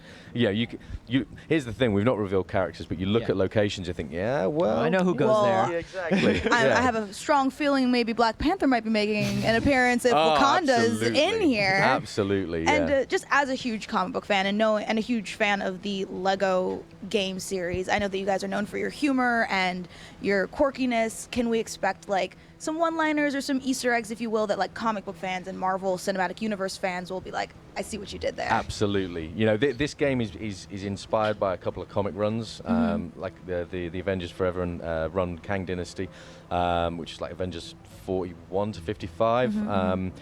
But it has nods to everything. So, comics, cartoons, movies, TV shows, little references, little in-jokes even that only the kind of like the most hardcore of Marvel fans are going to get. Stay after all the credits, read all the comics. Oh yeah, kind of fans. I ask you this every time. I think I asked you this when we were talking about Doctor Who for Dimensions. Yeah. But I was like, what's the one thing that you got through? The joke that you got through where you're like, I can't believe we got that through. I can't believe we got that in the game. I haven't actually got it through yet. So ask me next time when we're closer to launch, but I haven't got it through yet. So everyone that works on the game, you didn't hear me say that, so don't be looking too closely at these jokes. But yeah. Can that whole segment just be redacted really quickly? There's so many cool jokes, and the cool thing is in the story, you're actually having like a party of characters where you can have 3 versions of the same character together, and that in-joke sort of like thing that you've got going on where you have Spider-Man and that's the 2099 with Spider-Gwen and then with Classic Spider, and they're all like, what is this? Who are you? What is that suit? I've got a cool suit. What are you wearing? It's so much fun. Really, you can just go like Super Dan Slott with it. You can just go real Spider-Verse with it. Yeah, absolutely, absolutely. What kind of time goes into making sure that every character has an interaction with each other? I can't even imagine that, because if you can put up so many teams together, how many voice lines is that? Oh my goodness. They are. There is an epic number. Actually, the team is still writing them. I was Good luck, team. I was checking my emails last night, and there's still stuff coming through, and I'm trying to sort of stay on top of everything the guys are doing back home. But it's about things like that. But also when it comes to things like trophies and achievements, making sure there's little nods to maybe if you reunite certain like classic groups, maybe you'll get rewarded for that. And there is some wicked stuff coming. Unbelievable. Well, I love the look of that. Yeah.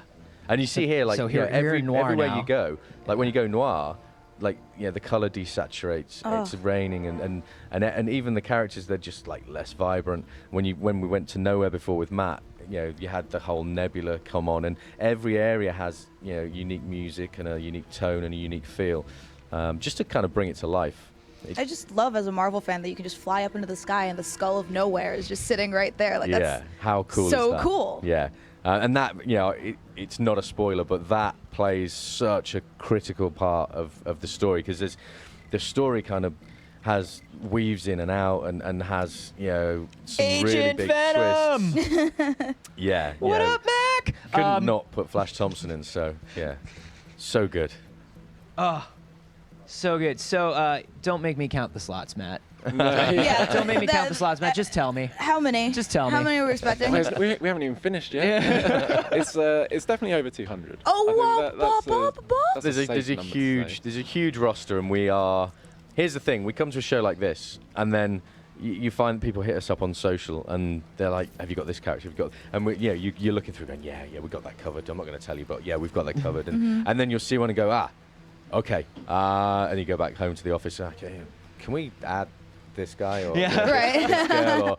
And the characters, kudos to them. The character artists are always sort of, okay, we'll absorb that, we'll take it on. But we were adding, I think, with Lego Marvel Superheroes 1, I think we were adding up until 2 weeks before we finished. So hopefully not this time, but And I just want to touch on real quick. I mean, you say the whole thing is about time. Yeah. Kang is obviously manipulating time. Does time manipulation come into any of our abilities, any of our powers as characters? Like Doctor Strange or something like that. I don't know. Nailed Maybe. it. Yeah. There's time manipulation in there.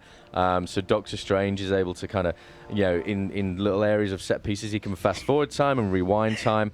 Time is used against you an awful lot by Kang, obviously. But there's an awful lot of time-related activity going on. Like halfway through the story, there's a big killer time-related thing that goes on. So it's epic. And being able to work with Kurt, who is the guy that wrote probably the 2 best Kang stories, just nails it in that authenticity to Marvel Comics. It's got to be wonderful to be working with him. I'm pumped, man. I am loving platforms, right?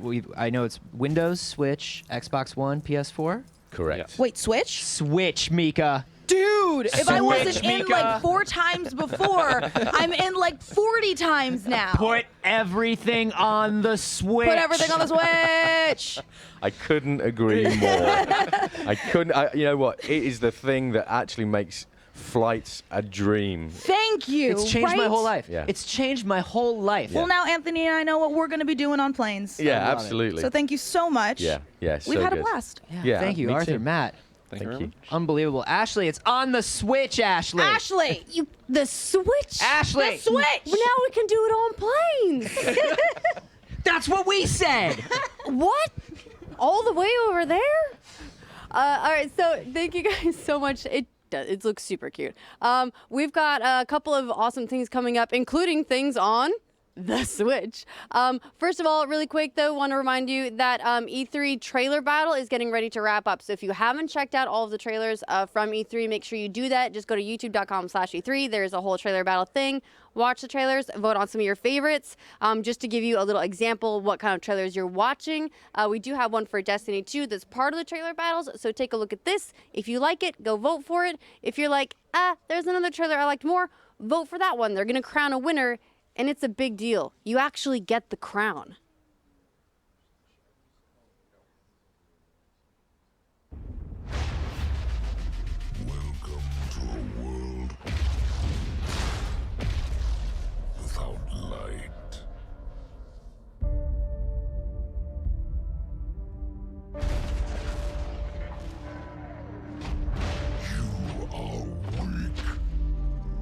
Undisciplined, cowering behind walls.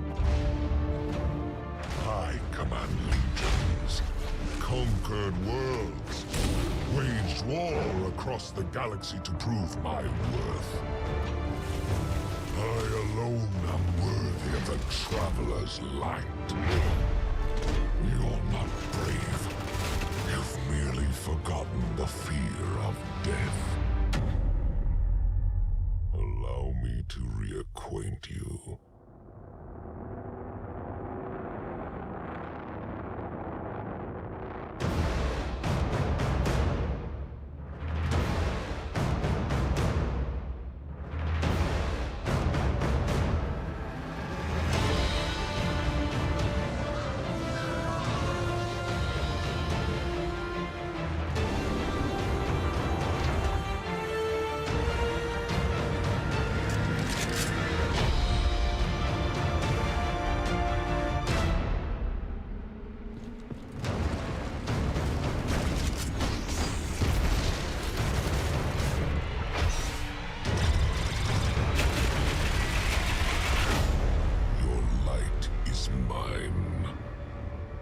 Pre-order and get open beta early access. Hey, what's up? Welcome back to YouTube Live at E3 with Rooster Teeth, brought to you by War for the Planet of the Apes. We're having a This is an exclusively short girl power hour or like power 5. Honestly, if I check this out, my feet. I've been using it as a booster. Don't touch the ground. So we decided to take a short minute, catch up. You have been doing a bunch of cool stuff with the show. You guys have been doing a bunch of content on Facebook, seeing a bunch of games. What have you seen so far? Okay, favorite game. Oh, first of all, I should do introductions. So many questions, so little time. Well, you know what? We'll back up. We'll go through them one by one. Andrea, Christine, thank you for joining us. Thank you for having us. So what do you guys think of the show that you like the mostest? Steimer has seen a lot more than I have. I've been in the Facebook booth most of the show, so I'll let you go first. Well, the stuff that I saw actually was mostly from the showcases, because I also have not been able to run on the show floor very much. But South Park, amazing. Looks great. Looks so much fun. And so I got to play basically a part of the game where you battle strippers. Which sounds very South Park, you know. Obviously, totally normal. It was. What else do you do with strippers? I mean, you gotta fight them. You just gotta fight them, and there was like you have to make the DJ a terrible drink, and you're mixing rat poop in it with some other stuff. It's pretty gnarly. I was like, this is South Park. Typical South Park, yeah. Yeah, so I was very into it. We got to talk to the folks at Adult Swim Games, and they have a couple games that just sound so crazy.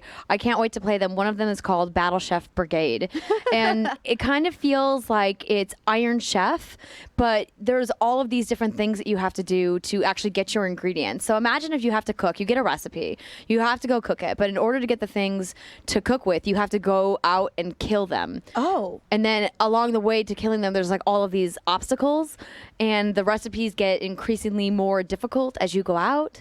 And then there's some kind of dungeon crawling experience like built inside of it. Of course. Like, I mean, most chefs, as we know, are just sounds experienced dungeon crawlers. So yeah, this crazy. just sounds like Gordon Ramsay's Tuesday. Yeah. I was like, well, he kills I need to dragons play all the this. time, I'm sure. Oh, absolutely. Yeah. Obviously. How I else mean, are you gonna do your dragon meat souffle? Right. Oh yeah, so that's one of the things is there was specific types There's specific types of ingredients, like a fire type, a water type. So like let's say you have to It's like Pokemon. No, just kidding. Wait, hold on. Can we back up a little bit? Is this Breath of the Wild cooking extravaganza? that was mostly Breath of the Wild. That seems like it's a little tame compared to what this is. Oh. This is intense. Yeah. Breath of the Wild has bokoblins, so this must be crazy. Yeah, and it's got this really cool kind of anime-looking art style.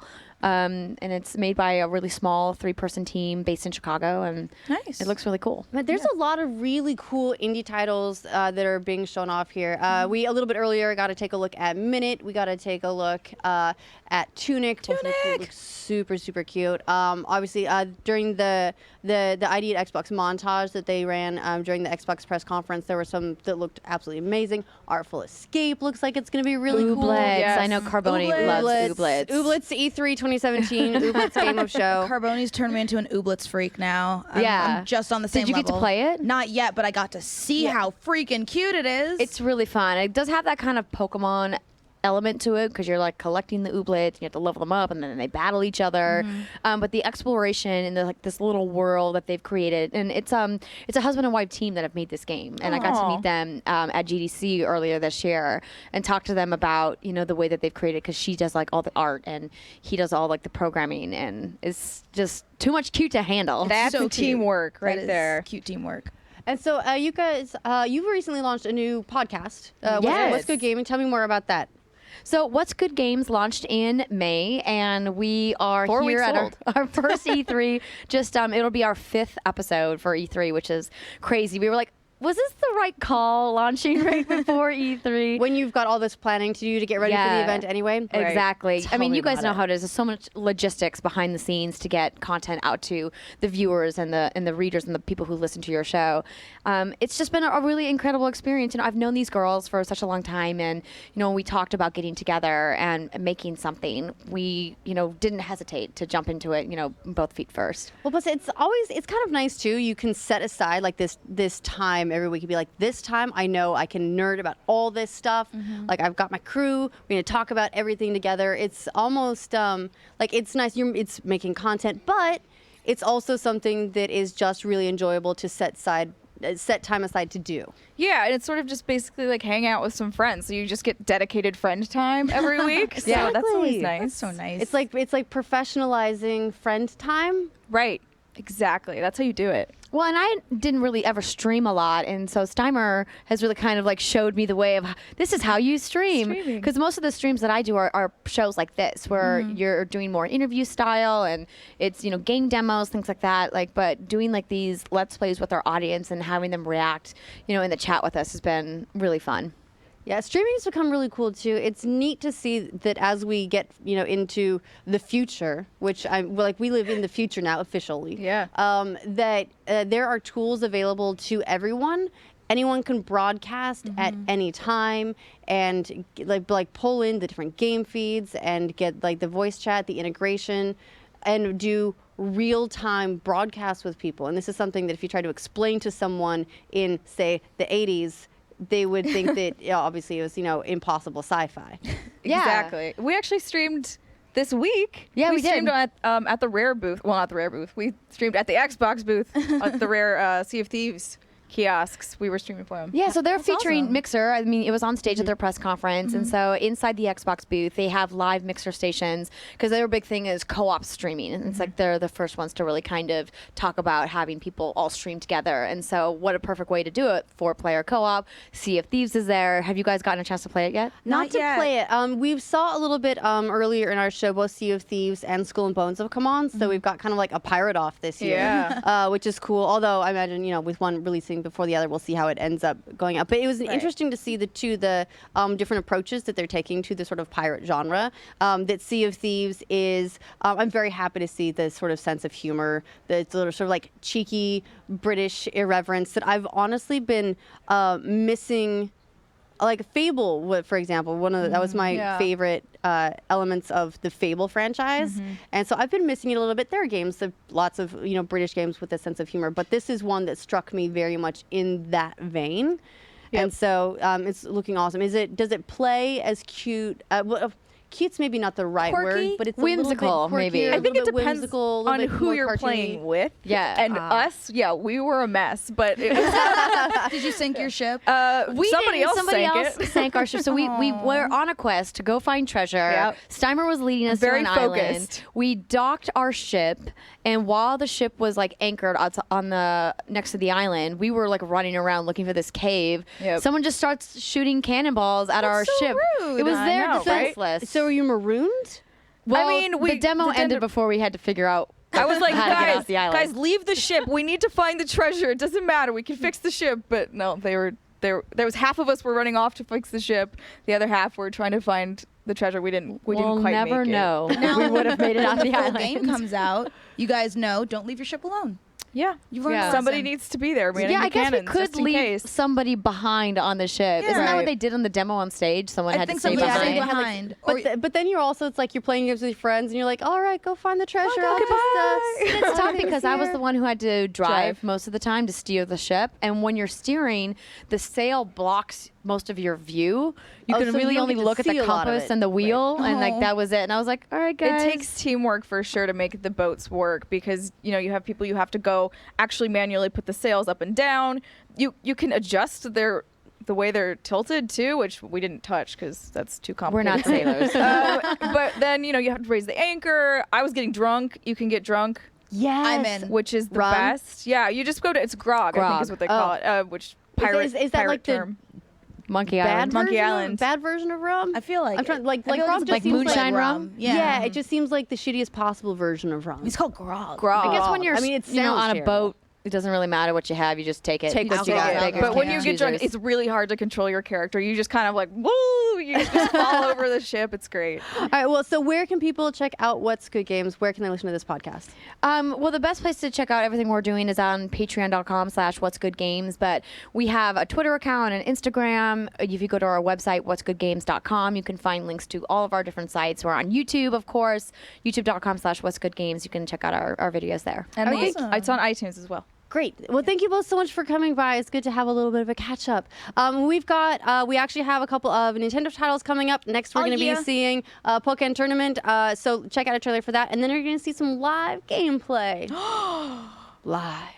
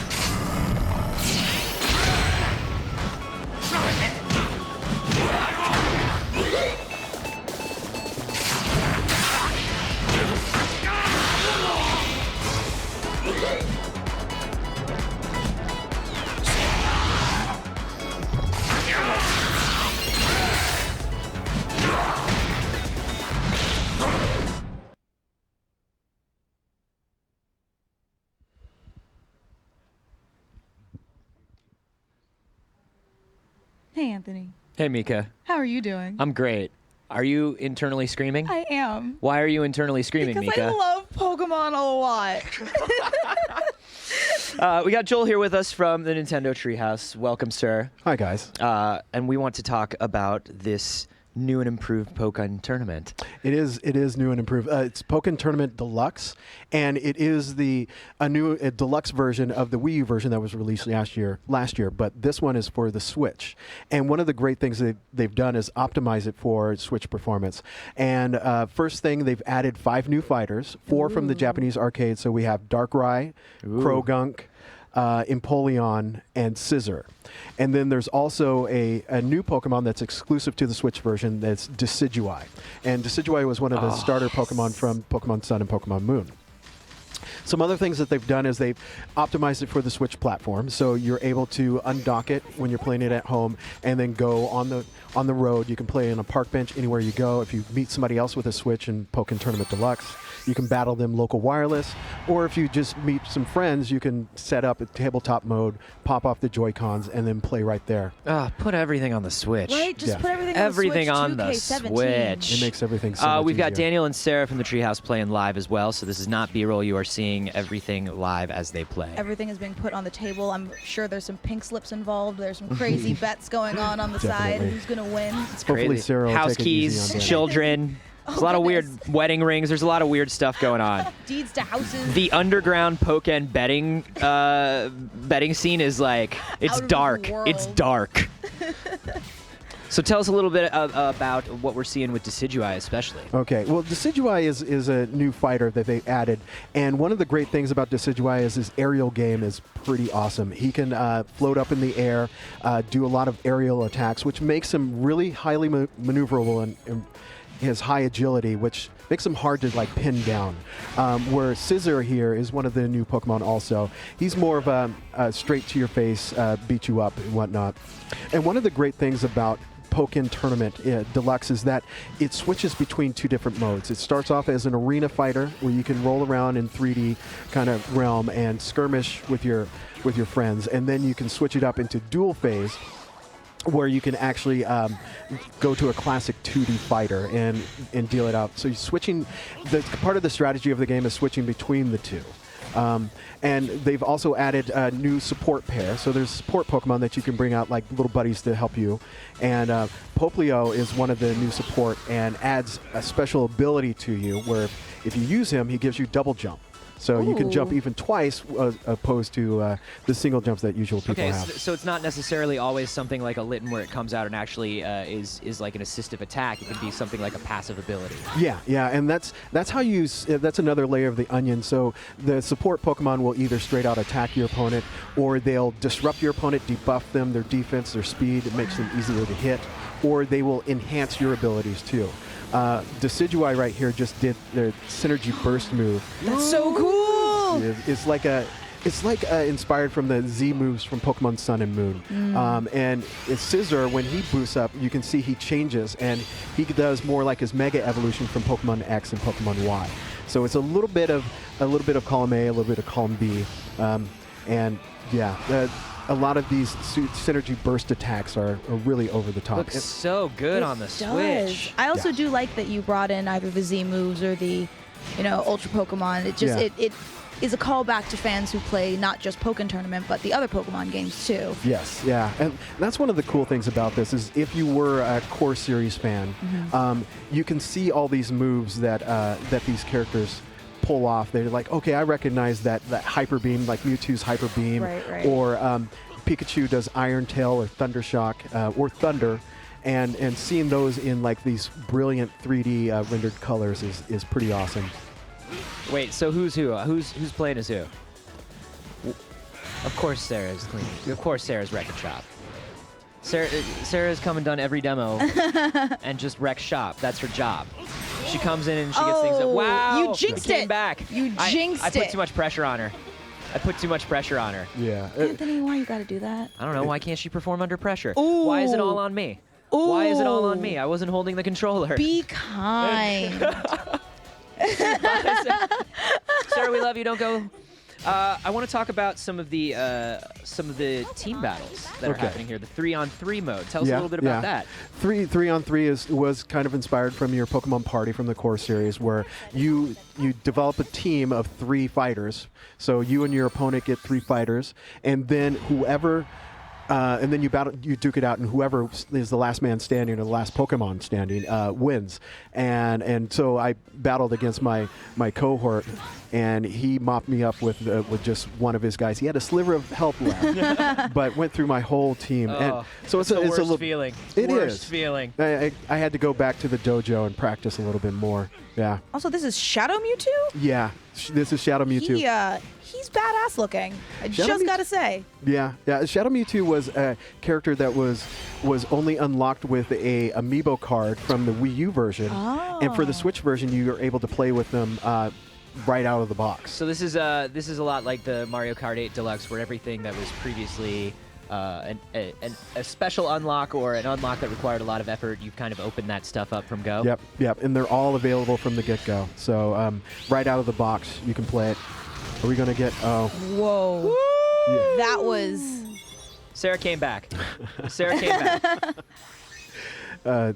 Sarah giving them her, the quarter's worth, as we used to say back in the arcade. Nobody days. loves Litten. Now, Why weird does question. nobody love Litten? Is I there love more Litten. character customization that we're gonna get?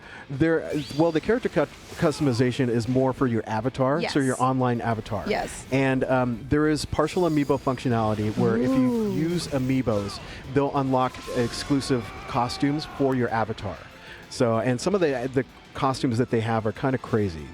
They have graduation robes and a board and mortar. There's a wetsuit and goggles that you can wear. So. Is there any chance of any of that stuff transferring over to my me as well, or maybe my overall user I don't picture? think so. Okay. Yeah. Well, I mean, I'm just excited to be that trainer who shows up in a wetsuit and goggles. Yeah. Yeah, I want to be known as that weird trainer.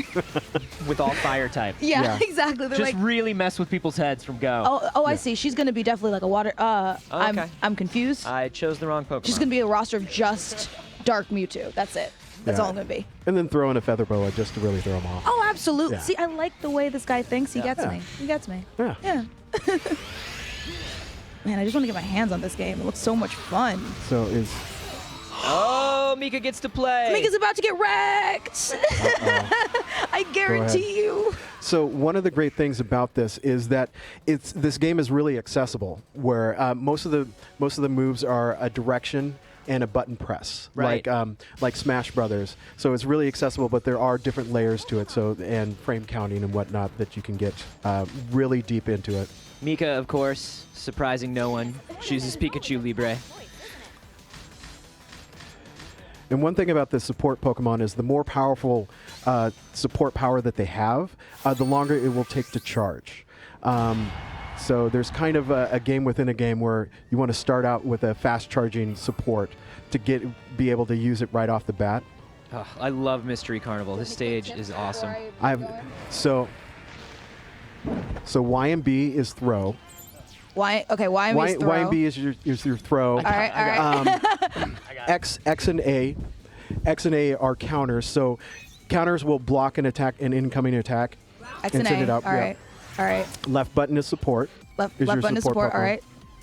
He's so I cute. know, look at Oh, her. because she has a heart tail. That's true. So when you're far away, you want to use the Y button. Those are your weak attacks or your ranged attacks. All right. And now that you're in dual phase. So So mix it up. All right, let's see. Let's mix it up. Oh gosh, how do I block? How do I block? Oh no! Block is the shoulder button. Shoulder buttons. Our shoulder. Gotcha. There. Okay. All right. Now I'm in it. I'm Okay. probably not in it to win it, but Wow, Sarah. It's really not fair to have somebody go up against Sarah their first time. So this is That's this all is I'm one of the saying. things where, and also Darkrai is more of the tricksy Pokemon fighter, where Yeah. he'll leave out shadow clones that you can actually attack with out there. Well, that's yeah, I rude. noticed that. I love all the little things that he's leaving. That kind of like the shadow clones and the little like the spike Mhm. mines and things like Yeah. that. They're like, So I'm you have waiting to for you have to walk nail them through down. this. So in order, so do your synergy attack. Now, One if you more? hit it again, left and right at the left same and right time. at the same time. There we go. Yeah. Does the synergy burst? Off the top turnbuckle. Goodness. Well done. Well, thank you for letting me win that one. But we got to see Pikachu Libre kick some ass, and that was awesome. So tell us about Pokken Tournament DX. When When you can get your hands on it. September 22nd is when it comes out. Awesome. Yeah, for the Nintendo Switch. Great, and we have more with Nintendo in just a moment. So stay right here. Ashley, what's look at that Pikachu. He's a wrestler too, dude. Pikachu Libre. I like the hand to the ear you got going on well, there. it's I'm trying to hear you in the other studio. Oh, right. That's now 14 miles away? Yeah, it's 14 miles away. Big distance between the two, so the reception's not great. So one of the games that this was like the big launch title for Nintendo Switch was obviously Legend of Zelda Breath of the Wild. Everyone went absolutely crazy for it. Somehow more copies for the Legend of Zelda Breath of the Wild managed to sell than Nintendo Switches. Because people would buy the game still waiting for Switches to be available. That's how many people wanted to play it. That's how anticipated it was. Everyone loves it. Crazy. One of the highest rated games ever. You guys probably all know this already. But it's not over because they're going to be having more content for it. There's the Master Trials, which is what we're about to see. They've got new story content coming. So take a quick look at this trailer for the Legend of Zelda Breath of the Wild expansion content, and then we're actually going to get to see some live gameplay of the new content.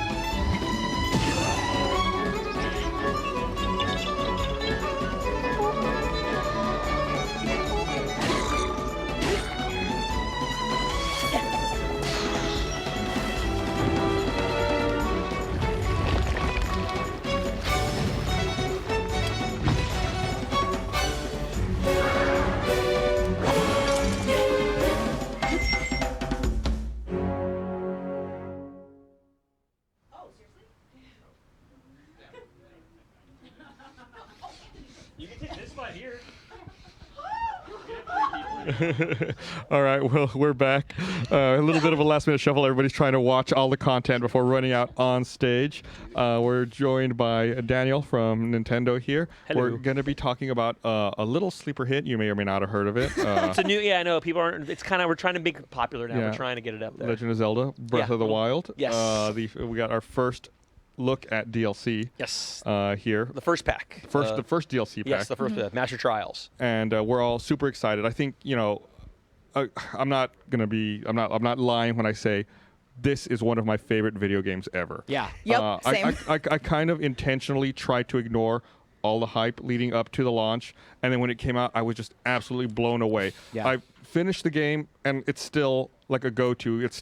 I'm still launching it. I'm still looking for I new still things to haven't do. defeated Ganondorf. I want to finish everything as much as I can Same. before I go into that. I'm just like every shrine. I want to get Here every we Korok go. seed. Like literally, I gave no, up on I'm the doing Korok seed. it. I gave up on the It's Korok like seed. 900 There's Korok 900. seeds. I have a map. I'm ready. But that's one of the things that I want to talk about with this DLC is, Yes. of course, one of the big deals is, and this seems like a small thing, but it's going to change everything for me, is the Hero's Path. Yes. Hero's Path is such a huge deal. It's probably bring the it up. feature I'm most excited We can bring it up about. right now to start. We'll have Sarah bring it up. So here's the map. We'll get that in a second. So that's Hero's Path coming up there. So when she hits, he has a jump probably first. Oh. No. Oh, is it down there? I'm trying to figure it out. So Hero's Path, in theory, what it should We'll do keep going is for it. We'll come back in a second. We'll come back in a second. It shows you everywhere your hero Yeah, has show you traveled. up to approximately 200 hours worth of time. So it'll go That's back like about nothing 200. for me. Yeah, I know. But it'll show a whole path. It'll even show when you're jumping from shrine to shrine, and all those things to show what's going on. So that way you can see places where you've been and where you haven't been. Yeah, and that's important because you can, I can use the stamp system extremely effectively. This is what I found. This is what I've seen. That's kind of a mystery to me still that I haven't solved. But once you get into especially big areas where you're like Landria Mountain and things like that, where you're just like, I don't know if I've covered every square inch of this mountain. Right. I And don't now know you what can path know. I've taken. Exactly. Unlike Mika, I'm not using a map to find all the items. So this will be Only good for me. Korok seeds, excuse Why? me. You called her right out, This man. will be good for me to see Whoa. what areas have I not fully explored and Yes. what areas do I need to focus in more, because, that's how I go. There you See, go. I also think this is helpful because my weird style of play is I found every tower, climbed it first, so I could unlock the That's what I did. That's what I did. Like the whole map first. I couldn't handle it. I couldn't. couldn't handle having empty map. Right? could handle It that. drove me crazy. So I was like, okay, I have the full map, but then I was like, where have I been? What's going Yes. on? So this is going to be incredible because I know I'm going to do a new game plus. I know this is going to be like the game of the next 45 years for me. So Yes. I'm ready. So what is Sarah playing anything different right now? Is she playing like So before the- she travels, so Sarah, she actually started on the Great Plateau, which is the beginning part, but usually had red bokoblins. It had all blue bokoblins, and their ability to notice you is much further now. So this it's is- hard to be stealthier. This is hero mode. This is hero mode. Okay. But what's the other cool thing too beyond that? She already finished that part up. You have something called the travel medallion. Oh, so thank you. You have one. you. You have one, but you can put Thank it. you. But you can put it anywhere you want on the map, and you can now fast travel that location regardless of being a shrine. So how do you place it? I guess you have to go there physically and you place Yeah, like wherever you're an item standing, out you of place it in inventory? places at the location you're currently standing at. So you can now go back to anywhere you It's need to. phenomenal when somebody's sending you to collect some things, guys. It's so nice. Drop that travel medallion, collect the things, and immediately get back. Go right back to where you started. Yeah. Don't have to go find a stable, recall your horse, take another track. Do you know how many horses are just standing around on my map of Iowa right now? Just like, where did you go? Why did you leave me? I think my favorite is when I jump off of a horse off a cliff and I'm like, yeah, you're just going to be here for another I know. month. Just leave 'em Bye. behind, leave 'em behind I'm completely. sorry. But here, Sarah just traveled a new area. This is one of the new types of enemies we're able to fight, which is the sky platform right here. But what Sarah does, instead of trying to defeat him or knock him off, because if you do, it'll knock the treasure chest into the ravine. What she usually tries to do is steal his beloved treasure chest. Oh. Oh, I see. She just stole it from him. And then now she's going to take care of him. Okay, first She you gotta get the treasure treasure. first. Treasure Obviously, treasure first. There's an order of operations to these things. So now she'll go up here. Oh, now you don't care. You can just like pop a balloon or something. Yeah, there you go. She's going to pop two of his balloons and and he goes down. Bye, dude. He fall down. He's gone. He can't swim. Hero mode doesn't mess around either. They've got the elemental bows like right. Yeah, from elemental go. bows. Yeah, all the enemies are going to be a lot more challenging. That sky platform's new. There is a different colored Lionel that'll be showing up that's even more powerful than the previous Great. Lionel. How Lovely. That's just what I wanted to Lionel. hear. We were saying though, I think it was you and me, Gus. Like the moment that you get to the point in Breath of the Wild where you can consistently beat a Lionel, you know that like I have a pretty good chance of beating this Lionel. I am good at fighting Lionels. It's a very because good at the beginning moment. you're like, oh, run away for fear. I remember I thought maybe it would be friendly the first time I saw Oh one. no, they are not friendly They're at all. so unfriendly. Oh man. Yes. yes. Oh. So there is some new Dark armor in the armor. game. Yeah, dark from the Phantom Hourglass. So that's really cool one to show off. Another one, you also have Minda's helmets in this as well. Twilight Princess. Yes. Oh. So cool looking there. And there's even and I love that Majora's Minda's Mask. stuff is Guardian resist Oh. because of the. Right. But it's not the real Majora's Mask. It's Yeah. because our link could become corrupted. Right. But it is there. Then there's Oh, the no, other not the outfit. Tingle outfit. This is Sarah's favorite outfit. Oh, no. Sarah, Yes. Oh, no. please play the rest of the demo in the Tingle outfit. Doesn't he jingle when he walks around? He does not jingle Okay. as much. I would not excited. But the armors, some of the armors will have a different aesthetic look, but some will have that bonus like Guardian Resistance, hop, and things like that. Power. Does the Tingle outfit have a set bonus? The Tingle armor. You're 20% more creepy. Go to the Tingle armor. Go to the Tingle. Oh, there it is. Yeah, Okay. nice speed up. That makes sense. Does Minda talk to you when you wear the helmet? You have to find out. Ooh. But there's another cool mask here too called the Korok mask. So when you're trying to find the Korok seed you've been looking for, without having to use a map, Right. it actually shakes when you're near one. So it gives you a little warning. So when you're running around exploring, you'll just see where those are. Oh, he's even got the little windmill. Yes. Oh, that's good mask. So this is a little bit of a cheat right here. There is a Korok seed right here. I'm not sure if you found this one. There's 3 apple trees here. And the trick is that have to one of match them is them. different than the other 2. So you need to basically knock off all the apples to make the trees match. Oh my God, Daniel, can I tell you what an idiot I am? I didn't figure that either. It I took me did a while. not know Someone had that to tell was a me as well, puzzle. to be fair. No. I solved it, but I slowly climbed the tree for some reason. Oh, not using and the picked arrows? every apple. Oh my god. Like an idiot. Yeah, that's hard mode. Yeah. That's Yeah. hard. Yes. So you're doing the real way. Sarah's kind of cheating. Am I the only one that gets a weird sick satisfaction after you put an apple in the offering, taking all the apples and being like, I take them all. I did. I take them like all they're back. my I apples take them all now. I need these for the next shrine. back. by the I way. take them all back. I take them all back. So one of the things I wanted to ask about was the Trial of the Sword. Yes. And Which is where we're heading to right now. Oh, perfect. Oh! And I want to cut to the chase. How much better does it make my Master Sword? So in the original game, in the original run through of normal mode, the Master Sword, when you fight using it, it's at 30 durability, then power. But when you're fighting Calamity, which is the purple mist around Ganon, it goes to 60. It starts glowing. So here now, if you do complete the trial, you will unlock it. It will always be at 60. Ooh. Okay. So it'll always be fully powered. But the way that's done is it's not the sword itself. What's going to happen is that Link right now, in his beloved Tingle outfit right now that Sarah loves to use. Yeah. That's the best. She loves showing this part. She loves showing Yes! Tingle in the Tingle outfit doing this. Hero of legend. In those tights. This is a very dramatic moment. It's so form-fitting. So what you're doing now is going into the sword essentially What? for Link to train himself so his mind and body will be able to unlock the full splendor of the Master Sword. Now, what does that do? I mean, it goes up to 60 permanently, but what does that do to durability and breakability? Still the same. Okay. All right. But, but if you remember, they only had that 60 when you were fighting against Calamity, so now Right. against all enemies, especially in this harder mode.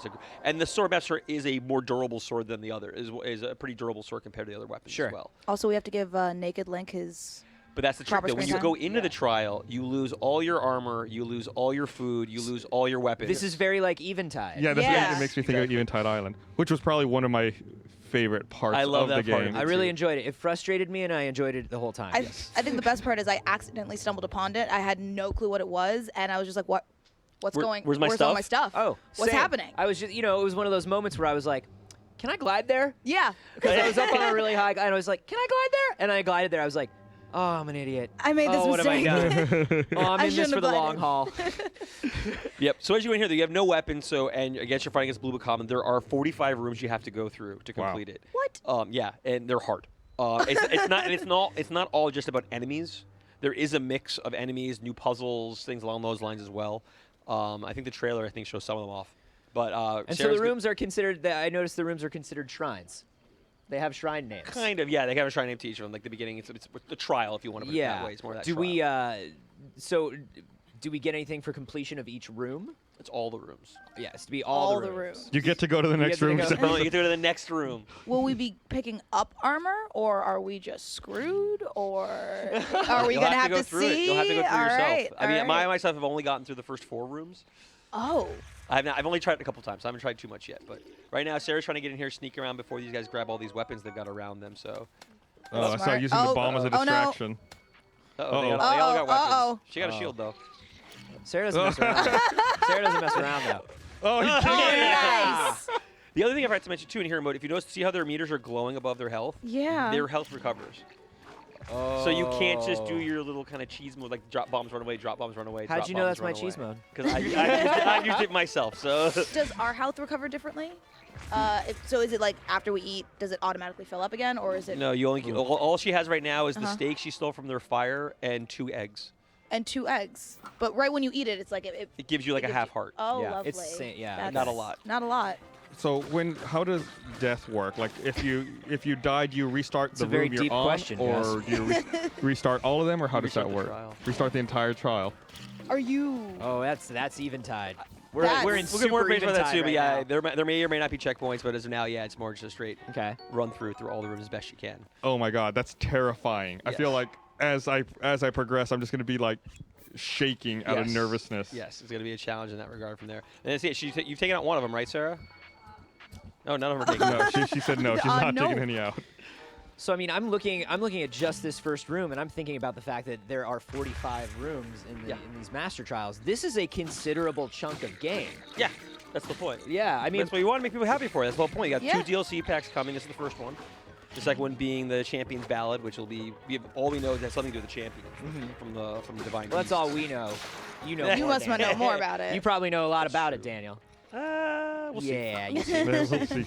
We'll see. That's a discussion for a later day. Later day. Yeah, later day. yeah. But we have the 4 new amiibo that are tied to that, though. You've got the new champion amiibo, which look amazing. Gorgeous. When are those coming out? Do you have y'all announced a release for that? We have not announced. I don't believe Okay. that's a release date, but I'll check on that for you. We'll get back to it. No, yeah, those look great. I remember we Volley watched that looks reveal, and there were a lot of gasps, and people were excited So about it. Speaking of amiibos, do my current amiibos work in the Oh. no. master trials? No. How dare you! I tried that same thing.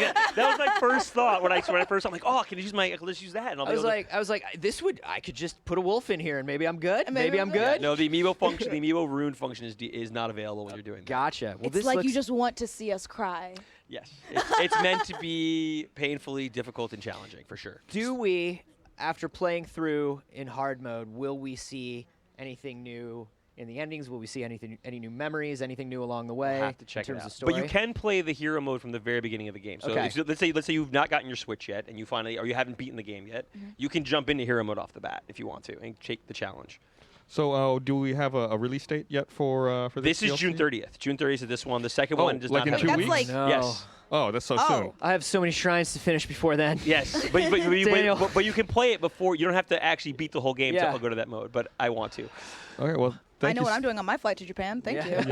That's going to be my 10-hour flight. There you Thank go. you so much for bringing the game, showing it to us, and showing talking off about Tingle's it. outfit. Yeah, that, highlight. 10 out of 10 would Tingle again. Yeah, thank Ooh. you so much to Daniel and Sarah from the Treehouse. Remember, coming up soon, we have got Minecraft Story Mode and then Shadow of War. I'm so excited about both of Very, those. very excited. We'll have those for you in just a moment. Remember, any questions you have, any comments, anything you want us to ask developers as it's coming up, anything that pops into your head, hashtag YouTube E3. We are watching that all the time. Ryan, my amiibos don't work in the Trials of the Sword. What you got to say about that, Rye? Well, I don't have any, so I feel no pity for you and look forward to having to grind it out without them. Listen, I spent like $500 on amiibos, Ryan. This matters to me. I beat that game without a single amiibo. Well, you have no fun in your life. I don't. And that means you also don't know the joy of a meat rain. That is true. That is true. I don't actually know the joy of a meat rain. What is a meat rain? Is one of the best amiibo things in Breath of the Wild. It's true. Sounds like It something is. that happens at a glorious Chippendales. rain of prime meat Or fish. or fish. It's great. It's Just from the heavens? From Yes! the heavens. once a day, my This dude. sounds You've like got Omaha to camp Steaks. here. What is this? It is. You got to get with the meebs, Ryan. I don't. You gotta pop have- the Chiefs. You gotta get with the Meebs. I don't have space in my life for more things right now. It's true. It's great. I can actually borrow them because Caden. Well, I don't have to worry about it because Caden will take care of it. He'll get all of them, and then I'll just drop by the no office. And Borrow start an amoebing amiibo. up. See yourself a meat rain. It's gonna change your life, Ryan. I promise. Oh, thank you. All right, and you know what? I got something special for you. Yeah. I didn't start showing this trailer, but I do get to finish it. For the last time, thankfully, we're going to present your chance to see War for Planet of the Apes. If you'd like to get an early screening, you can go to warfortheplanetscreening.com, and you get a chance to maybe see a screening almost a month early in a theater near you. If you don't make it into that, July 14th for the rest of you. But here it is, War for the Planet of the Apes trailer. Thank you so much.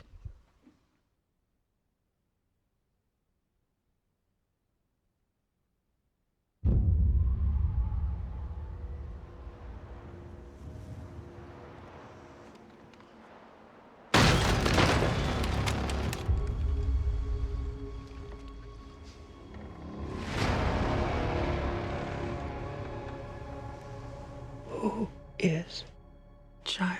I don't know. But she was you. She has no one else. We are not savages. Apes fight only to survive. Bad human kill ape. All dead now. A long time. Long time. Bad humans. Soldier.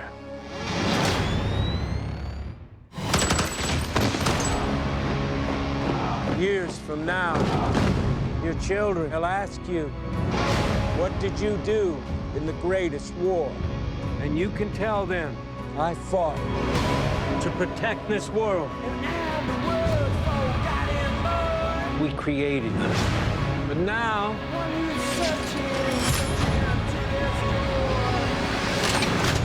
we will bring an end to their kind.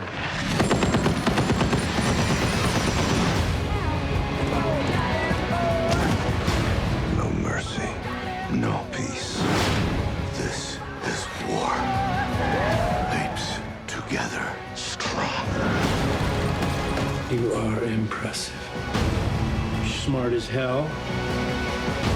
You're stronger than we are. But you're taking this all much too personally. So emotional!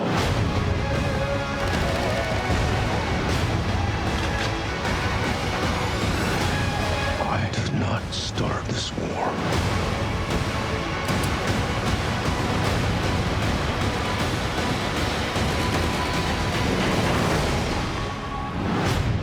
But I will finish it.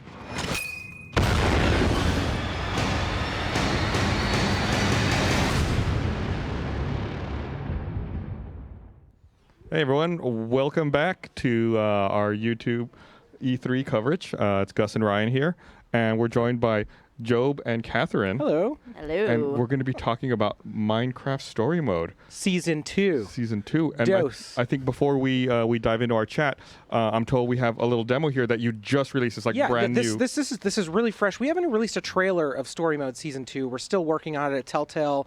Games come together really close to when they're actually coming out. We have this epic, huge, boss battle scene with all the characters and Jesse, and I don't want to spoil anything, but I think we can just cut right to it and let the clip speak for itself. Why don't we show it, and then we'll come back and we'll get into the details about it. Sounds good. Now, if only our way out wasn't blocked by all those freaky soldiers.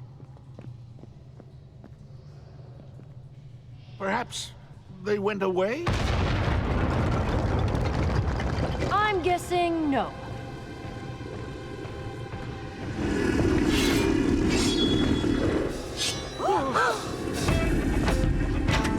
There are so many of them. Stay behind me, Nerm!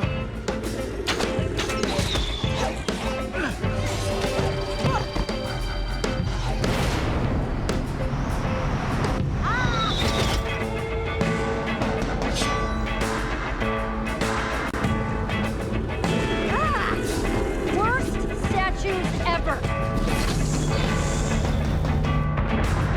Oh, geez. Big hand. Very big. Think now might be a good time for that structure block? I don't know how it works. Try everything then. Now, please!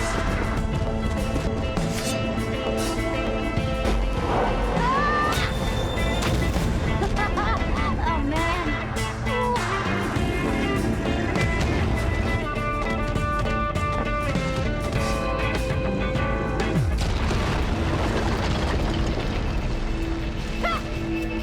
Hello, Jesse. It talks. Here they come!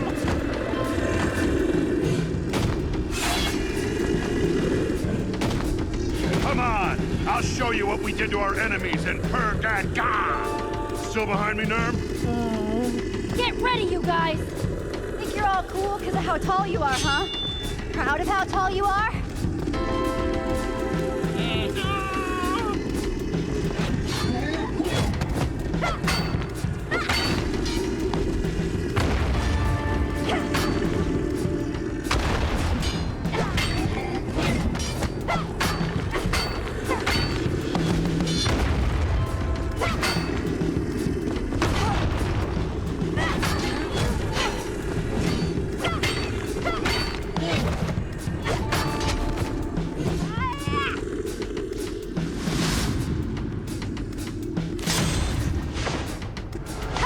In your face.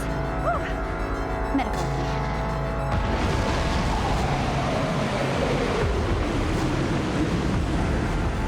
Why, hello. Hi.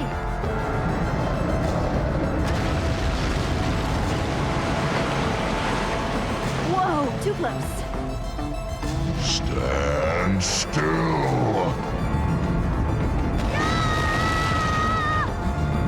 My sword! I can almost reach it! It's so close! Don't worry. I've got it. Mostly.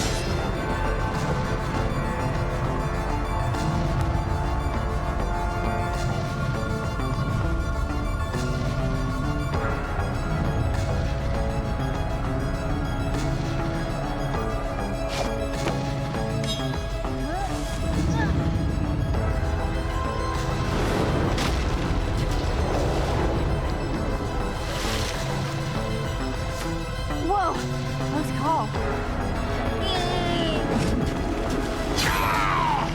Jack! I'm okay. Mostly. Oh no. Jack, I'm so sorry. It's all right. Got my bad eye. That was cold. Yeah. Ditching Jack in favor of Petra. Well, it's all about choices. Choices in relationships and friendships and harrowing decisions in the heat of the action. I mean, that was clearly the right choice, though. It was the thing about, okay, so in my mind, when I look at, Telltale, you always have choices like this in all the different games. I always think about the wording. It was save Jack or help Petra. So in my mind, save takes priority. See, Petra isn't the kind of character that might always need saving, but, that sword is pretty important to her, and it seems like that was maybe out of reach. And Jack, you're just starting to get to know in this season 2. He's a new character. He's an adventurer. He's been through the deep sea and the Prismarine temples, and you're going to meet him in episode 1. And Fred Tatasciore. Yep, Fred. Fred is awesome, by the way. We've got an awesome cast in store. We did in season 1, and a lot of them are returning for season 2, including Jesse, Kat Tabor. Glad to be back. Yes. And that was Ashley Johnson, the voice of Petra, and lots of surprises and surprise guests popping up all through season 2. Some you might remember from season 1. So I want to remind everyone, if you have any questions you would like us to ask, you can tweet us with hashtag YouTubeE3 or talk in the YouTube chat. I've already got a question here from Twitter. Is Minecraft big on YouTube or something? I think I've seen a couple of videos. Really? People like Minecraft? That's so strange. Who's this? Kaylee Dyan is asking, how long after season 1 is this season set? It's tough because the passage of time is kind of flat. It's not like they're all aging and they're in their 30s or 40s. You meet older characters, but there's also younger characters. There's not a lot of children, like childhood to adult happening. It's about a year or 2 maybe, but years don't really progress. You do have raise night an and interesting day. point. We don't know a lot about the life cycle of a Minecraft person, No, do we? you don't. Where do they come from? I don't. It's some secret hidden server somewhere. Maybe we'll explore this at some point. Well, I mean, Who that's knows? an interesting question. Like, there's so much that's unknown, right? Like, Minecraft as a game is famous for not really having a story, right? Like, it's whatever the player made on their own. How, and this is a question for both of you, like, how difficult is it to craft a story out of that, and then how difficult is it to breathe life to a character that's famous, or characters that would be famously bland and have no character? It is incredibly. It's not easy, but it's easy when you have partners like Mojang. We were big fans of Minecraft years ago. Back when we had this idea, we were all playing around the office. Everyone, our families were playing. We were already working with Gearbox on Tales from the Borderlands, so this idea of working with other developers to make a Telltale series based on another game was kind of like really hot. We were like, oh man, like imagine if we... And then Minecraft came up and we all got excited, and they were fans of what we did, and you know, they're big fans of The Wolf Among Us. And you know, it was a great game. Yeah, thank you. We connected with them and they were like, yeah, hell yeah, let's do something. And Minecraft has always been, you know, effectively whatever the player wants it to be. There is no story, but players can create any stories they want, either in their own head or making their own YouTube videos. And they just kind of gave us the keys to this universe and to this logic, and kind of helped us, you know, kind of stay within the logic of Minecraft, but create something that was fun and exciting and kind of stuck to the core tenets of what Minecraft is: survival, crafting, friendship, playing with friends. And we kind of landed somewhere that, you know, for us, we definitely wanted to echo movies that we grew up with, like The Goonies, and, you know, getting together, going on an adventure, a little bit of the Ghostbusters, and fighting big, crazy, giant monsters. And, you know, it's awesome that Mojang just kind of lets us make these stories that we want, and the stories that the fans want, and it's awesome to have an awesome cast that can breathe life into them. Thanks. Yeah, we also have really great writers. I mean, I think that's what and Eric Sturpey, who was with us most of the week, and his team, they just write such funny, great stuff that we just come in and get to say these, you know, funny things that they've written for us. And I think the casting has been really, you know, not speaking of myself, but everybody else, like the casting's been so great that, again, we have such great actors that care about what they're doing. And everybody on the project really cares about making something good and that fans are going to enjoy. So it's kind of easy then to breathe life into something when it already has quality. And I just think it has heart, you know, and that's what, and Jessie has heart and her friends have heart, and I think that's why people identify with them. And hopefully, you know, there's someone in the team that you identify with and you enjoy playing. And there's heart, but we always, you know, in every Telltale game, we give you the space to swing that character in whatever direction you think is tailored to you. It's really about role-playing. A lot of people play our stuff, and maybe they aren't really familiar with it and understand. It's really about decisions and relationships, and effectively, it's kind of the most distilled version of role-playing there is. When you think role-playing in video games, you think systems and items and, you know, leveling up and grinding and like big, vast open spaces, and that's like RPG to us. But for Telltale, it's really about getting into the role of a character and playing through that drama or that comedy or that sci-fi and taking that character in any direction you really want to take it. I mean, that is almost synonymous with the kind of classic Telltale's line, X will remember this. Exactly. Yeah. You always know when you've maybe just messed up your life forever when that pops up on screen.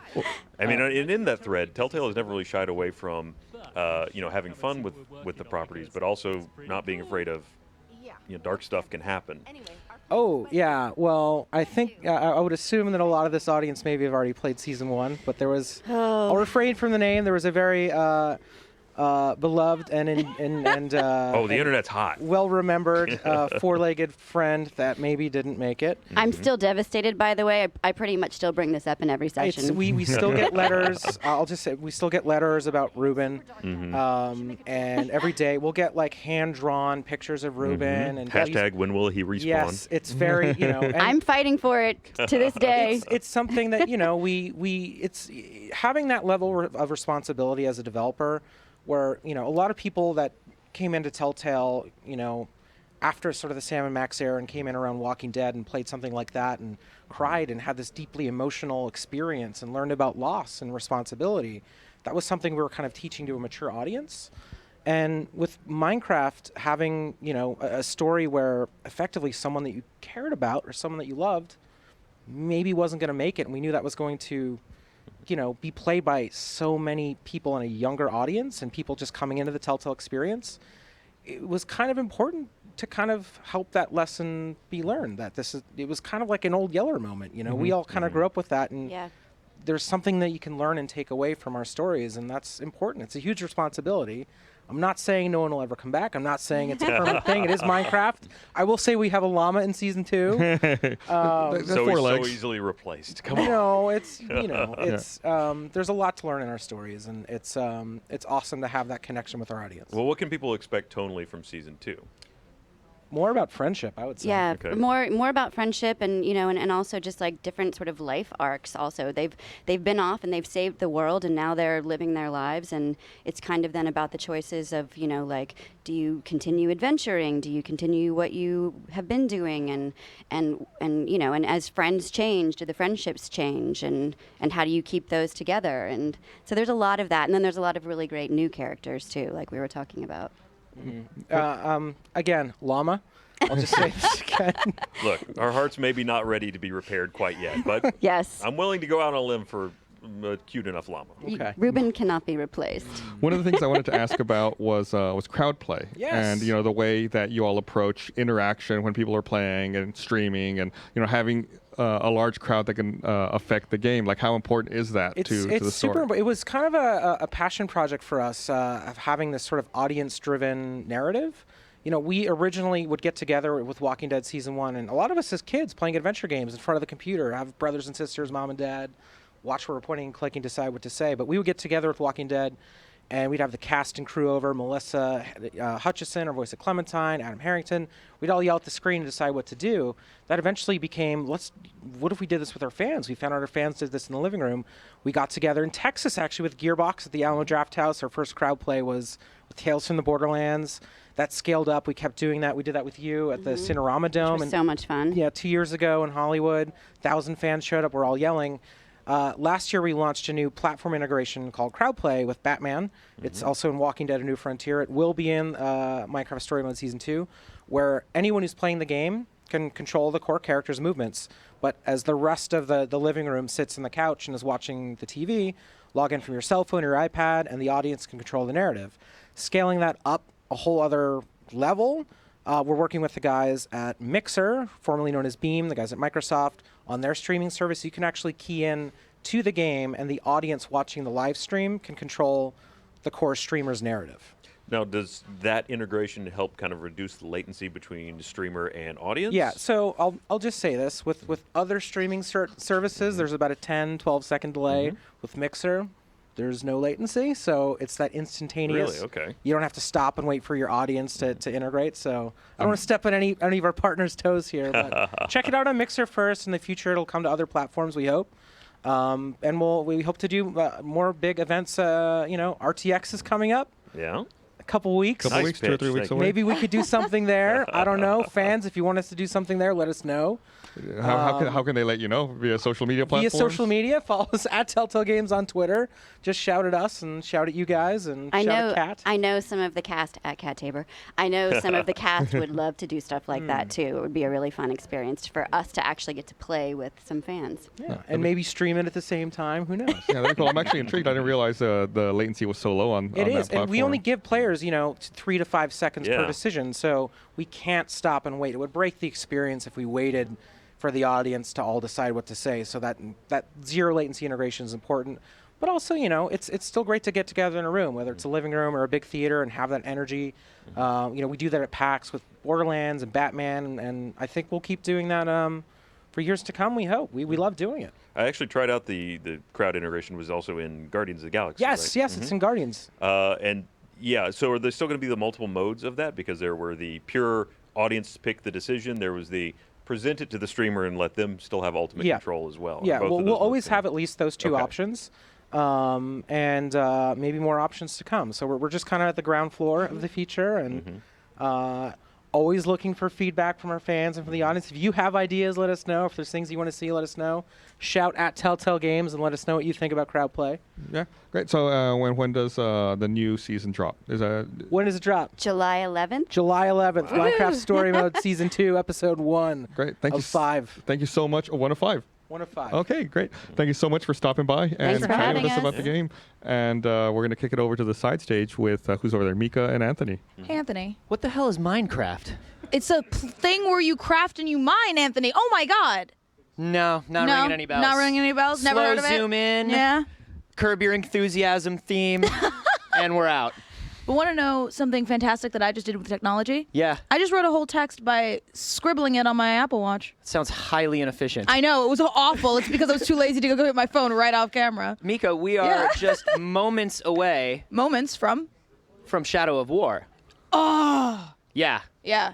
Very excited about this. Yes, I am. But it's been a very exciting day all the way through. It's been a very exciting E3 all the way through. Absolutely. Personal highlights. Personal highlights was Destiny 2 yesterday. Absolutely. Like I said, I love that game. You saw me love that game, and playing some Crucible with Deej was a blast. How about you? What's your personal highlight? Ooh, it was so good to see that Tingle suit. It was so good to see that Tingle suit in Breath of the Wild. Wait, speaking of what we liked from day 3, which indie from day 3 was your favorite? Oh man, we had some great ones on. And you can vote now at live@e3.com. And I personally, that one down there. Which one? Use your words, Mika. Tunic. Use your words. There you go. Because I love me some foxes. Yeah. Tunic looks absolutely amazing. Obviously, we don't know tons about it yet. No, but also Ooblets. Ooblets. I know you and Ooblets. You're like, no, we don't. So, Ooblets. How about it? On a scale of 1 to 10. Yeah. How hype are you for Ooblets? 17. That's what I thought. 17 on a chunky sweater scale. On a chunky sweater scale. Ooblets is chunky sweaters all the way down, and I absolutely love it. It's so true, and it's also like their run cycle is so derpy. Yeah. It makes me smile. It looks like me jogging. It looks like an out of shape.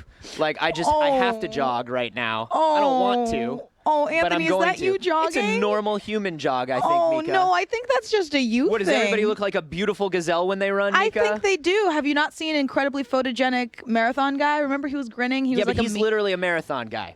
That's not an average person. Ooblet's amazing because we saw this sort of Pokemon mechanics to it. Yes. But you grow them in your own garden because you have your own garden because it's also a harvest moon. And it's also an Animal Crossing where you're selling the things that you grow in your garden. And there's also townspeople that you make friends with. It's absolutely amazing. And I can't believe 2 people working on that game. I know, that blew my mind. Like such an intricate game. And it's 3 games combined that I spend thousands of hours in. So what I'm hearing is when Ooblets drops, you'll never hear from me again. That's right. Yeah. Disappear. Bye. But that's the other thing. Tunic. One person.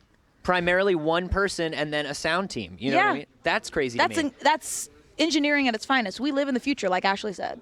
Well. Looks like Ooblets. And Ooblets is the it winner. is. And aren't you psyched about that? I'm so psyched. 2017 is the year of Ooblets, you guys. What about 2018? 2018 will probably still be the year of Ooblets. All right. I feel like now, Ooblets has a good forever. 5 to 7 years. That's a long shelf life. Dominant. I'm ready for it. Dominant. I'm ready for the almost decade of Ooblets. We also saw some mainstream stuff this week. We not just indie stuff, but we saw some AAAs. Yep. We've got some really amazing stuff coming up next. We have Shadow of War. Absolutely. All the way to Bernie and Gus. They're just, I can almost make them out. They're so far away. Up your draw distance, we'll be fine. Hey, everybody. Welcome back. I'm Bernie. This is Gus. And, it's a little secret of hosting this show is that when certain titles come up, we argue over who gets to host that particular segment. We won. Yeah, we won. We won. Sorry. Yeah, I know. You talked about it all weekend, but sorry about that. You can have a little seat if you want. Yeah, you want to join us? Tiny Heiny on the couch? So I got really excited right now. We should introduce our guest. It's Michael. I'm going to butcher your last name. DePlotter? Yes. VP Creative at Monolith Studios. I got really excited right now because we were watching the interstitial, and I looked over my shoulder, and I realized what I saw. Yep. I didn't know that we were going to actually have a live demo here. Yeah, we're having a live demo. Of the We've got game. Evan. Hello, Evan.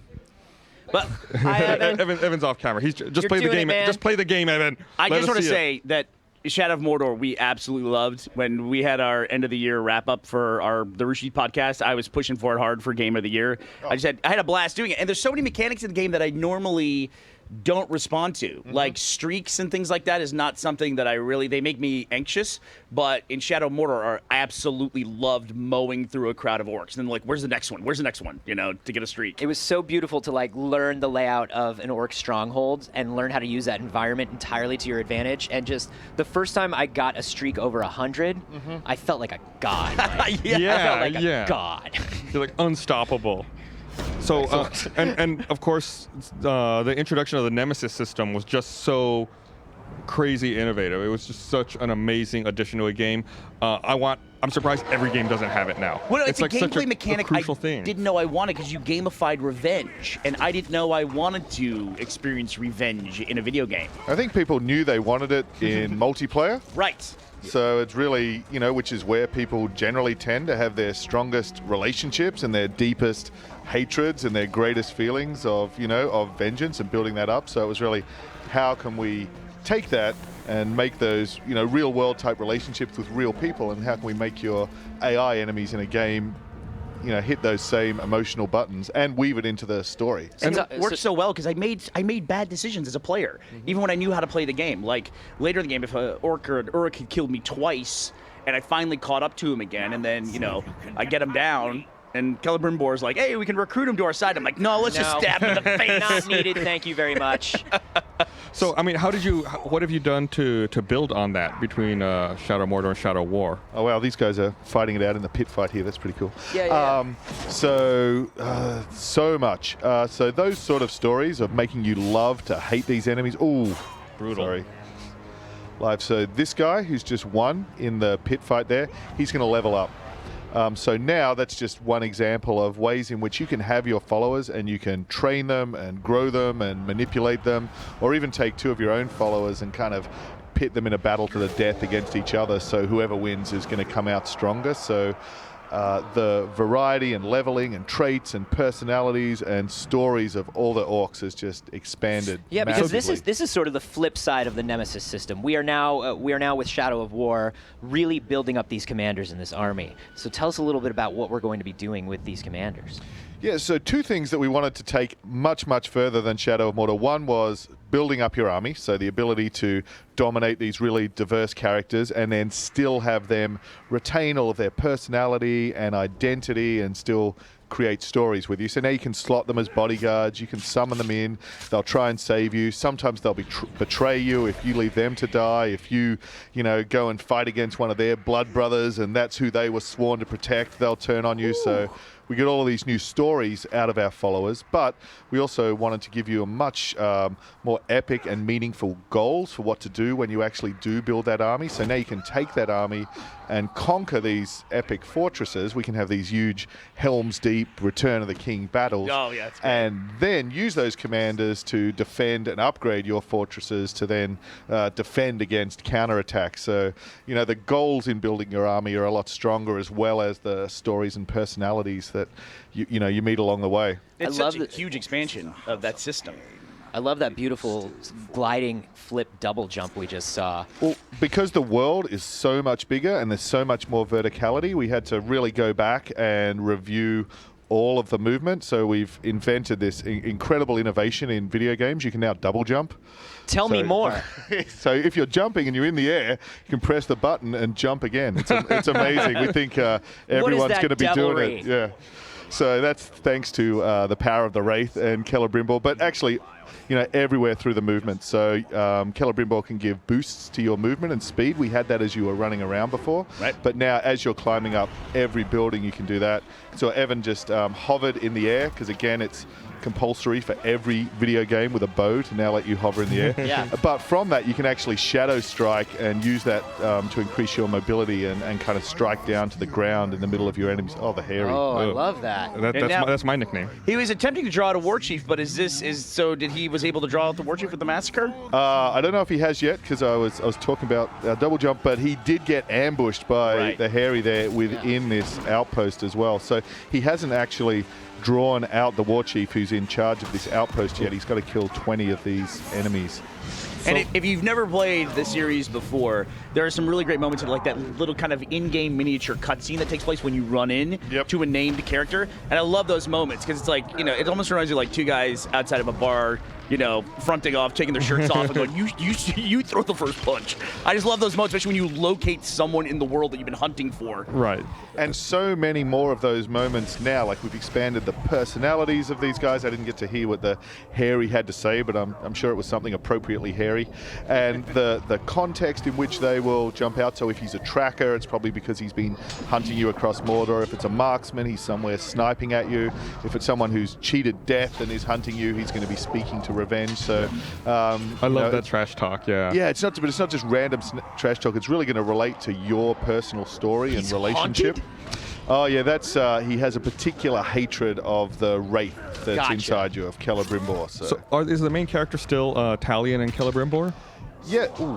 So Talion and Celebrimbor united and bound together and using the power of the ring. So we definitely have more of a dynamic between those two characters, and also Celebrimbor as a character now manifests more. He enables you to bring into battle the spear in combat, which is, you guys were talking before about mowing through large armies. Now you've got this weapon that can do these sweeping attacks and combos to just carve through these grunts. Yeah. And So that's like also your his spirit hammer. bow. That is connected to Celebrimbor. Yes. Okay. Just to Lord of the Rings nerd out for a sec, it's Aeglos. So it was the spear of Gil-galad that he left on the sides of Mount Doom when he was incinerated by Sauron. So Well, you win the bet, Gus. You said it was Aeglos. What's that? Yeah, good job. But I have to say, too, one thing else about this franchise, obviously you're stepping into a lore that is very beloved by many, many people.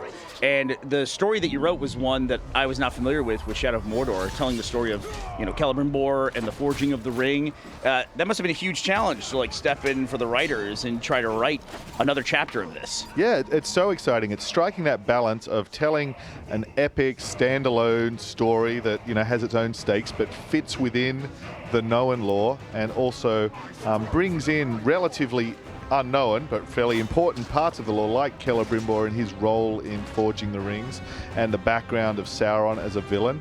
And we've really tried to outdo ourselves again in that way this time.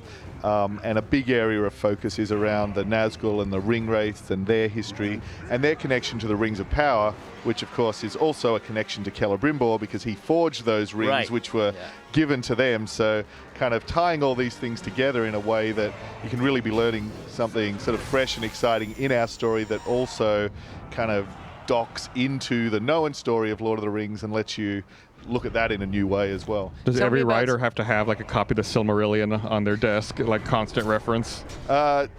Technically, we have the rights to Lord of the Rings and The Hobbit and the appendices, not the Silmarillion, but they, definitely need that. I wanted to quickly talk about some of the character traits that we're seeing with these orcs. We're seeing things like Warmonger. We're seeing things like Dark. Tell me about some of these traits that they have. So they have a whole host of different types of traits. So we have the different orc tribes, which represents their culture and sort of the orc society. So the Warmongers, for example, are really obsessed with sort of training and one-on-one combat and getting in there. Often have gangs and so on. They like to get up close and fight one-to-one. They have these gauntlets that can lock your weapon in place. Go wrong quickly. Wow, is that one of your? That was another great example. So Dark Slayer. So he's from the Dark tribe.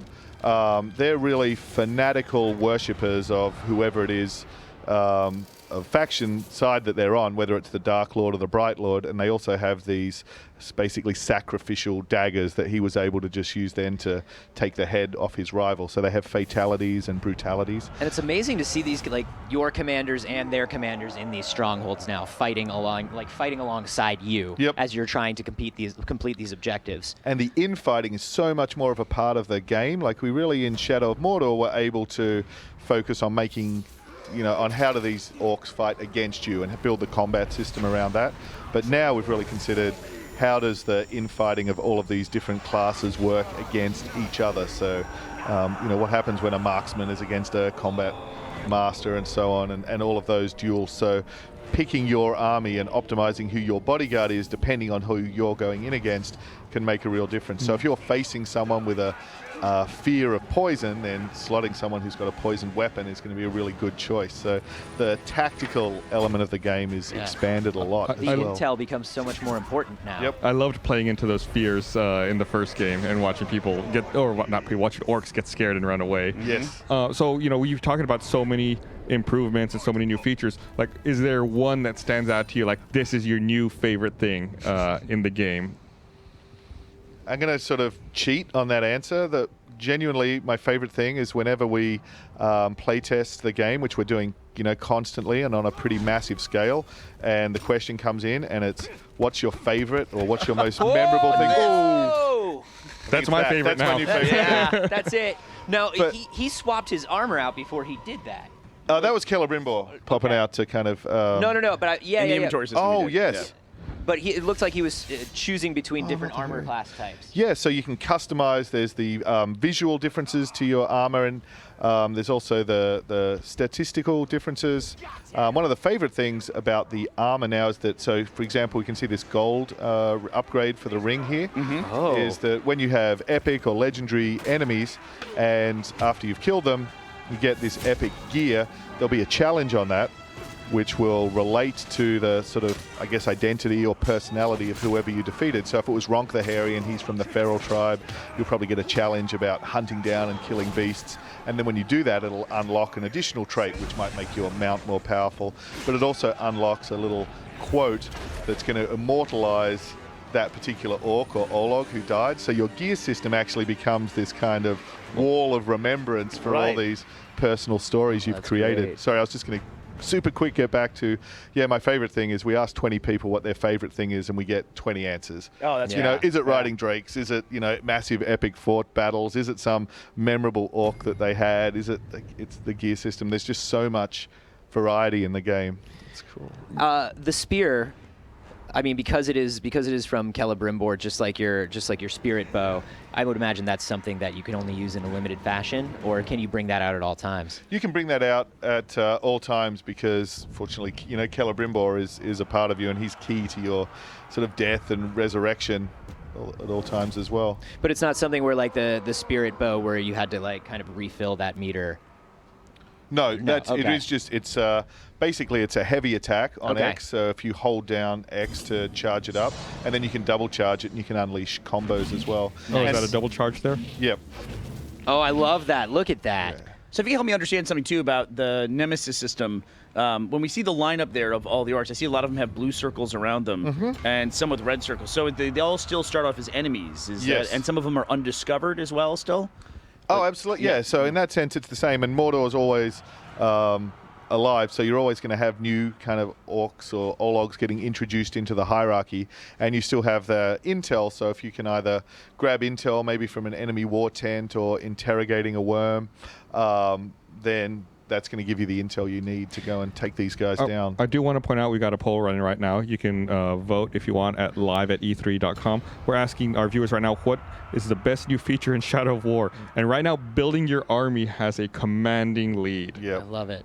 I love it. So we're about to go into one of these larger battles that you were talking about. I'm so excited about these. Yeah, so Evan just went not only, I think, dominated follower, but also upgraded one in the pit, so you can choose your army, and then for every assault leader that you're bringing in as part of your army, you can also bring in an associated upgrade. So sappers, the guys he's bringing, these are bombers, like the guy, the Battle of Helm's Deep that kind of detonated the deeping wall there.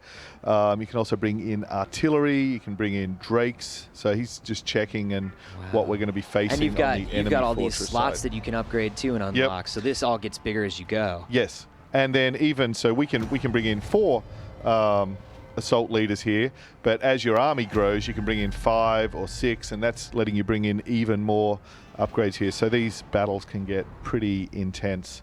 But you can go the other way as well, and if you want to invest the time and infiltrate and plant spies and have the enemy war chiefs be on your side, you could literally just, stroll in and have them basically just clear the way from you. Open the gates for you. And you can go to the other extreme and just about one-man army and try and do it all by yourself, and then it's just going to be ridiculously I do love the feeling of that. I challenging. do love the feeling of clearing out a stronghold all on my own, man. Just kind of like sauntering in and being like, okay, set off the alarm. Go ahead, run. Set off the alarm. It's 'cause here we combo go. time. Yeah.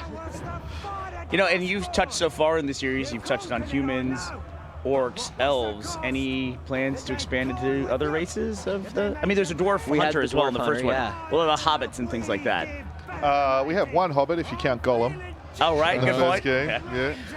Ooh, and diplomatic answer. The big one here that we've added is the Olog High as well. So we had the Urukai, so kind of the elite orcs, and now we have the same for the trolls. Mug the Biter. Yeah, they've muzzled love him. I wonder what he does. So I want to talk a little bit about something we saw much earlier when you had the followers fighting each other. Was that just to, like, what was the point of that? Was it to, like, strengthen some of your followers? Yeah, it's so you run, like, your own orc fight club? Yeah, it's a deadly fusion mechanic. You know, you've got 2 orcs or followers. You want one to make one stronger. You want to turn the other one into loot or gear. You can basically fuse them together, and the guy who comes out of that and survives is going to be stronger and can even earn different titles as well. Ooh, so walk us through this here. We've sent in our four squads. We're going into sort of a tactical view now. Yep, and so the reason actually Evan's in that view, he's actually mounted on this siege beast, which is he's taken over the enemy artillery, and he's using that to also destroy the other one. And the first objective is to take this first victory point at A. And so the enemies are going to be defending that, and our allies have charged through. Douche the Unclean is fleeing in horror. Yeah. So when we're doing this, when we're capturing the siege beast, when we're trying to get these control points, what are our squads doing, and how much control do we have over our commanders at that point? So you're not giving moment-to-moment orders. It's very much an action game in that moment. So they're going to do their best to go in order and attack and occupy these various victory points, depending on whatever their abilities are. If they're mounted, they're going to be climbing over the walls. If they're Ologs, they're going to be trying to smash the gates down and so on. You can give some really light commands, via the D-pad of summoning guys, and also you can bring your bodyguards in, but we really want to keep it very much, it's a third-person action game rather than any sort of. So it's very much like a very quick order on the battlefield, like to me, protect me, go like aggressive, like that sort of thing. Not even to that level. That really comes in. The tactics element comes in preparing your army and selecting your soldiers, before the battle starts. Gotcha. So knowing the layout of the stronghold and knowing what kind of guys you're going to need to take it over. Yep, the strengths and weaknesses of the guys that you're going to be facing. So I've got a question here on Twitter. I have no idea how to pronounce this. Agwine9 is asking. Nailed it. Is the army building compulsory, or can you go through the game without it? A certain level of it you're going to need to do, because we want to introduce you to how the feature works. We want to introduce you to all of those systems. Once you've done that, then you can be as detailed or as light as you want to be. I mean, generally, I find that it's super fun. So, whenever we test. It seems like the kind of thing that's just going to suck me in, and that's going to be the game for me. Yep. It's just trying to build out this army and do everything I could with it. Yeah, and then, whatever goals you want to set for yourself. So maybe you want to build an army of all Ologs, or all guys with fire weapons, or all assassins, or, some other, or guys who are all deranged, or I love whatever. It. Just like a crazy orc army. Just whatever traits you want. It's unbelievable. And so, Mike, I didn't see a dragon there. Oh, really? I didn't see it. I'm calling it out. I didn't see a dragon. So if you got 20 more minutes, we can get a dragon. We can work our way up to it. Yeah. Well, that'll leave the players something that they can do on their own when the game comes out. Yeah, they're fun. Well, when can people get their hands on Shadow of War? It is 10/10, so it's October the 10th this year. And what platforms can they play it on? They can play it on, Xbox, PlayStation 4, PC, a whole lot. You name it. You got them covered. Yep. Yeah. Thank you so much for taking the time to join us. Thank you. Love the we're franchise. All huge fans. Thanks a lot. And we're Cheers. excited to see the game when it finally comes out. Thanks a lot. And for now, we're going to throw it over to the side stage. All right, well, I mean, we don't have dragons, but I do have Ellen, and Ellen is way better than dragons anyway. Oh, thank you. So Ellen, hey, Bernie. Ellen's here. Hey, how you doing? Good, thanks. So it's Ellen from Outside Extra. You may recognize her from YouTube. Yeah. So you are over visiting for the show. Yep. What are you seeing? We're seeing a lot. I was particularly excited the other day. I got my hands on Assassin's Creed Origins. Thoughts? And I really like it. I mean, they've changed it up. They've kind of swayed slightly from the traditional Assassin's Creed game, but it still very much feels like an Assassin's Creed game. They've just switched up the controls a little bit. I really like. So it takes a little bit of getting used to, maybe? A little bit. Basically, the Assassin's Creed franchise is known a lot for you push down RT to run. And And to instead, do everything. Yeah, but instead, if you press RT in this, you just wail people. So maybe don't do that. Don't do that. Don't do that. So I think they've streamlined the controls a little bit, and it's a little bit easier to get around as well. That's good. And also, I think this time off has been good for them. Everything we've seen about it so far definitely looks like they've taken a step back and reconsidered what it is that they're doing and how they want to approach the games and how they want to approach the franchise. Whereas, for a long time with them being annual, it's just like that you get that churn. Yeah, they were churning them out a little bit. I mean, I absolutely loved Assassin's Creed Syndicate. I'm being a bit biased here because it was set in London. So. Now, how accurate was it? Like, was it actually the mapping and everything was right there? It's basically like they got London and then shrunk it, and they took out tiny bits and pieces here and there. Like the bits that no one really likes. Yeah, the bits that people don't really know, but like all the big the main squares were there. All the bridges seemed to be in the right order, and it was ridiculous running around. I was fangirling out the whole time playing. That's awesome. I mean, bridge order is an important thing. Yeah. Oh, completely. So, but so there was Syndicate. Take a bit of a rest. Come out with Origins, RIP Empire. So they're taking it back to Egypt, which also changes up a lot of things because it means that they're with the going back in time. It's kind of the same thing they had with Far Cry, and then backing it off to Far Cry Primal you've got bows and arrows. In this you've got spears. What you don't have is automatic weapons. No.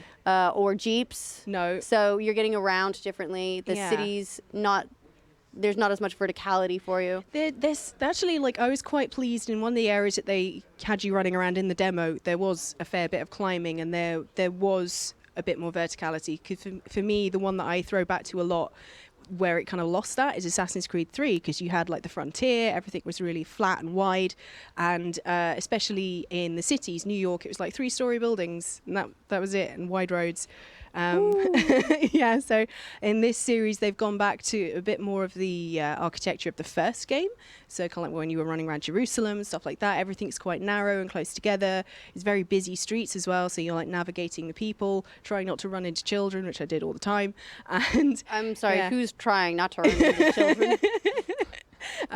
But I think they've complicated the combat in a good way. They've made it a bit more in depth, so it's not just wait, okay, encounter, wait, encounter. So they've added depth to the gameplay that way as well. So that's quite good. That's good. Also, a big fan of the apparently it's an eagle. Yeah, that you get. Your eagle is and it's a she. Oh, it's a she. Apparently. Oh wow. We're learning all these things. These are the hot takes of E3. What else have you been seeing? Yesterday I got my hands on Mario Rabbids, the Kingdom Battle.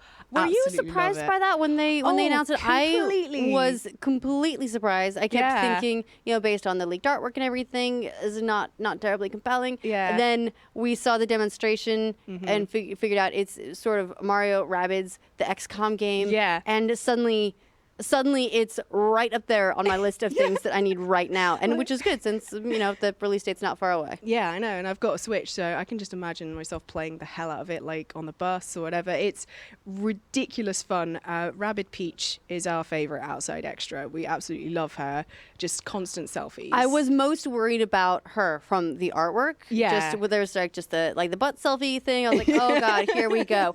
But then with the trailer, doing the jump and pausing and taking selfies while in the air, side-eyeing Peach because it's maybe the fabric of the dress isn't quite up to scratch and so on. Those actually really sold that character for me. Completely. Up to that point, I was worried. Yeah, I think they've done really well. They're all really adorable. I think actually it was a good couple of franchises to pair up. It's just really fun and accessible, and the gameplay is ridiculous. Also, Peach is Rabbid Peach is the most badass player out there because she's the one that can go in, kick, and get back out again. So. I was surprised. Someone was saying that she's more of a healer character. She can heal. I don't know that I'm going to trust Rabbid Peach to heal me because if she doesn't approve of my fashion choices for the day, is she going to do it? Yeah. I'm worried about that a little bit. Also, Mario Odyssey looks really great. Yeah. Did you get some hands-on time with that? Just played it. At this moment, I am exporting a video about it. And yeah, we played the hell out of that just at the Nintendo booth, and it's Mario. They've done it really well, and it's really except fun. it's a big. You can have a mustache on anything now. Anything, yeah. Anything could pop out with a mustache at any time. It was great. It was great. Do you have a favorite game of the show so far? Oh, favorite. I say so far, but we're right here at the end of the show. E3 is almost over, and then it'll be a whole year that we have to wait for another E3. Oh God, it's that. I've played so many good games. Like I got my hands on Far Cry 5. That was really fun.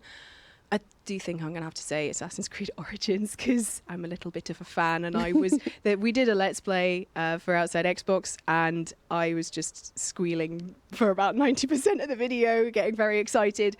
And yeah, I'm really excited to see where the franchise goes with this one. Yeah, we asked a lot of people earlier in the show. We asked the people watching which of the press conferences they thought brought the A-est game. Yeah. And a lot of people said Ubisoft. Yeah, Ubisoft. They really ran away with the show this year. In the room, it was ridiculous. Like when Miyamoto walked out on stage, everyone was like, ah! Yeah, I mean, he's a little bit of a...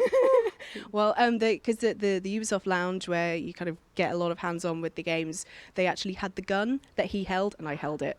So this hand has sort of shaken hands with him. It's touched the thing that his hands have touched. So yeah, you've probably got some of his germs right now. Yeah, right now. I actually really want those. So that gun was one of the weapons that's in Mario plus Rabbids, and I saw just a couple of the other ones that they've shown. And now all I really need is a bunch of 3D printers. Yeah, because I kind of want all of them. They look really cool. They're really nicely designed, but they also don't look super seriously gunny. They're just fun and cheeky. Yeah, because Luke's a big fan. My fellow editor of Outside Extra, he's a big fan of Mario, and he was a bit like, Mario with guns, I'm not sure. And then as soon as we started playing, it was like, oh no, this is great. This is we're fun. It's like at what point is it basically just the fireballs? Yeah, it's like not too serious. Yeah, it's great.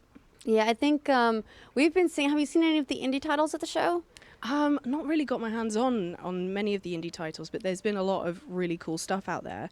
Okay, so number one game of show, Assassin's Creed Origins for you. Yeah, I think so. All right, well, we had Assassin's Creed Origins on the show. You'll be able to check it out on our channel. We'll have that video up for you. But we also want to end the show on a high note, and so we're going to take a look at GT Sport. I'm moving. The illusion. I'm shuffling. All right, say they asked me to move at the last second. Yeah, we'll be taking a look at Gran Turismo Sport. I'm so honored, so lucky to be joined by Kazunori Yamauchi. Thank you so much for being here. Gran Turismo is one of the reasons I bought the PlayStation when it first came out. So I'm so happy to be here talking with you about Gran Turismo. So I wanted to ask, what's changed in Gran Turismo Sport since the last time the public had a chance to look at it?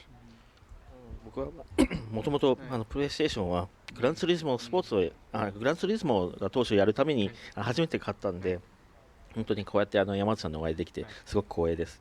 で前回ユーザーの皆さんがグランツーリスモスポーツを見る機会があってから今日までどういった変化がありましたか？僕らがゲームを作る時の、いくつかのステージがあって、最初にデザインのステージがあって、で次いでプロダクションのステージがあって、で最後オプティマイゼーションのステージがあって、でもっと言うとその先にリファインメントのステージがあるんですけど、なかなかリファインメントのステージまで行って発売できることっていうのは珍しいんですね。大抵はもういついつまでに出せっていうふうに言われるから、デザインプロダクションが終わって、オプティマイゼーションのステージの途中ぐらいでリリースされちゃうことが多いんですけれども、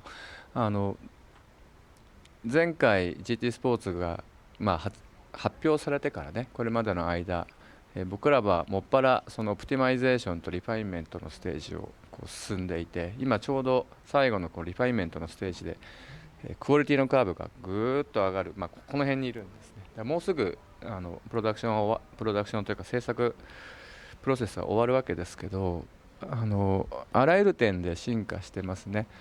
ビジュアル、サウンド、フィジックス、UI、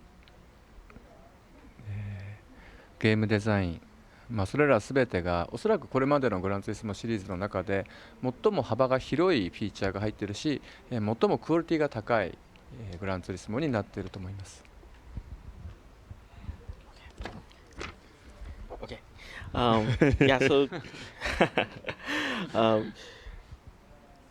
whenever we make games, you go through the various designs, various stages in the development. You start with the design, you go through the production, and then you go through the optimization and the final refinement of the game.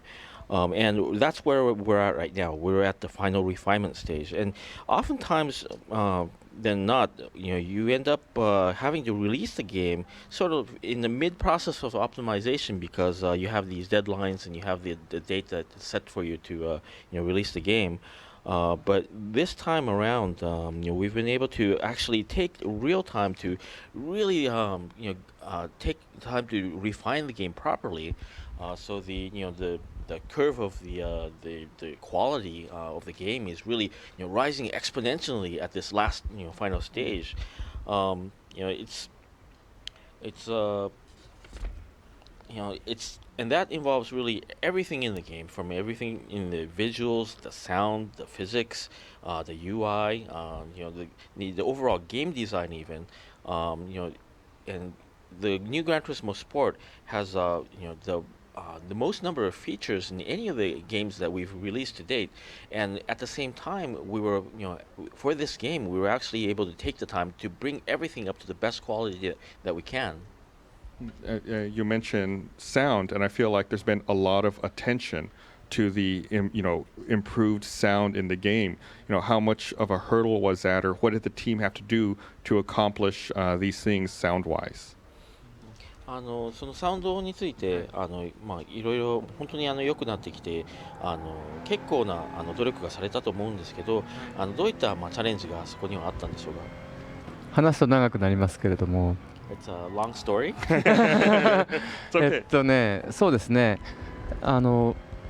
すべてのプロセスを見直したんですね。So we actually went through and reviewed all the processes that involves. まず、レコーディングする、ファシリティ、それからレコーディングする、メソッド、それを変えました。So first off, we started by really reviewing the facilities used for the recording, and then we also reviewed the methods that we were using to record as well. はい、それで撮った、リアルなそれぞれの車のサウンドを今度は、ソニーの、オーディオ部隊、オーディオテクノロジーの部隊と僕らとで、共同開発したさまざまなフィルターを通して、音程のある成分とノイズの成分を分離したりで音程のある成分を強調したりそういう複雑なポストプロセスを経てエンジンサウンドを作っています。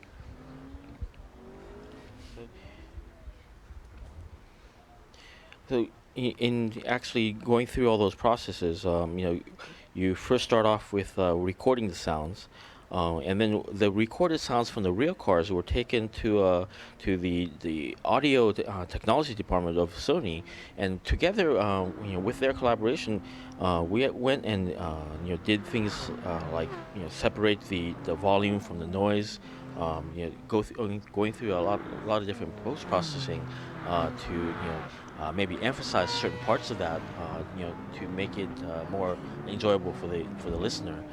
So those are the things that have been completely revamped, for the new title. Well, I appreciate the work. I think that's one of the things that has always separated Gran Turismo to be the pinnacle achievement for racing games, is that attention to detail every step of the way and that analysis. So thank you. It's much appreciated. そうやってグランツーリスモの、もう頂点を目指すためにもうすべてのステップでディテールにこだわるというのは、本当にこれまでのシリーズでいいものを作るために欠かせないことだったと思うので、そこまで手間をかけてくださって本当に感謝のみたいです。いえいえ、そんなこと言ってもらえて僕らも嬉しいです。It makes me very happy to hear something like that. So, do you approach every aspect of the game with such attention to detail? Is that why the game comes across, as the way it does, with so much realism, so much almost lifelike parts to the game? やっぱりそこまで全てのゲームの部分をディテールにこだわって作ってるからこそここまでのリアリズムと本当に現実さながらのものが出来上がっているんですだと思いますか？そうですね。ビデオゲームのプロダクションというのは本当に終わりがないんですね。作れば作っただけ細かいところが気になってきて、でそれを改善しようと思うとまた膨大な時間がかかる。でもそれの繰り返しでしかやはりいいものはできないんですよね。I think so because video game production is something that is that's pretty much a never-ending process. When you start looking at the details, you're always going to find something that can be improved more, and in order to do that, actually takes time, and it's a process that you can't shorten. You have to take the time to do it right. I believe that we're going to have some PlayStation VR support. How do you approach adding this new technology or trying to figure out correct processes for something that is so cutting edge and new that there might not be these established processes to create this content? 今回VR のサポートもされるわけですけど、それはもう完璧にやっぱり新しい分野のもうカッティングエッジのテクノロジーですからもう決められたプロセスとかこうするべきだというルールは何もないじゃないですか、はい、そういった意味ではやはり開発は結構困難をでしたか？VR の開発は本当に大変でしたね。Yeah, the VR development was actually very, very difficult. でその理由はいくつかあるんですけれども、一つはやっぱり VR というのは、ステレオなもんですから画面を2つ描かなきゃいけないんですね。でそうするとビジュアルな、負荷をどうコントロールするのか、あるいはレンダリングシステムをどれぐらい効率の良いものにするのか、レンダリングされる、データをどれぐらい効率の良いものにできるのか、もうとにかくまずはきちんとした絵を出すために凄まじい努力が必要です。So, development for the VR is so difficult because you have to create a stereo image. That means you have to render two screens. And in order to do that, you have to make sure that the load is kept as low as possible. So you have to make the rendering as efficient as possible. You have to optimize the data that goes into it and make that as efficient and as lightweight as possible. And so there's just getting the images to appear properly on VR is a very, very complex and difficult process. でしかも絵を出すということもそうなんですけれども VR 特有の酔いを防ぐためには何をしたらいいのかということも誰もわからないわけですよね。例えば高いフレームレートを維持することは少なくとも最低限必要なんだけれどもそれだけでは酔いは防げなくて、で僕らはそれに加えて高いフレームレートを維持するだけではなくて人間のなんていうのかな、認知のプロセスというか人間は常に、今こうやって話している時もそうですけど0コンマ何秒か先のことを、考えながらというか、無意識のうちに脳が、未来予測をしながら、生きてるわけですよね。ですから VR での酔いというのはその脳がイメージしている未来予測と実際に起きたことが、ずれた時に起きるんです。ですから GT スポーツでは人間の脳がナチュラルに想像するように車が動かなければいけない。それにはカーフィジックスを本当にリアルなものにする必要があって、皆さん普通に車を自分で運転している時には酔わないじゃないですか。でそれと同じことをするのっていうのは案外大変でしたね。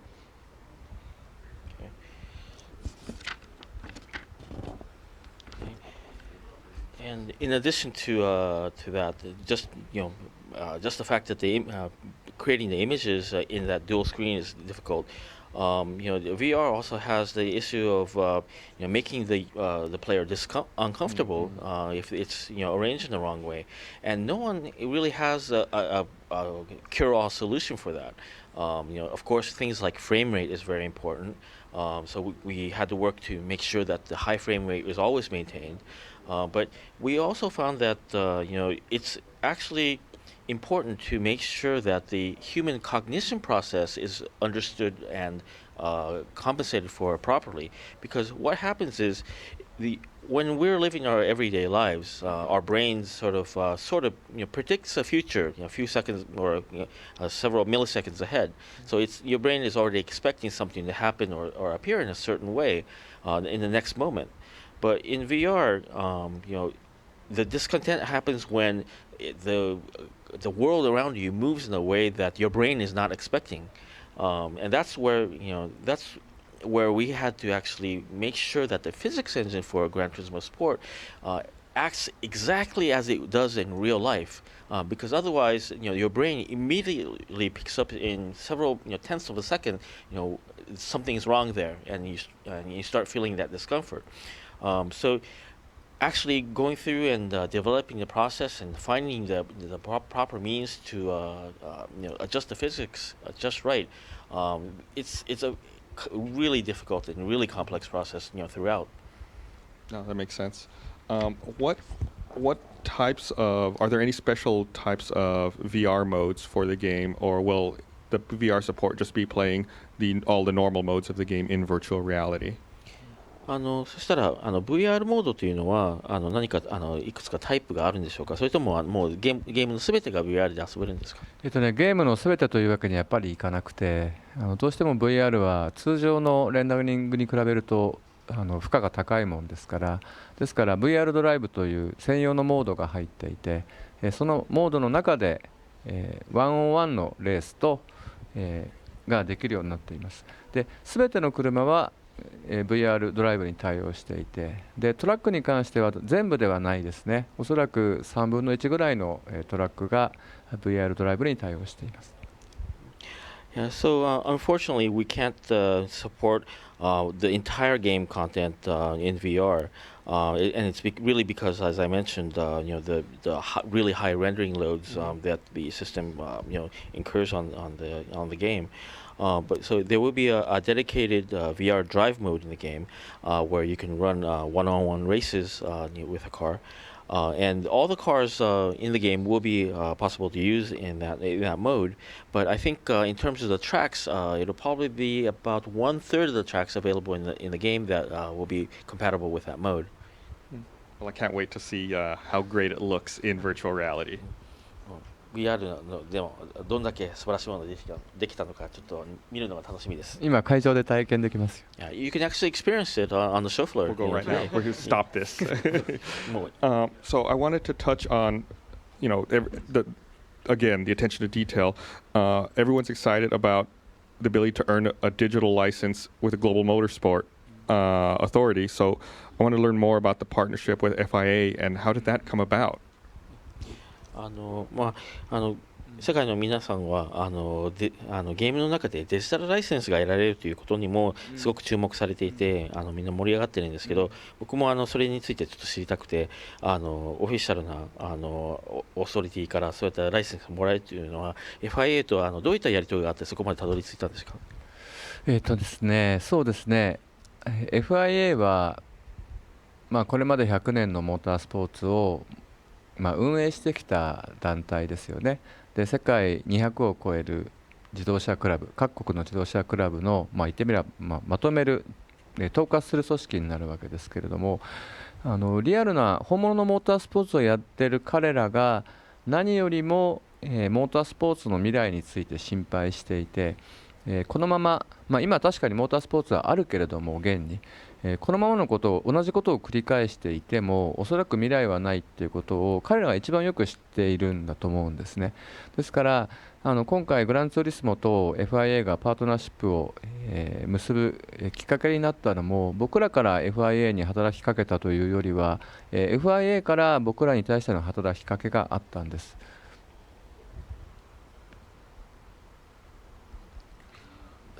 Okay. So the FIA is an organization that has really organized motorsports for the last 100 years or so, and they're also an organization that kind of brings together the 200 or more automobile clubs that exist in every country around the world, and they have before we even started talking, they had the concern about real-world motorsports, about the decline of interest in motorsports, that exists sort of everywhere, and they wanted to, do something that they knew that if they kept doing what they're doing now, just repeating, what we've had for the last 100 years, that there won't be a future for motorsports in the real world. So the actual discussion between the FIA and ourselves in Gran Turismo, started not from us approaching them. It was actually the FIA that came to approached us, and asked about what we think of the future. I think that's very smart on their part. So thank you for joining us. I appreciate your time. I just wanted to confirm, is there still the release window for this year? はい、今年の秋ですね。秋っていう期間はそれほど長くはないですよ。Yeah, so the game will be releasing this fall, and fall is not a very long period, so it should be narrowed down pretty good. Great. Thank you so much. I appreciate it. Thank you. Thank you. We're going to kick it back over to the side stage, I think, with Mika and who's over there? Anthony. I have a couple friends that are Gran Turismo obsessed. Do you know the type? Where they have the very serious, incredibly heavy 20-pound like steering wheel. They break it out every time. Yeah. Heavy pedals. Evan, I think what you're talking about is just a car. They have a car. They have a car. I know a lot of people that drive. Yes. No, but I also do know a lot of people that get very seriously into Gran Turismo. That the actual digital licensing approved by a racing association is kind of amazing to me. Yeah. No, I've never been a racing person per se, but I can appreciate the intensity that goes into games like this. Also, the intensity of people who love things like GT Sport. The problem is, if you give me a digital license, if you give a mouse, a digital license, and it is actually supported by a real motorsports association, I'm going to think I can drive a car. Oh, can you not? A very fast car. Can you? So what I'm saying is, don't put Anthony Carboni on the Autobahn. No, God, because no. you will crash. God, yes to the crashing, no to the Autobahn. But what if it was a cool car? Oh, if it's a cool car, yeah. Then it's fine, right? Yeah. I can drive any cool car. Yeah. What if it's what if it has flames on it? Because flames means fast. Mika, what do you know about racing? I know that if I paint it blue and call it Sanic the Horcheg, I'm going to win. I'm going to walk over here with everybody else. As am I. Hey. We're all just over here trying to figure out what you guys are doing. Tiny heinies. Tiny hop in.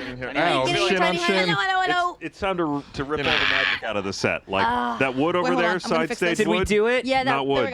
Did we do an E3? So much room. We did a whole E3. Did it happen? We did Anthony Carboni, what are you doing? He's man spreading. Clearly. He is man. No. Bernie's like, Bernie instantly went into apology mode. I love it. Bernie, wait, pro tip, move the pillow. What's that? Move the pillow. I like the pillow. Okay, then It's a nice fine. Be pillow. squished. I like the pillow too. Guys, best pillow of E3? Tiny heinies. Tiny Heinies 2017. Should we award succulents? Yes. We should go Let's out award around. succulents. All right. Okay. So we have this such succulent- a crazy job. I just want to say something real fast. I feel like there are two men who inspired me to buy a PlayStation 20 years ago, and I've been lucky enough to meet both of them. How crazy was it? I got to talk to Kazunori Yamauchi about Gran Turismo. That is cool. That That's is pretty cool. Second one was me. The other one was, of course, Hideo Kojima, which I met earlier this year. Gus was a little like overwhelmed, like in the happy way, because one, he was nice. Pleasant even.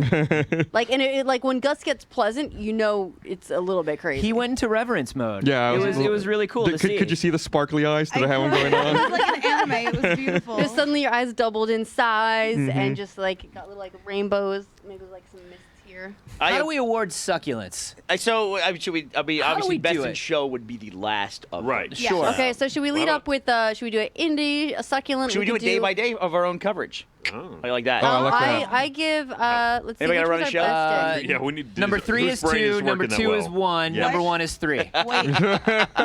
Here's the point system we're going to decide. Here, just invent an award and then give it a succulent. Like best sequel I saw this year, Shadow of War. There you go. Succulent. That's one succulent down. That was quick. Bernie, That was choose your quick. category. I have one. Best use of Mario and a gun. Mario plus Mario Rabbids. Rabbids. There you Mario go. plus There you Rabbids. go. Well done. Rabbits. Well done. Ubisoft, come around and pick up your succulent. I would say that best sticks go to Hustle Sticks. Hustle Hustle sticks. My succulents. Ryan getting more succulents. You share succulents. Yes. There we go. Succulents. Okay. We got Okay. succulents. Everybody can have a suck. Everyone gets a suck. Wait, this one is a healthy debate. Best pirate succulent. Oh. Where should we suck this I think Lent? it's super easy. I think it's got to be Sea of Thieves. I agree. Sea of Thieves. I agree. They had a strong showing after last year. So we talked to them a little bit last year, and they couldn't say much, which made me worry. Right. I actually went out and watched people playing it on the floor, and people were having a really great time with it. Though I will say, let's give it up to Skull and Bones for all new shanties, you guys. All new shanties. We also don't know when Skull and Bones is going to be out just yet. Isn't that right? I mean, That's true. It might be a longer development cycle. But it will be out with all new shanties. Oh, with all new shanties. We know You that's don't not know confirmed. what new shanties will come up with between now and then. Yeah, but so best pirates. I mean, I'm saying he's Sea of Thieves right Sea of now. Thieves. I'm All just right. calling it. That's it. where the Oh, succulent's no. going. I forgot about Far Cry 5, though. Did you just take your award back? But I don't know. No, but the They won- hustle sticks. they won best stick? They Are won you best pulling a sticks. moonlight? I don't know. I may have to. Don't pull a moonlight, It's man. a moonlight. I may have to split my succulent in two. Wow. You must cleave it in twain. You think it over, Ashley. What's your category? My category is cutest indie title. Tough. Ooh, that's rough. Tough. Where are you gonna So put I it? mean, there are a lot of options here, but mostly I made that category up so I can give it to Tunic. Anthony may fight Okay. you. What? Hold on. Anthony's got some thoughts. It's not my category. It's not your I'm not category. the judge. Hold on. I'm not Back the, up. I'm not the We're all- arbiter. Ryan. We're all Oh, friends I'm here to help you. Yeah. We got best That's in Fern. not even a succulent. It's not a That's a fern. succulent. Best in That's our Ferns. Best in Fern. Far Cry 5. Best There we go. Can I give best in this little nubbin of a leaf to Destiny 2 just because? You may give Destiny a leaf. One That's for leaf. you. I love you. I'm gonna give my award to most batshit crazy Mario sequel. Mario's got a gun. He's gonna shoot But the you. gun is not even the craziest one. The craziest one is when his ghost hat will possess a frog. Oh, that. Or a T-Rex. Or a T-Rex. Or a And give him a sentient mustache. bullet. Yeah. Mario Odyssey. And he coexists with only 1950s businessmen. I saw Mario Odyssey. I saw a crazy tweet last night that said, "What if this whole time Mario is just the hat, and he has possessed some normal plumber?" Gus. Right? Well, you're like, The hat or oh the my mustache? god. Deep And, lore. and it's only after all these years that the hat has revealed itself. Right. So it's always been sentient. And It's he's been there all hallucinating these this years. entire time. This entire time. He's actually in a mental hospital. Every and Mario, it's a really dark game. yeah, every Mario game was actually a snow globe in a child's dream. It's all connected for Love the dark Mario universe. It's all together. Did we give out all our succulents? I think we did. You know, do you want to re-give? We can re-gift No, succulents. Never I think we're re-gift a missing an important succulent. category for Yeah. E3. Yeah. Especially since we had our intrepid reporter with her beat on the floor. Trinity Jones, yes. What was the best? I'm not familiar with Trinity. Out Best booth. Haven't Best seen any of booth. them, so I couldn't tell you. I think it would probably be the Nintendo booth. Yeah. The build on it was They- absolutely Stop amazing. nodding over there, they had- Caden. they had You were weather. biased. They had did build weather. New Dunk City. There was Yeah. no weather. There really wasn't. There was There was no weather. What are weather. you talking about? Shadow I asked you what you meant by had a weather, and you say rideable sun. dragon. There you No, go. it rained. It did not rain. It rained. It didn't rain. Are you wet? That Did you have an was- umbrella? Virtually rained. That was someone spitting on the back of your head by accident. They were having too passionate of a Was conversation. it by And the second floor, accident? people were spitting. You can't say donk without a little bit of effluvium. Donk. It was What's a a donk? virtual rain. You heard the thunder, and the whole booth got darker, and it went like flash, flash for the lightning. It was rain, Ryan. My You weren't there. You don't know. my favorite booth on the floor, I think, though, was Bethesda. The fact that they built the diner from That's the true. 3D files of the game, and the developers got to walk through the physical version That's of the pretty cool. diner And they had developed. milkshakes. And And milkshakes. milkshakes. But they were Nazi Nazi-occupied milkshakes. Very Nazi- clearly Nazi occupied. Not Nazi milkshakes. Man, we're going through like a lot of our running jokes in here, and I'm just realizing we make no sense whatsoever. No. We might be a little Thank delirious. you for watching. You literally would have to watch 3 days of coverage to get half of this. I mean, when we start talking about hustle sticks, people probably have no clue what we're talking about. The poor developer, he was like, oh, that was just in the script, and we're like, but they're hustles. Can you imagine writing a game about modern racial tensions in America, and all we want to talk about is the fact that somebody in your PR team decided to call a dog's leg hustle sticks? Yeah. But Or just the fact that there is a dog in the game. Yes. Right? Everyone's so excited about it. But you can pet the dog in the game. I played a little bit of it, and you just hold square. Every and he licks your succulent face. goes to Far Cry 5. No, but he It's got a does. fur, too. He's a really good boy. He's a good doggo, and he bit a lot of cultists for me, and he fetched a gun, and he was such a good doggo. And I got in a plane, and then when I landed, he was waiting for me. Was he just run along under the plane? That's some homeward bound stuff. He is a good He job. like really stake on a rope. He's really got to use those hustle sticks to get there before you. Oh yeah, he had to hustle. That's They're what all the way No, upgraded. he just followed the friendship beacon. It's okay. Can I ask you guys about press conferences? Favorite press conference? Did you have an event that you really loved? I think I Ubisoft destroyed everybody else. It ran dropped away the with it. mic. Yeah, they really just were head and shoulders above everybody else. Well, and they also did a good job of here's a game, here's gameplay. Oh, and it's going to be out this year. It's a real game. Yeah. With It's you not know just with like a logo or just a guy at a desk. Just a number Best 4. game, Ryan, best logo, You Metroid Prime led 4. him into that. But I do but so beyond that, with the exception of Beyond Good and Evil 2, which I'm actually hearing amazing things about. Apparently, they are showing it behind closed doors. There's some closed door stuff. I've heard. Some We things. can't what get doors that do door we have to open. kick down? I mean, they're about to. It's guarded pull- by two sentient monkeys and a pig. Well, see, the Turn that the door into show a is window. about to wrap though, and the second it does, all of the walls with booths come down anyway. We don't even have to kick it down. We just have to wait and then run away with the PC. Ooh, I'm down. Heist. You know, last year there was this idea that Red Dead 2 was going to be revealed at the conference, but then wasn't at the last minute. But didn't see anything from Red Dead this year at all. In fact, have we seen anything from that game? That at is all a very besides- noticeable absence. We saw a logo. Yeah. Which, according to you, is the most difficult part of development. Listen to me. If I make a rule, I have to stick by it. So if I say that the Metroid Prime 4 logo means the game is 70% done, then I have to say that Red Dead is 70% done. It's almost Is that locked what you at this said? point. Was that your percentage? It's a logo is like 70, 75%. That's the hard work in Yeah. development. That's Once, the you get hard the, work. once you get the logo, then you're pretty much just on That a whole beta. game First you get the building logo, thing? then you choose the card stock for your business cards, and then the game is almost done. And those work together to code all the rest of the engine. Right. Perfect. I mean, you have people for that. Yeah. But I will say it was cool to see a 2D Metroid. It was cool to see a remake of Return of Samus. And That's that kind of one is going to amazing. be coming to us a little bit sooner than the logo. Oh, but is your favorite remake that or What, Crash Bandicoot? Shadow of the Colossus. Shadow of the Colossus? Dun, dun, dun. Shadow of the Colossus for sure. I'll be playing that for the first time on this I'm release. so I am- excited for you to play That this is for the so first time. amazing. Yeah, I'm just waiting That for is Twitter to so spoil amazing. everything for No, me. So. Twitter, They please can't. don't. Well, also don't. But also, it's a lot of it's about the experience. Yeah. It's Got like it. it's like going Yeah. through and having it. Can you film him playing but it? I wanna don't. see. He's Just never play it played it, yourself. but don't. I'll do what I can, but don't. Yeah, don't spoil it. That is my absolute favorite game of all time. It's so good. All time. And it is How many flawed and times it is have you bought weird, it? but I love it. I bought it 3 times Get now? ready for number Only 4. 3? There you Are go. you sure you really love it? 3 times. They've only released it 3 times. Yep. I bought could've it. I bought bought it it 4, once. though. I got the remake, and then I got the remake digitally because I didn't want to go to the store. I wanted it exactly at midnight. I don't want to end on a down note. What's the game that you saw that you're least excited about that you're probably not going to buy? So that is a down It's note. all a personal thing, but we're not going to end on it. No. So I want to get to this. I mean, I will say, I don't know. It's hard to say, but what I will say is doing this coverage, I felt like I had my anticipation about some games turned around. Like stuff I didn't care about, I suddenly cared about. Yes. Like Mario plus Rabbids. And we're not saying these are bad games. We're saying Just personal taste. it's not for me. Yeah. It's not a game This is for the segment we like to call It's Not For Me. It's not for me. I mean, I'm not big on Steep. So like the Steep DLC. Okay, But really, sure. really not Yeah. gonna do it for me. Just not my genre. Totally fine. For me, it's the Ubisoft buy the toy ship game and attach it to your controller. I'm just not. I'm not literally doing that. forgot that yeah. existed. I'm not doing that. Wait, was that on Starlink Thank you. is Link? going to destroy my life, Bernie. I know. Starlink is going to empty my bank accounts and the bank accounts of all of my relatives who are stupid enough to lend me money to buy Starlink. And Well, then run off Anthony- with your best friend. I respect your opinion, and let me just say, You're wrong. it's not for me. It's not for me. It's not for me. It's not for me. That's the name of the segment. It's Nobody's not for right, me. nobody's wrong. Not for me. I personally is- don't like racing games, so I'm not going to get any car games. No car games at all? No, literally 0 cars. I don't like cars. The Crew 2 started to win me over. Really? I'm That- usually with you. That's the game I was thinking about where I said that someone won me over when Stefan was here talking about the Yeah. game. Yeah. Yep. He was charming. Yeah. A little bit of snake charmer. It was great. Going. I felt the same way. I He's felt the the next same Far way. Cry 5 villain, actually. Oh, really? Oh. Yeah. Okay. I felt the same way about Need for Speed Payback.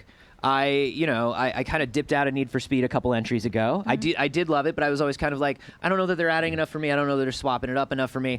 Payback, I think, brings some You like really the Speed and the Furious? I do. I like the whole team heist thing. I like the idea that these different drivers have their different skills and different abilities. It kind of adds something to it. And the off-roading, and it's like, so now it's truly open world. There's some stuff about it that really appeals to me, and I think I'm going to check it out. Turn me around. The difficulty with E3 is everyone is bringing the best side to the game. Right. So it's hard to be like, oh, this one is like, but I mean, I'm not really into zombies, so the new PlayerUnknown stuff. I'm sorry, is getting enough for me. Once again, Wait, but guys, what's the title of the segment? There are no What right is or this? wrong answers. What is it for me? It's What is it, okay. Ashley? It is not for me. It is not for Ashley. And that's okay. It is not should for be, Ashley. though. If you think about it, it should be for you. Bernie, Yeah, it's Bernie, like don't break your own rule. It's one of those games that I can look at it from the outside and I can say a lot of people enjoy this game. It doesn't make it a bad game. No, it's just not for me. It's not for me. Well, that's the way. I mean, that's the way I feel about. You were talking about how you were a Battlefield over Battlefront guy until recently. Yeah, I love Battlefront 2. Yeah, and I just, I can respect how amazing Battlefield 1 is. I love it. I love the detail. I love the amount of different things that they've put into it. And I can see where, if you're somebody who wants a squad-based tactical thing going on, that's an amazing, amazing achievement. But it's not for me.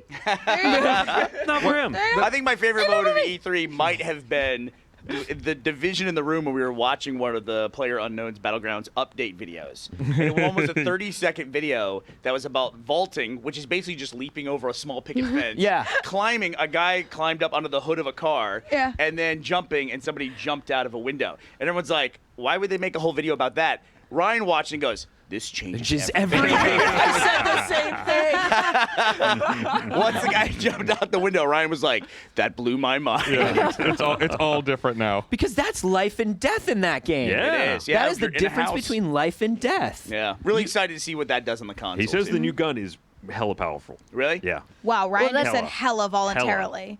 That's Hella. Well, and E3's really so changed woke. you, man. Yeah. You're real LA now. Stumped me in a lot of ways. Bernie! Oh my God. you did use the speech. I did. We're proud of you. I'm rattled. That's not even how you I'm use rattled. it. I know. Okay. There's not a safe couch anymore. You want to bust out some Bitmoji? Guys, I gotta say, and kudos to you. The translated non-native English speakers. Those are always some really tough interviews. But Gran Turismo is such a great franchise. I'm glad you got a chance to sit down. Yeah, and no, talk that was great. And I think he had a good sense of humor about it. Yeah. By the second question, he said, "Well, this is a long story." Everyone could kind of chuckle about it. I've had those before where it's like my first interview with like Suda, who's like one of my heroes, Suda 51, and you sit down and talk to him, I'm like, I'm so excited, and everything, you're tripping over your words. You're in that super fast reference mode, and you're like, I love your games, let me tell, and then it's like, okay. He says thank you very much. Yeah, but no, it was great. It's a huge honor, like I said. It's great, and I feel very fortunate that we get to do this job and we get to see other people who are so passionate about video games and just talk about video games. It's really, really great. Yeah, and and thank you to everybody who has been watching all 3 days, participating in polls, tweeting at us, giving us questions to ask these developers. It's really amazing to be able to be here and be the surrogates for you guys. That's what this is about. Being able to give everybody out there, like, what do you need to know about these games? How can we bring you what you want? And guys, Cuphead and Fortnite got release dates. Release They are going to be out. So September 29th, Cuphead is real. It's going to happen. Finally real. So it's real. Will it? I mean, it's had a logo for a long. The deflator strikes again. I don't know. It's had a logo for a long time, Anthony. That's true. It's true. Well, that means it was 70% done. Now, this year it had an animated logo.